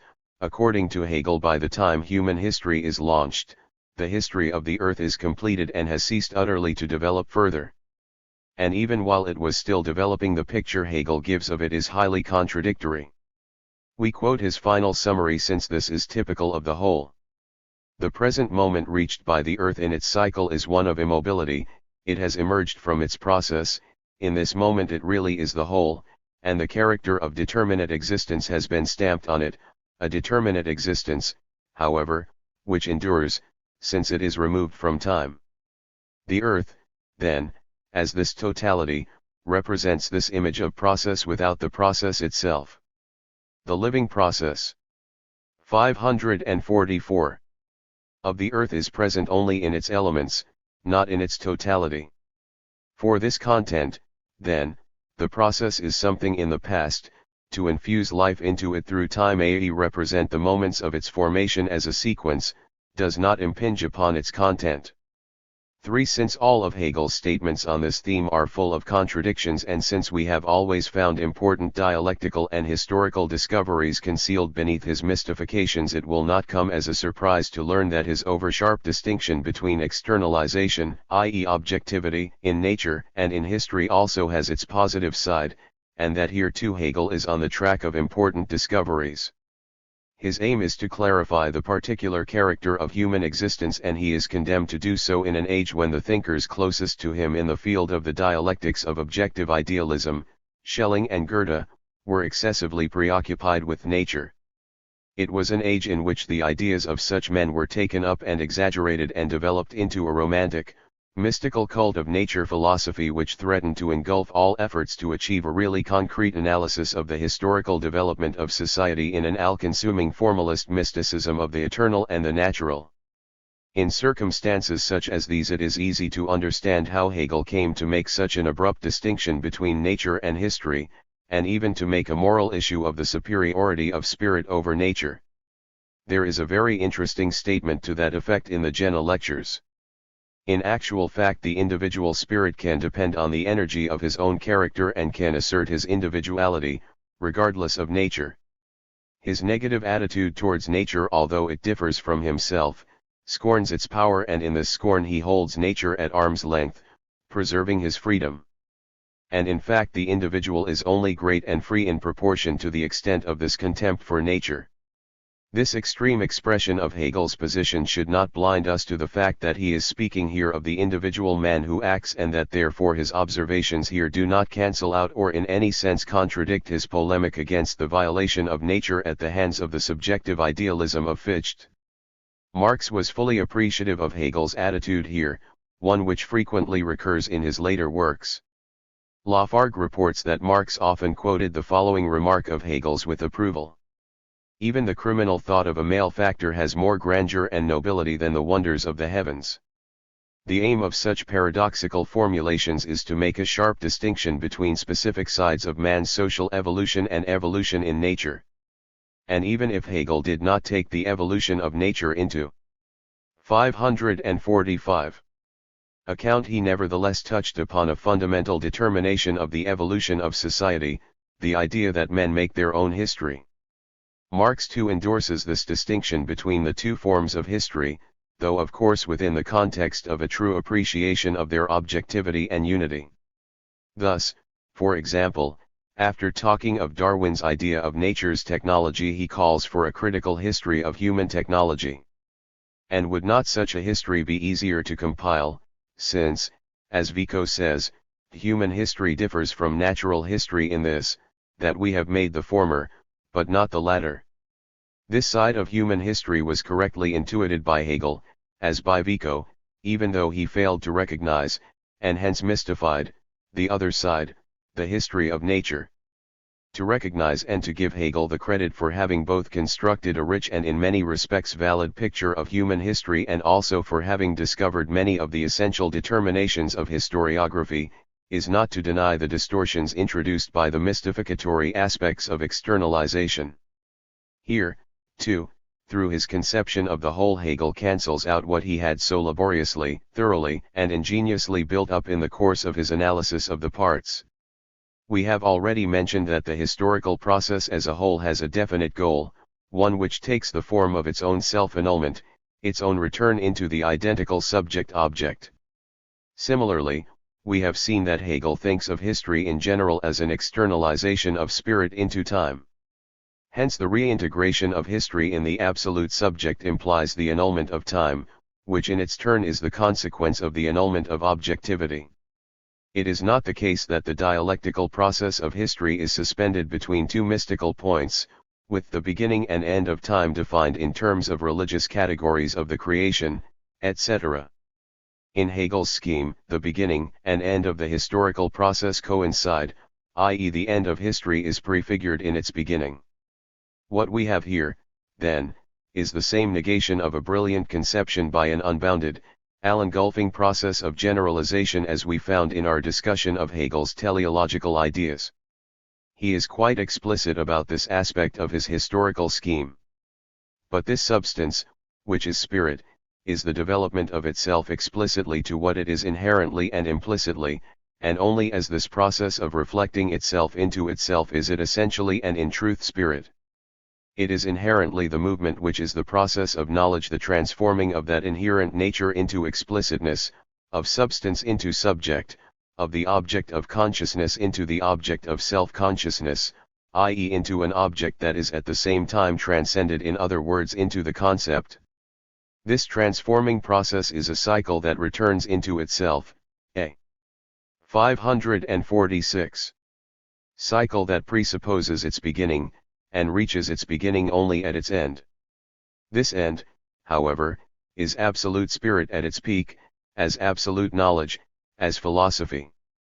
History one's reduced to a process which is acted out in reality but which reaches its consummation, the goal immanent in it, the nature implicitly contained in it from the very beginning, only in philosophy, in a post festum commentary on the path leading up to it.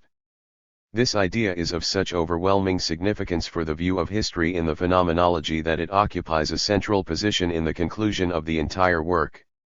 But recollection, Erinnerung, has conserved that experience, and is the inner being, and, in fact, the higher form of the substance.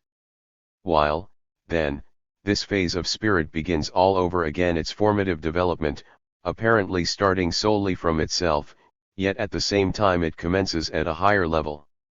The realm of spirits developed in this way, and assuming definite shape in existence, constitutes a succession, where one detaches and sets loose the other, and each takes over from its predecessor the empire of the spiritual world. The goal of the process is the revelation of the depth of spiritual life, and this is the absolute concept. This revelation consequently means superseding its depth, is its extension or spatial embodiment, the negation of this inwardly self-centered ego and negativity which is its self-relinquishment, its externalization, or its substance, and this revelation is also its temporal embodiment, in that this externalization in its very nature relinquishes, externalizes, itself, and so exists at once in its spatial extension as well as in its depth or the self.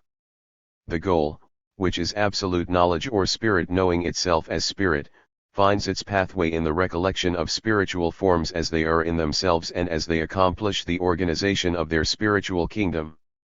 Their conservation, looked at from the side of their free existence appearing in the form of contingency, is history; looked at from the side of their intellectually comprehended organization, it is the science of the ways in which knowledge appears.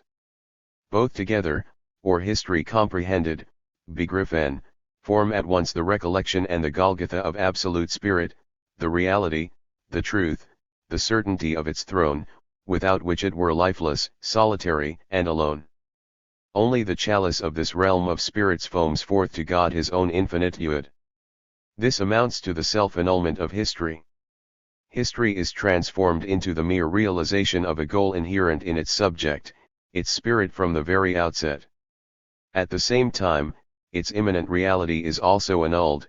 History does not contain its own real autonomous laws of motion, but on. In Tauserung in the Phenomenology 547 the contrary, the latter only really exist and come into their own in the science that comprehends and annuls history, i.e. in absolute knowledge. But this annuls the whole scheme of history elaborated by objective idealism. The spirit which is supposed to make history and whose very essence is supposed to be the fact that it is the actual driving force, the motor of history, ends up by turning history into a mere simulacrum, as Marx has argued in The Holy Family. Hegel is inconsistent, because according to him the absolute spirit makes history only in appearance. For as the absolute spirit becomes conscious of itself as the creative world spirit only in the philosopher and post festum, its making of history exists only in the consciousness, in the opinion and conception of the philosopher, i.e. in the speculative imagination. All this, and we have drawn attention only to the most essential points, is the necessary consequence of Hegel's concept of externalization. It is at this point that the young Marx's great criticism of Hegel's central dilemma intervenes in the debate. This criticism is one of the crucial texts in the process of turning the idealist dialectic into a materialist one and in the criticism of Hegelian idealism. At the same time it is a locus clas sicut establishing continuity between the dialectical heritage and the new science of dialectical materialism. In the economic and philosophic manuscripts of 1844 Marx provides a comprehensive and systematic criticism of the Hegelian dialectic. This criticism has two methodological characteristics of interest to us. 1. In the first place, it concentrates on the phenomenology of mind, and within this, on Hegel's conception of externalization and its supersession. This emphasis, meaningful in itself, can also be explained by reference to the polemical needs of the period, since the subjectivization of Hegelian philosophy carried out by the young Hegelians, Bruno Bauer A.E. Max Stirner in particular, was based largely on the phenomenology and extends its mystification into realms not dreamt of by Hegel. The philosophical annihilation of this left Hegelianism was an important premise both of the new science of dialectical materialism and also of the theoretical and practical program of the Workers' Party then in the process of formation. Marx's arguments here, then, are in a sense preparatory to the Communist Manifesto. On the other hand, as we shall see, the critique of Hegel's concept of externalization forms an important element of Feuerbach's criticism of Hegel and hence of the great shift from idealism to materialism that took place in Germany in the 1840s. Feuerbach's criticism is a concentrate of the virtues as well as the defects and limitations of Feuerbach's materialism. Marx's critique of Hegel's externalization shows him entering into possession of the Feuerbachian heritage, and at the same time we see 548. Him transcending the old materialism dialectically and leaving it behind. 2. The second important characteristic of Marx's critique is that for the first time in Germany since Hegel himself it combines economic and philosophical perspectives in its treatment of the problems of society and philosophy. Needless to say, this functions at an incomparably higher level in Marx than in Hegel, and this is as true of the philosophical as of the economic aspect. Philosophically, as we know, the problem is the replacement of idealist by materialist dialectics. The critique of idealism here is based on a much greater knowledge of economics than was available to Hegel. Marx's economic observations already contain a socialist critique of the ideas of the classics of economic theory. The brilliant essay of the young Engels in the Deutsche Französische Jahrbucher had already appeared a little earlier. And it is only the socialist criticism of capitalist economics and its scientific formulation in the works of the classics of economic theory that makes it possible to discover the real dialectical movement in the actual life of the economy, in the economic praxis of man. The rapid progress made by the young Marx and Engels in their study of the real dialectics of economic life soon laid the foundations for the criticism of the ideas which had sought to grasp that life, the classics of economic theory, on the one hand, and Hegel, on the other. Thus Marx's emphasis on externalization as the central concept of the phenomenology and of idealist dialectics in general was not the result of an arbitrary decision. Hegel's inspired guess on the basis of very incomplete knowledge of economics enabled him to see that externalization, alienation, was a fundamental fact of life, and for that reason he put it in the center of philosophy. Marx's critique of Hegel proceeds from a more profound and accurate grasp of the economic realities. That is to say, it was first necessary to gain an understanding of the fundamental facts of economics on the basis of a socialist critique of the alienation of labor under capitalism before it became possible to assess the rights and wrongs, the essential truths and the mystifications of Hegel's interpretation of them. The one-sidedness of Feuerbach's criticism of Hegel is due in great measure to the fact that he analyzed and overcame Hegel's externalization only in its ultimate philosophical consequences. He had no conception whatever of the process that led from reality itself to the philosophical conception and that threw up such a contradictory reflection in his philosophy. That is to say, he had no inkling of the connections between economics and philosophy. Hence his criticism remained one-sided, incomplete, and abstract. Hence, too, despite his materialist opposition to Hegel's idealism, he was not really able to overcome the limitations and defects of Hegel's thought, for these ultimately were social and not philosophical. As we shall see, they were closely bound up with the nature of bourgeois society. The bond between economics and philosophy is, then, a profound 549. Necessity. It is the precondition of any real refutation of Hegel's idealist dialectic and for any further advance. For that reason it would be superficial to imagine that Marx's concern with Hegel begins only in the last portion of the manuscript which contains the critique of the phenomenology. The four preceding sections on economics, which do not expressly concern themselves with Hegel at all, are nevertheless the foundation on which that criticism is built. They provide the economic clarification of the real nature of alienation. We shall quote only a few of Marx's salient definitions. Marx takes as his point of departure the real facts of capitalist economics. He rejects every type of economic Robinsonade out of hand. For the latter explain the division of labor, exchange, etc., just as theology explains the origin of evil by means of the fall, i.e. by assuming the existence of the very thing whose origins it is supposed to explain. On the basis of an analysis of the actual facts of capitalist economics, Marx gives this definition of alienation as it is created in the labor process. This fact expresses merely that the object which labor produces, labor's product, confronts it as something alien, as a power independent of the producer. The product of labor is labor which has been embodied in an object, which has become material. It is the objectification of labor. Labor's realization is its objectification. In the sphere of political economy, this realization of labor appears as loss of realization for the workers, objectification as loss of the object and bondage to it, appropriation as alienation, as externalization. All these consequences result from the fact that the worker is related to the product of his labor as to an alien object. Hegel is not even mentioned here by name, and no philosophical inference is drawn from this economic analysis. But even a cursory glance is enough to reveal that these apparently descriptive remarks in fact contain a fundamental critique of Hegel's philosophy.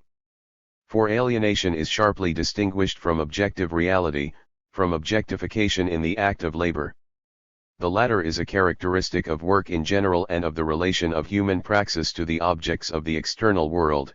The former is a consequence of the social division of labor under capitalism, of the emergence of the so-called free worker who has to work with the means of production belonging to another and for whom, therefore, these means of production as well as his own product exist as an independent, alien power. Now when we examine the process of labor itself, this fundamental aspect of capitalist society appears to be doubly intensified and concentrated in the person of the worker. Marx emphasizes here above all, the fact that labor is external to the worker, i.e. it does not belong to his essential being, that in his work, therefore, he does not affirm himself but denies himself, does not feel content but unhappy, does not develop freely his physical and mental energy but mortifies his body and ruins his mind.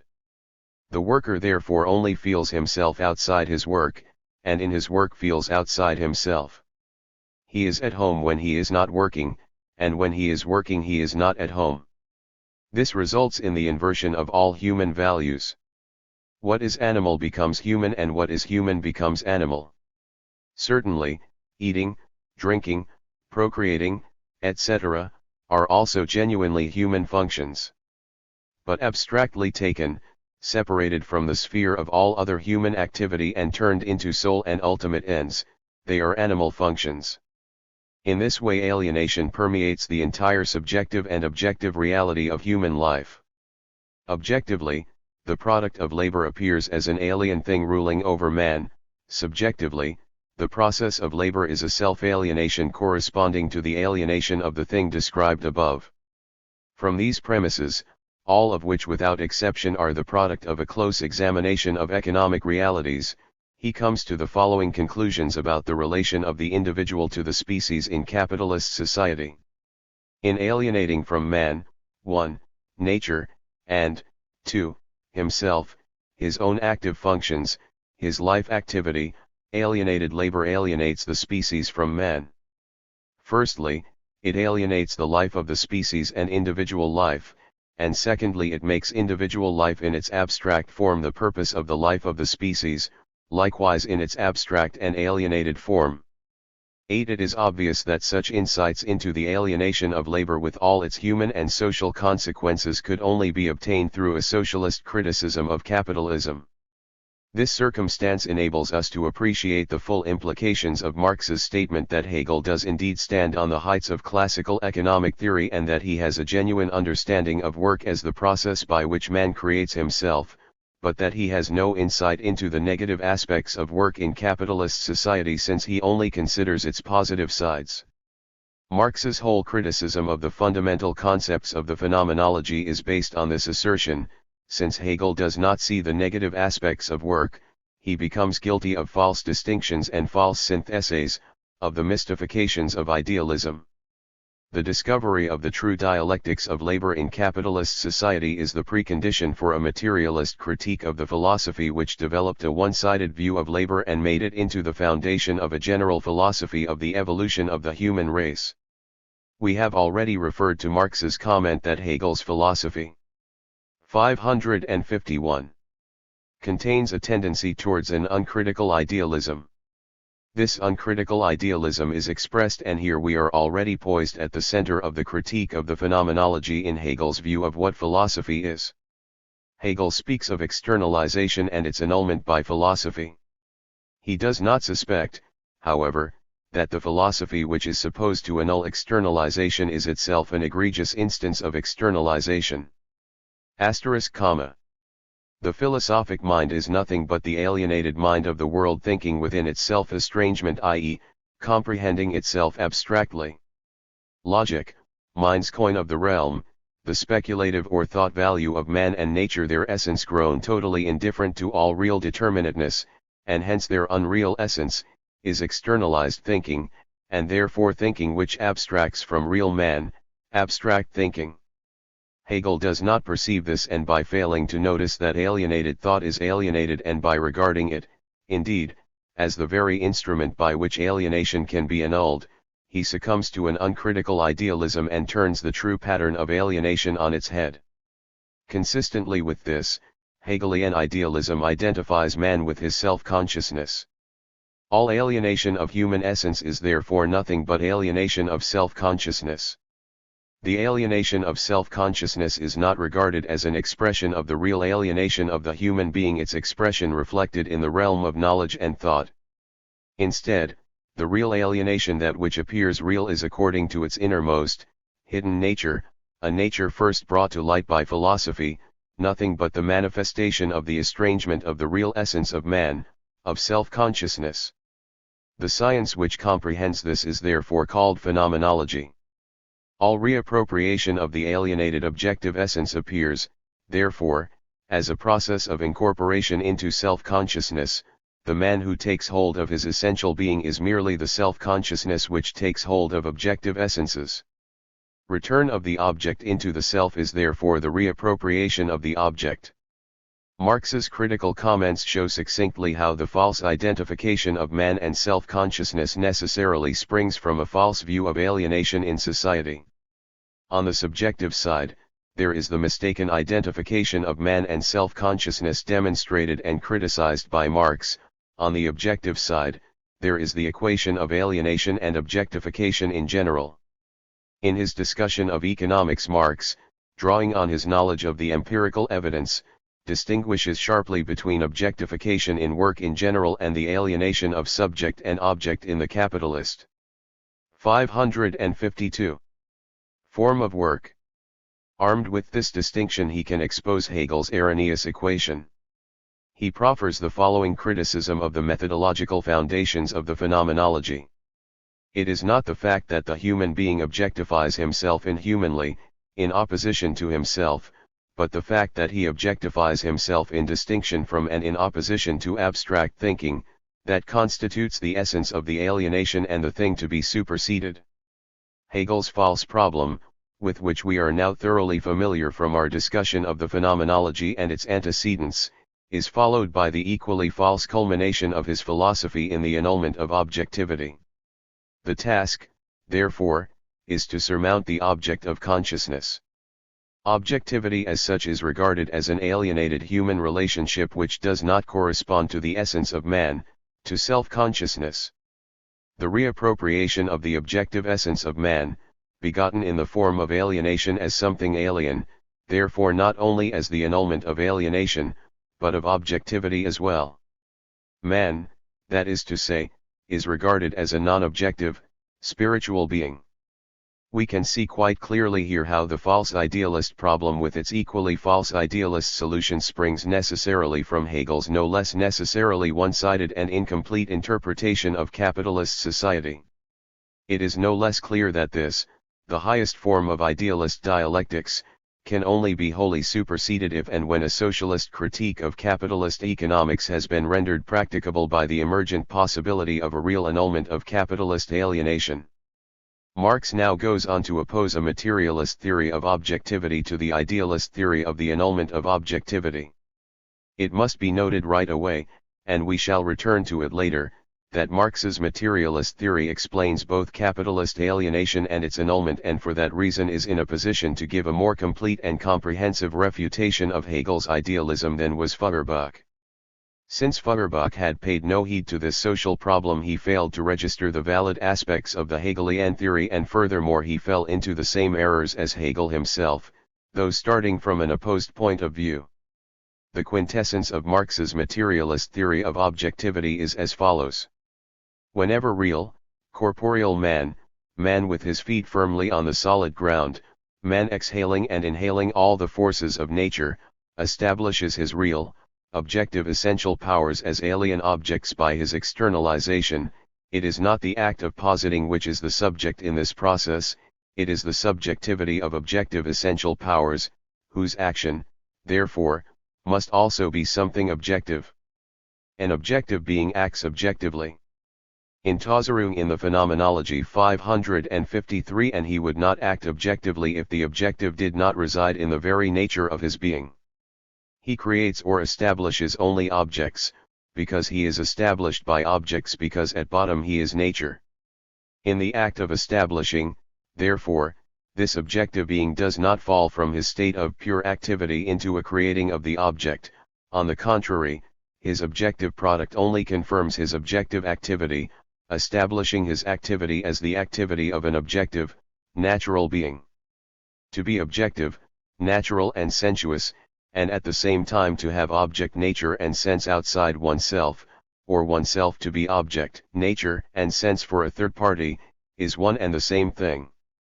An unobjective being is a nullity and unbeing trademark. Thus Marx's materialist criticism of Hegel's idealism is based on his account of the real premises of human thought and human praxis, as opposed to the alleged absence of premises in absolute idealism. The comparison also exposes the real premises of absolute idealism. In this sense, too, then, materialist dialectics are the truth of objective idealism.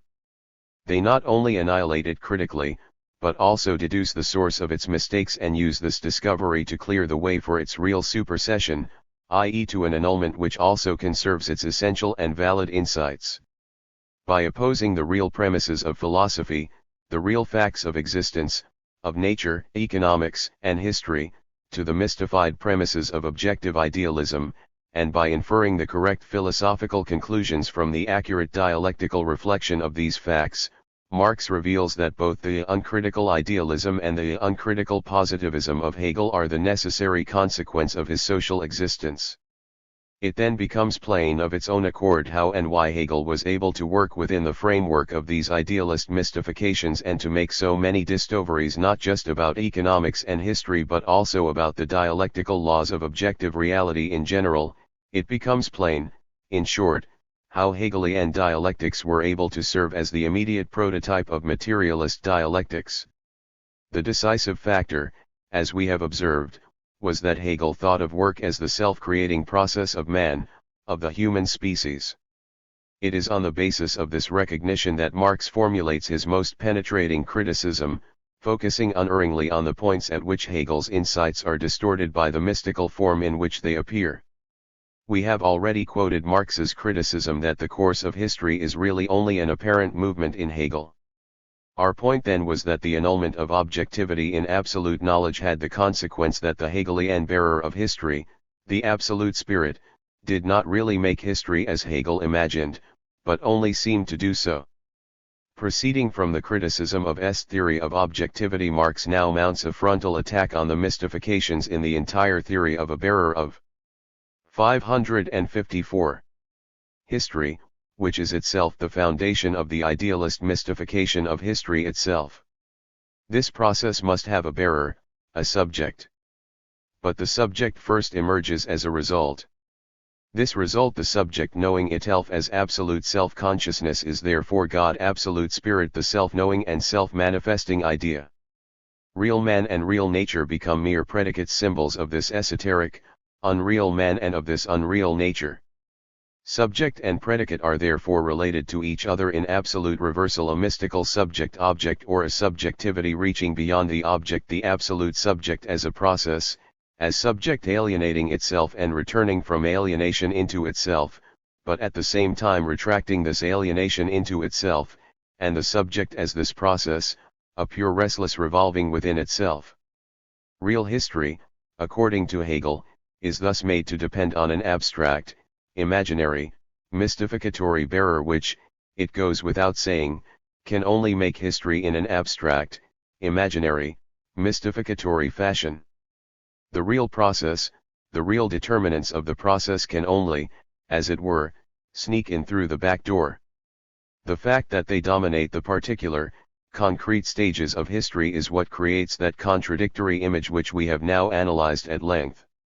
More than a decade later, Marx returns to the same question, no longer in the context of a critique of the phenomenology, but instead as part of a comprehensive assessment of the philosophical foundations of Hegel's idealism as a whole.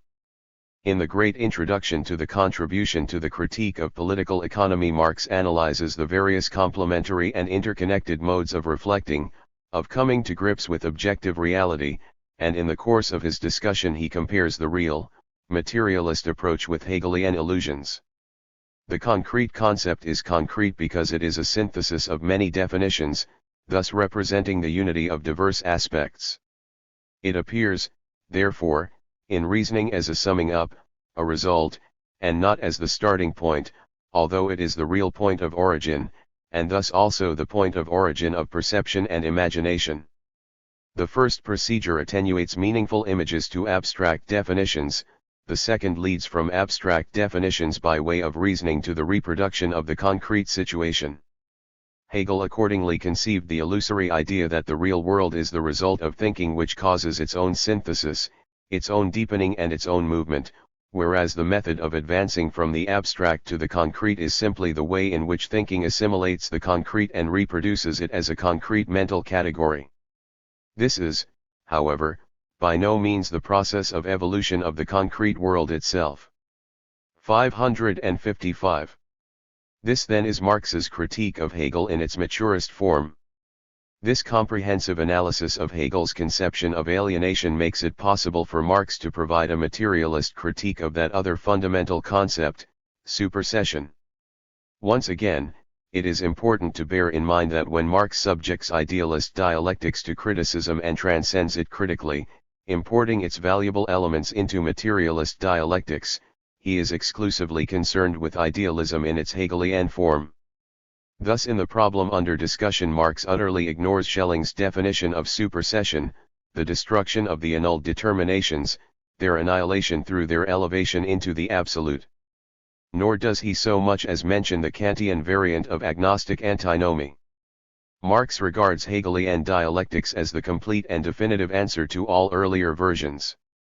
Accordingly it is with the Hegelian conception that he takes issue, i.e. with that highest form of supersession in which the annulled determinations are not simply negated but also conserved at a higher level, a supersession in which otherness is not annihilated in the absolute but finds its existence and its relative justification respected.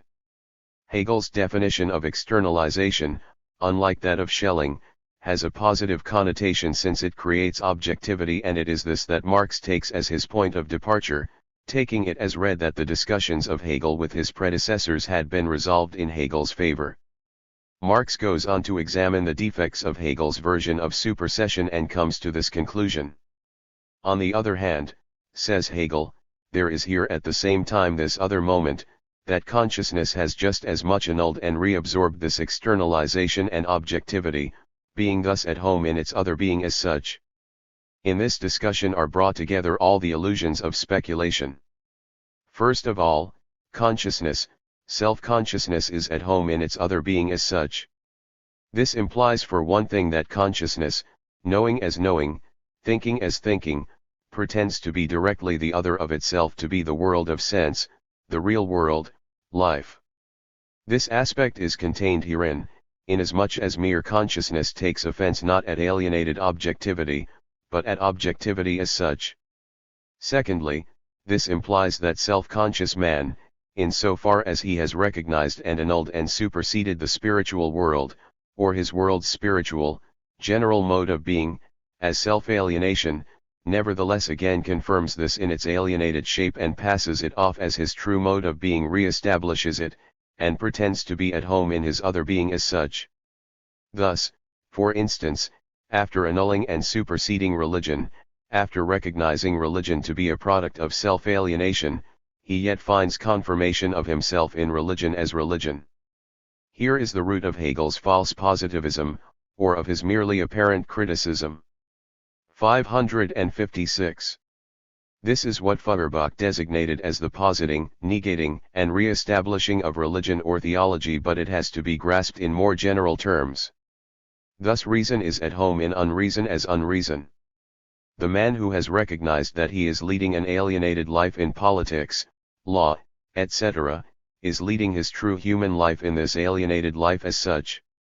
Self-affirmation, in contradiction with itself, in contradiction both with the knowledge of and with the essential being of the object, is thus true knowledge and life. There can therefore no longer be any question of an act of accommodation on Hegel's part vis-a-vis religion, the state, etc., since this lie is the lie of his principle. Here, then, we have the profoundest criticism precisely of Hegel's most positive and significant ideas. Marx exposes the ultimate philosophical implications of Hegel's position vis-a-vis capitalist society insofar as these are reflected in the abstract problems arising from the dialectical structure of his philosophy.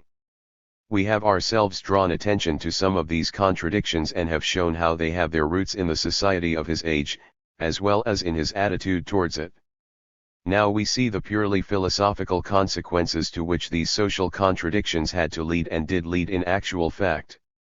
Now, too, we can see that all criticism of Hegel's ambiguous stance on problems of religion, the state, etc., that was based on a dualism between his esoteric and exoteric philosophy was bound to miss the central problems. This is so regardless of the fact that subjectively, as we saw, Hegel was from time to time not unaware of such a cleavage in his thought, for the contradictions, the problematic nature of his philosophy, reach into the very center even of his exoteric ideas. Of course, it is and will remain for the student of the history of philosophy to establish where, when, and how in particular questions Hegel made any concessions to the society of his day. But any such historical analysis must make it quite clear that whatever answers it comes up with, will not touch the central issue of the problematic nature of the Hegelian dialectic. The profundity of Marx's criticism is apparent from the way in which it moves from the problems of actual life to the most abstract questions of the Hegelian dialectics, solves them finally in terms of dialectical materialism, and then moves on at once, finding an immediate connection with the BA of real life. What we are concerned with here is the central problem of the whole philosophy of Hegel, what Engels called the contradiction between method and system. This contradiction embraces further contradictory attitudes on the question of human progress and, specifically, on the question of the position of capitalism in history in general, and in German history in particular. The question of supersession is on the one hand one of the Untersuchung in the Phenomenology 557 ultimate and most abstract components of the dialectic, but on the other hand it is of the greatest importance for his philosophy of history and society. The mixture of progressive and reactionary tendencies in Hegel crystallizes out in the contradictions contained in the dialectical process of supersession, contradictions which have been analyzed and criticized by Marx in the passages just quoted. The socialist critique of externalization has exposed the real alienation contained in the capitalist form of work, an alienation that has to be annulled in reality. Expressing this critique in general philosophical terms, we see that since the Hegelian concept of externalization implies that consciousness is at home in its other being as such, it eo ipso contains an important reactionary element, a vindication of what exists even if it has been overcome historically. The fact that Hegel also exhibits the opposite tendency and repeatedly follows it up simply confirms the accuracy of Marx's and Engels' diagnosis of an indissoluble contradiction between system and method. This contradiction and the tendencies contained within it played a crucial role in the great ideological debates of the 1840s, which prepared the ground for democratic revolution. What we find there are two different interpretations of Hegel's views, both of which lead to political passivity, to the non-comprehension of the concrete problems of the democratic revolution and beyond that in theory of revolution in general. The general significance of these problems far exceeds the importance of the debates of the 1840s, for the misconceptions we are concerned with are rooted in capitalism, and it is only their intellectual form that is determined by the arguments surrounding Hegel's view of dialectical supersession. The first of these views is the direct continuation of Hegelian idealism. It involves the further subjectivization, the exaggeration of Hegel's idealistic misconceptions by the young Hegelians. The other tendency arises from the epistemologically correct but abstract and one-sided critique of Hegel's supersession by Feuerbach himself. Let us begin with the first position. Since, according to Hegel, externalization is ultimately the externalization of consciousness, it ought to be superseded exclusively by consciousness, within consciousness. In Hegel himself, the identity of absolute knowledge and the philosopher who possesses it remained in the half-light. His objectivism prevented him from making this identity into a simple personal union. But the tendency was nevertheless implicit in his position. Once again it was Heinrich Heine who with irony and self-irony took the matter to its logical conclusion. I was never an abstract thinker, and I accepted the synthesis of Hegel's doctrine without questioning it, since its consequences flattered my conceit. I was young and proud, and it pleased my vanity when I 558. Learned from Hegel that the God residing in heaven was not God, as my grandmother imagined, but that I living here on earth, was He. What Heine said ironically was taken up in Bruno Bauer's of self-consciousness and turned into a philosophical and political doctrine which exercised a dangerous and pernicious influence on the left-wing German intelligentsia, as well as on the emergent proletarian party, via the Dieter of true socialism. If we examine Marx's penetrating criticism of Bauer's view in the Holy Family, we can see how it grows directly out of his criticism of Hegel's view of supersession. We should note, however, that Bauer's intellectual arrogance, his overweening contempt for the action of the masses in history, is something that has grown out of Hegel's philosophy and his view of history, but it appears in Bauer without Hegel's important progressive and realistic tendencies, and instead it takes Hegel's idealism to an extreme of subjectivity. Marx discusses Bauer's views in these terms.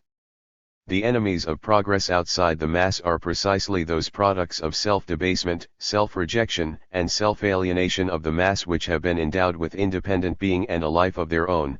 The mass therefore rises against its own deficiency when it rises against the independently existing products of its self-debasement, just as man, turning against the existence of God, turns against his own religiosity. But as those practical self-alienations of the mass exist in the real world in an external way, the mass must fight them in an external way. It must by no means consider these products of its self-alienation as mere ideal fancies, mere externalizations of self-consciousness, and must not wish to abolish material alienation by a purely inward spiritual action. As early as 1789 Lustelot's journal gave the motto, "The great appear great in our eyes only because we kneel. Let us rise." But to rise it is not enough to do so in thought and to leave hanging over our real sensual head the real palpable yoke that cannot be subtilized away with ideas. Yet absolute criticism has at least learned from Hegel's phenomenology the art of changing real objective chains that exist outside me into mere ideal, mere subjective chains existing in me, and thus to change all exterior palpable struggles into pure struggles of thought. It is not necessary to provide further evidence in support of the propime smarter assertion that Bauer's ideology grows out of Hegel's externalization and its supersession, nor of the political danger inherent in such views, to say $59 nothing of the persistence of the ideology of passivity among an arrogant intelligentsia in capitalist societies, an ideology which endures to this day, though of course it has long ceased to base itself on Hegelian philosophy. But Hegelianism does lend itself to such use, as we can see not just from the history of the 1840s but also and in particularly extreme and grotesque forms in the neo-Hegelianism of the imperialist age. To turn to the second form, viz. Feuerbach's critique of the Hegelian dialectic, it is important to consider Marx's attitude.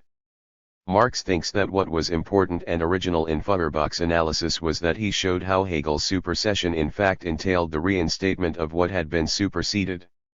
We have already quoted the crucial passage from his critique in another context, p. 518f.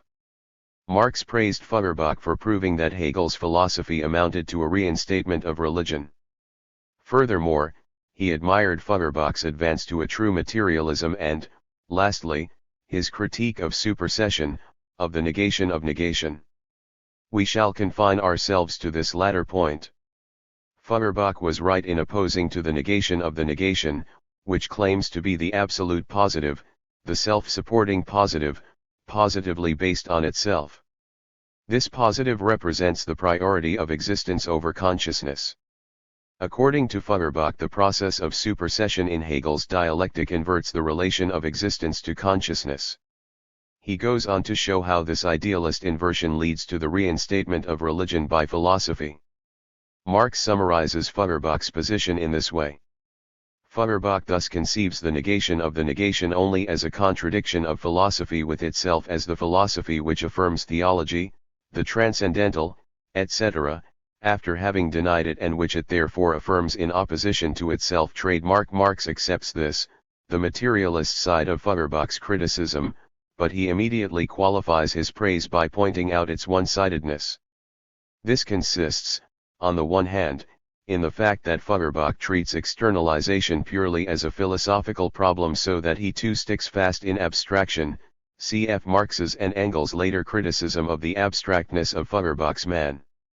On the other hand, Feuerbach's materialist view of reality is not dialectical, so that he overlooks Hegel's real insights because of their idealist form, and so rejects the whole of Hegel's dialectic, the good along with the bad. Thus, as Marx emphasizes in the last quotation, Feuerbach can only see the weaknesses of Hegel's idealism in the negation of the negation, which he directly and immediately confronts with the position of sense certainty based on itself. Feuerbach's self-imposed restriction to epistemology is the source of his abstractness, the direct, conscious exclusion of all mediations does. 560. Away with Hegel's dialectics as well as his idealism.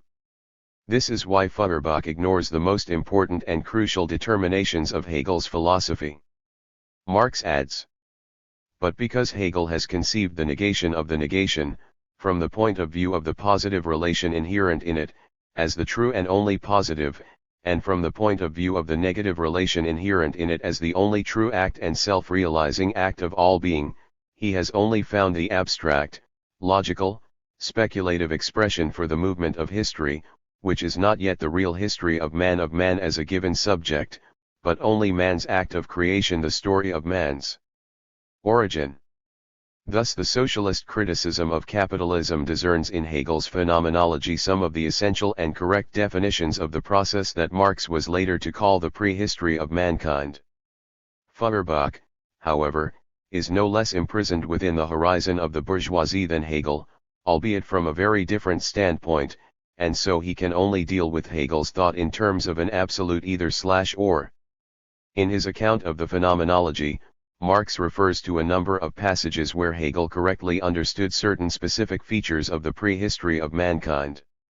And he shows, further, that although the concepts of alienation and supersession are distorted by idealism and given a reactionary coloring in Hegel, they are not utterly false, as Feuerbach believed, but are a one-sided reflection of reality, deformed and inhibited by the capitalist perspective, whose correct intuitions, however, were worthy of preservation.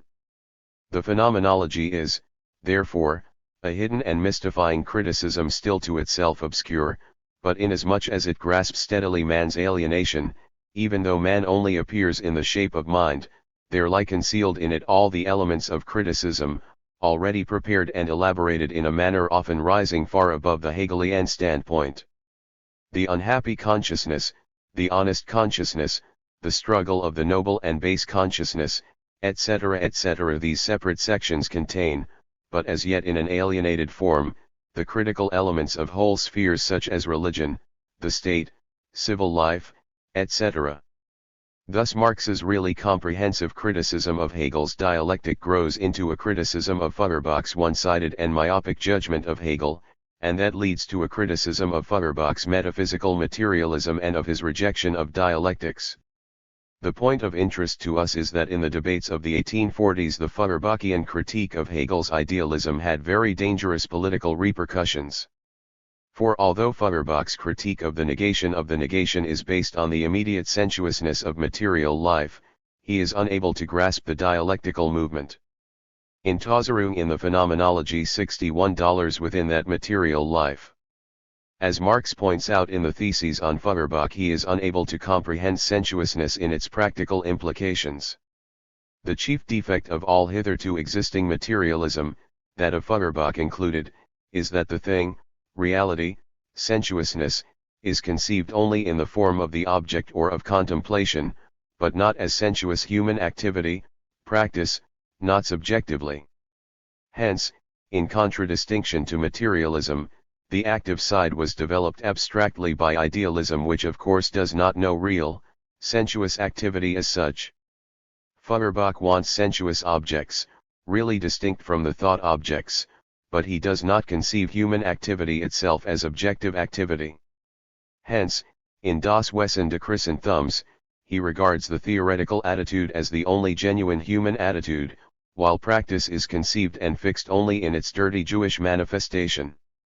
Hence he does not grasp the significance of revolutionary, of practical critical activity trademark. This makes it very clear that the analysis of economic concepts, the precise distinction between objectivity and alienation in human praxis, prepared the ground for a critique not only of Hegel's idealism but also of Feuerbach's mechanical materialism. It is important to give a brief account of the implications of Feuerbach's position in the ideological and political struggles of the 1840s. Engels has provided a clear definition, and trenchant criticism, of the crucial aspect of Feuerbach's stance vis-à-vis the real world. He quotes the following passage from Feuerbach's philosophy of the future. Existence is not a general concept which can be separated from things. Existence is the positing of essence.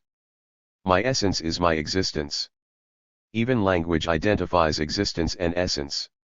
Only in human life is existence divorced from essence, but only in exceptional, unhappy cases, it happens that a person's essence is not in the place where he exists, but just because of this division his soul is not truly in the place where the body really is. You are there only where your heart is. But all things you apart from abnormal cases are glad to be in the place where they are, and are glad to be what they are. Engels then delivers the following scathing commentary on this passage, drawing out the necessary political implications, implications certainly unwelcome to Feuerbach, who subjectively was a sincere revolutionary democrat, but which flow inevitably from his liquidation of the Hegelian dialectic, from the elimination of all mediating determinations and relations, from his return to immediacy, all of which reflects the fact that he was unable to overcome his built-in preconceptions and look the economic and social realities of capitalism squarely in the face. Objectively, as Engels shows, his blindness on this score could 562 have the effect of turning him into apologist for reactionary conditions. A fine panegyric upon the existing state of things. Exceptional cases and a few abnormal cases apart, when you are 7 years old you are allowed to become a doorkeeper in a coal mine and to remain alone in the dark for 14 hours a day, and because it is your existence, therefore it is also your essence. It is your essence to be subservient to a branch of labor. Registered Engels' criticism helps to explain why the radical and sometimes even socialist intellectuals of the 1840s who looked to Feuerbach to provide them with a philosophical foundation for their political radicalism, were as se as those who attempted to use Hegel for the same purposes. A close examination of Feuerbach's position would reveal that such conscious or unconscious apologias for the existing order of things on the basis of the immediate philosophical identity of existence and essence have mutatis mutandis continued to play a part in the defense of reactionary conditions and still do so today after Feuerbach and quite independently of him. It was necessary to point to the political consequences of the ideological conflicts of the 1840s to make it clear how Marx's criticism of Hegel's idealist dialectics grows out of the socialist critique of capitalism and into the preparatory phase of the 1848 revolution, and beyond that to all the democratic and proletarian revolutions of the future. The internal movement of Marx's criticism shows how wrong it would be to consider these problems purely as problems of philosophy even in Hegel. Not the least of Feuerbach's defects is that his approach to Hegel was confined to the purely epistemological and philosophical plane, while the dialectical interaction of such problems with the problems of society, of man's social and economic praxis, were as good as non-existent for him. The superiority of Hegel's philosophy over Feuerbach's, in a certain sense, in certain areas, despite his idealism, is precisely that Hegel did strive, if often in vain, to make these connections the basis of his dialectics. It is for this reason that his dialectics is a watershed in the history of philosophy.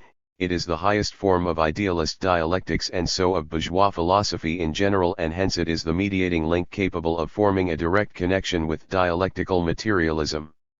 Lenin was not able to consult the Marxian manuscripts which we have now discussed at length, and so could not know of the connections established there between economics and dialectics in the course of his critique of Hegel.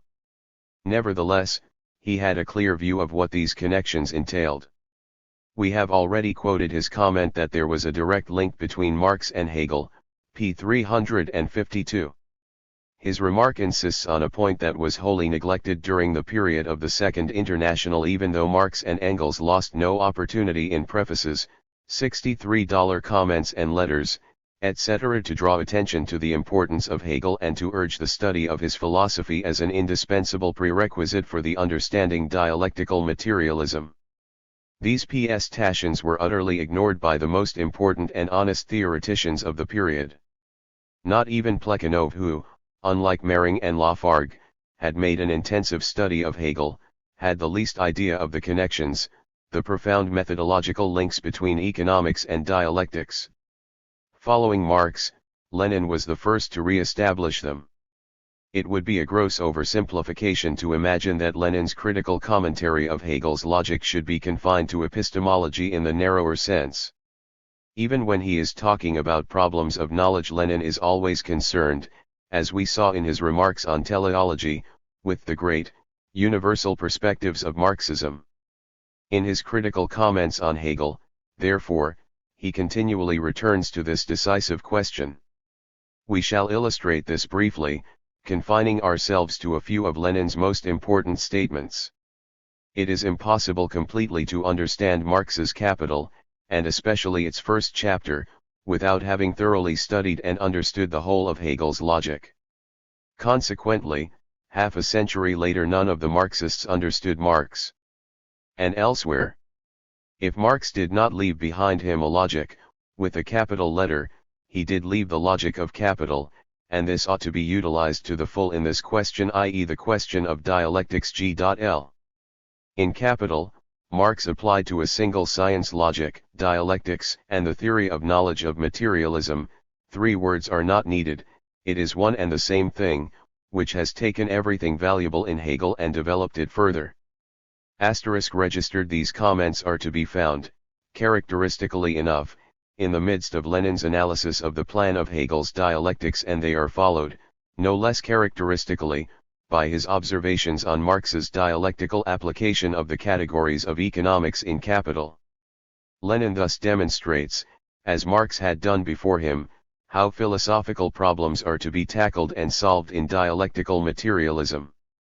The Lenin period of philosophical development initiated by Stalin ought to extend these methods to every aspect of philosophy, so that philosophical praxis will finally be able to eradicate the traditions of the Second International. The Lenin period of philosophy must also devote itself to the problems of history, it goes without saying. The present study was designed to make a contribution to this aspect. It aimed to explore the impact of 564. The contradictions of capitalist society on the highest expression of bourgeois philosophy, on Hegel's idealist dialectics. We hope to show this connection in all its social and philosophical complexity, and in particular to reveal how the origins and development of the dialectic were influenced by the intellectual reflection of these contradictions in the classical economic theory of England and by their actual explosion in the French Revolution. Moreover, we have been concerned to show the effects for good and evil that resulted from the circumstance that these French and English events, both real and ideological, were brought together into a dialectical method and an idealist system in the mind of a man living in the socially and economically backward nation of Germany. Only this approach has enabled us to treat the relation between Hegel and his predecessors in a manner that could dispense with the schematic method, the violations and factual distortions current in bourgeois histories of philosophy, traces of which are not uncommon in the treatment of such questions by Marxists. We believe that we have been able to show that both Hegel's independence of his important contemporaries and forerunners and also his involuntary agreement with them are to be explained in terms of these problems of the nature of society. This is not merely an historical question, not merely an issue of importance to the so-called Hegel scholars, even though they have become important and topical in consequence of the recent fascist and fascistoid distortions of history. An understanding of the real causes of the greatness and the limitations of the Hegelian dialectic also results in the clarification of the relation of Marx to Hegel, and the concretization of the historical heritage of Hegelianism as critically sifted and preserved in Marxism. For if one thing is clear, it is that Marx was always concerned with the real Hegel. In the midst of his polemics he always makes a clear distinction between Hegel with all his limitations, and whatever his disciples and followers have made of him. Between Marx's criticism and our age there lies almost a century whose achievement in this respect consists in the distortion of our image of the real Hegel, a distortion which up to now has not been made good in any Marxist study of Hegel or any attempt to excavate the real Hegel from the rubble. The ideas with which even the majority of philosophically educated readers approach Hegel are, even without their knowing it, profoundly influenced by these bourgeois falsifications. And the far-reaching implications of the critical comments of Marx, Engels, Lenin, and Stalin can only be properly understood and utilized if we know the real object of their criticism, i.e. if we know the real Hegel. Only in the context of this situation can the philosophical significance of Hegel's economic studies and ideas become fully apparent. Contradictory and imperfect though Hegel's views may have been, and we have 565. Analyzed the contradictions inherent in them at length, it is undoubtedly no accident that the man who completed the edifice of idealist dialectics was the only philosopher of the age to have made a serious attempt to get to grips with the economic structure of capitalist society. Rather is it the case that the specific form of dialectics evolved by him grew out of his preoccupation with the problems of capitalism and of economics. We repeat, the mere form of a unity of opposites, of contradictions, can be found everywhere in the modern era from Nicholas of Cusa and Giordano Bruno onwards. But as far as the decisive questions of dialectics are concerned, even Schelling's philosophy, the most highly developed philosophy of dialectics before Hegel, does not really advance matters further than they. The specifically Hegelian categories, whose emergence and problematic nature we have studied, were the first to elaborate the essential determinations to the point where the materialist dialectics of Marx could take over criticizing Hegel and turning him the right way up, but nevertheless taking up directly where he had left off.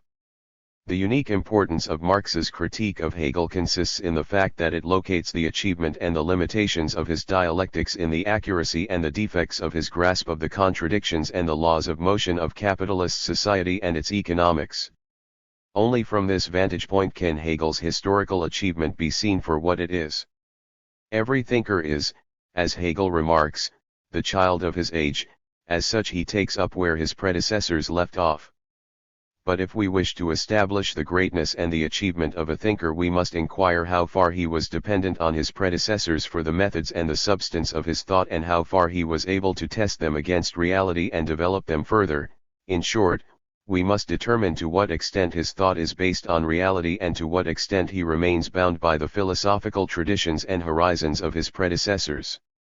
This is the qualitative distinction between Fichte and Schelling on the one hand and Hegel on the other, to say nothing of the lesser thinkers of the age, who, however, are themselves real giants when put by the side of the so-called great minds of contemporary bourgeois philosophy. Obviously, the philosophies of Fichte and Schelling were determined by objective social reality, both in their assumptions and in their general lines. Philosophically speaking, however, they remain imprisoned within the framework of Kantianism, and even though Schelling, for instance, takes the step from subjective to objective idealism, he remains unable to break out of that framework. All he can do is try new combinations within it, and although he declares his intentions of going beyond Kant, his real advance is proclaimed and asserted rather than genuinely realized in philosophical terms. Hegel is the only philosopher of the period following Kant to make a truly original approach to the problems of the age. We have explored his 566 early beginnings in detail and have seen how all the problems of dialectics grew out of his reflections on the two great world historical facts of the age, the French Revolution and the Industrial Revolution in England. Only in the course of the concrete elaboration of his system did Hegel begin to take issue with his predecessors. Moreover, right from the start, his preoccupation with them was critical, bursting the framework of the Kantian system. Similarities with his forerunners can be found only occasionally, where the social condition of Germany forced his thought into narrow-minded and even Philistine channels. Historically, only one figure may be placed on a par with Hegel, Goethe. It is not just a coincidence that the preparatory stages of the Phenomenology provide evidence of a long and detailed preoccupation with Goethe's Faust. Both works express a similar aspiration, to provide an encyclopedic account of the development of the mankind to the point reached in the present, and to portray that development in its imminent movement, in terms of its own laws. It was not for nothing that Pushkin referred to Faust as an Iliad of the modern world and Schelling's witty description of his philosophy of spirit as the homecoming of spirit, as an Odyssey of the spirit is an epithet better applied to the Phenomenology than to any work of Schelling's. Goethe and Hegel lived at the beginning of the last great tragic period of bourgeois development. Both could see the insoluble contradictions of bourgeois society opening up on the horizon. Both could see how history was creating an abyss between the individual and the species. Their greatness lay, on the one hand, in their fearless confrontation of these contradictions and in their efforts to express them at the highest level of philosophy or poetry. On the other hand, they both lived at the beginning of the period so that both were able, though not always without artificiality or inconsistency, to create lasting images of the generic experience of mankind and the development of man's generic consciousness, images which were comprehensive and large in scope, yet penetrating and true in detail. In this respect, Wilhelm Meister and Faust are documents of man's development which are just as immortal as the Phenomenology, the Logic and the Encyclopedia. Of course, these profound affinities should not blind us to their differences. Goethe was much more at home in nature than was Hegel, he was closer to materialism, but equally he was unable to respond to some of Hegel's most important dialectical discoveries. A detailed history of the epoch would have to deal fully with these differences. They are of the greatest importance, since only when they have been clarified will it be possible to obtain a really clear picture of the internal contradictions in the progressive currents of the period. For our purposes, however, it is enough to establish the parallel between the two men. We do not need to chart in detail the complex Untersuchung in the Phenomenology 567 dialectic that made Goethe's treatment of the problems of capitalist society partly more realistic and perceptive about the future, partly less dialectical and less sensitive to contradictions than Hegel's. It is enough for us to point out that fundamental to them both was the principle of human labor as the key to the self-creation of man. This idea appears as early as the Prometheus fragment of the young Goethe, though not yet in a consciously economic form, and revealingly, from the point of view of the differences between Goethe and Hegel, with a marked anti-religious bias. In Goethe's greatest works, however, the self-creation of man through work is closely connected with the relation of man to capitalist society and ends in a humanist critique of capitalism. This critique does not lose sight of the idea of human progress for a single instant and so prefers to move amidst the manure of the contradictions than to make concessions to any reactionary romanticism. It would be ridiculous and pedantic to attempt to draw any mechanical parallels between Goethe's literary works and the philosophy of Hegel. But the road on which Goethe discovers his Faust or Wilhelm Meister is, broadly speaking, the same as that of the spirit in Hegel's phenomenology. Appendix: the text of the fragment in French attributed to Hegel. The text of Hegel's French fragment, cp 44-5 dans la monarchie le peuple ne fut une puissance active, que pour le moment du combat. Comme une armée sa dit il devoir garder les rangs non seulement dans le feu du combat même, mais aussitôt après la victoire rentrer dans une parfaite obéissance.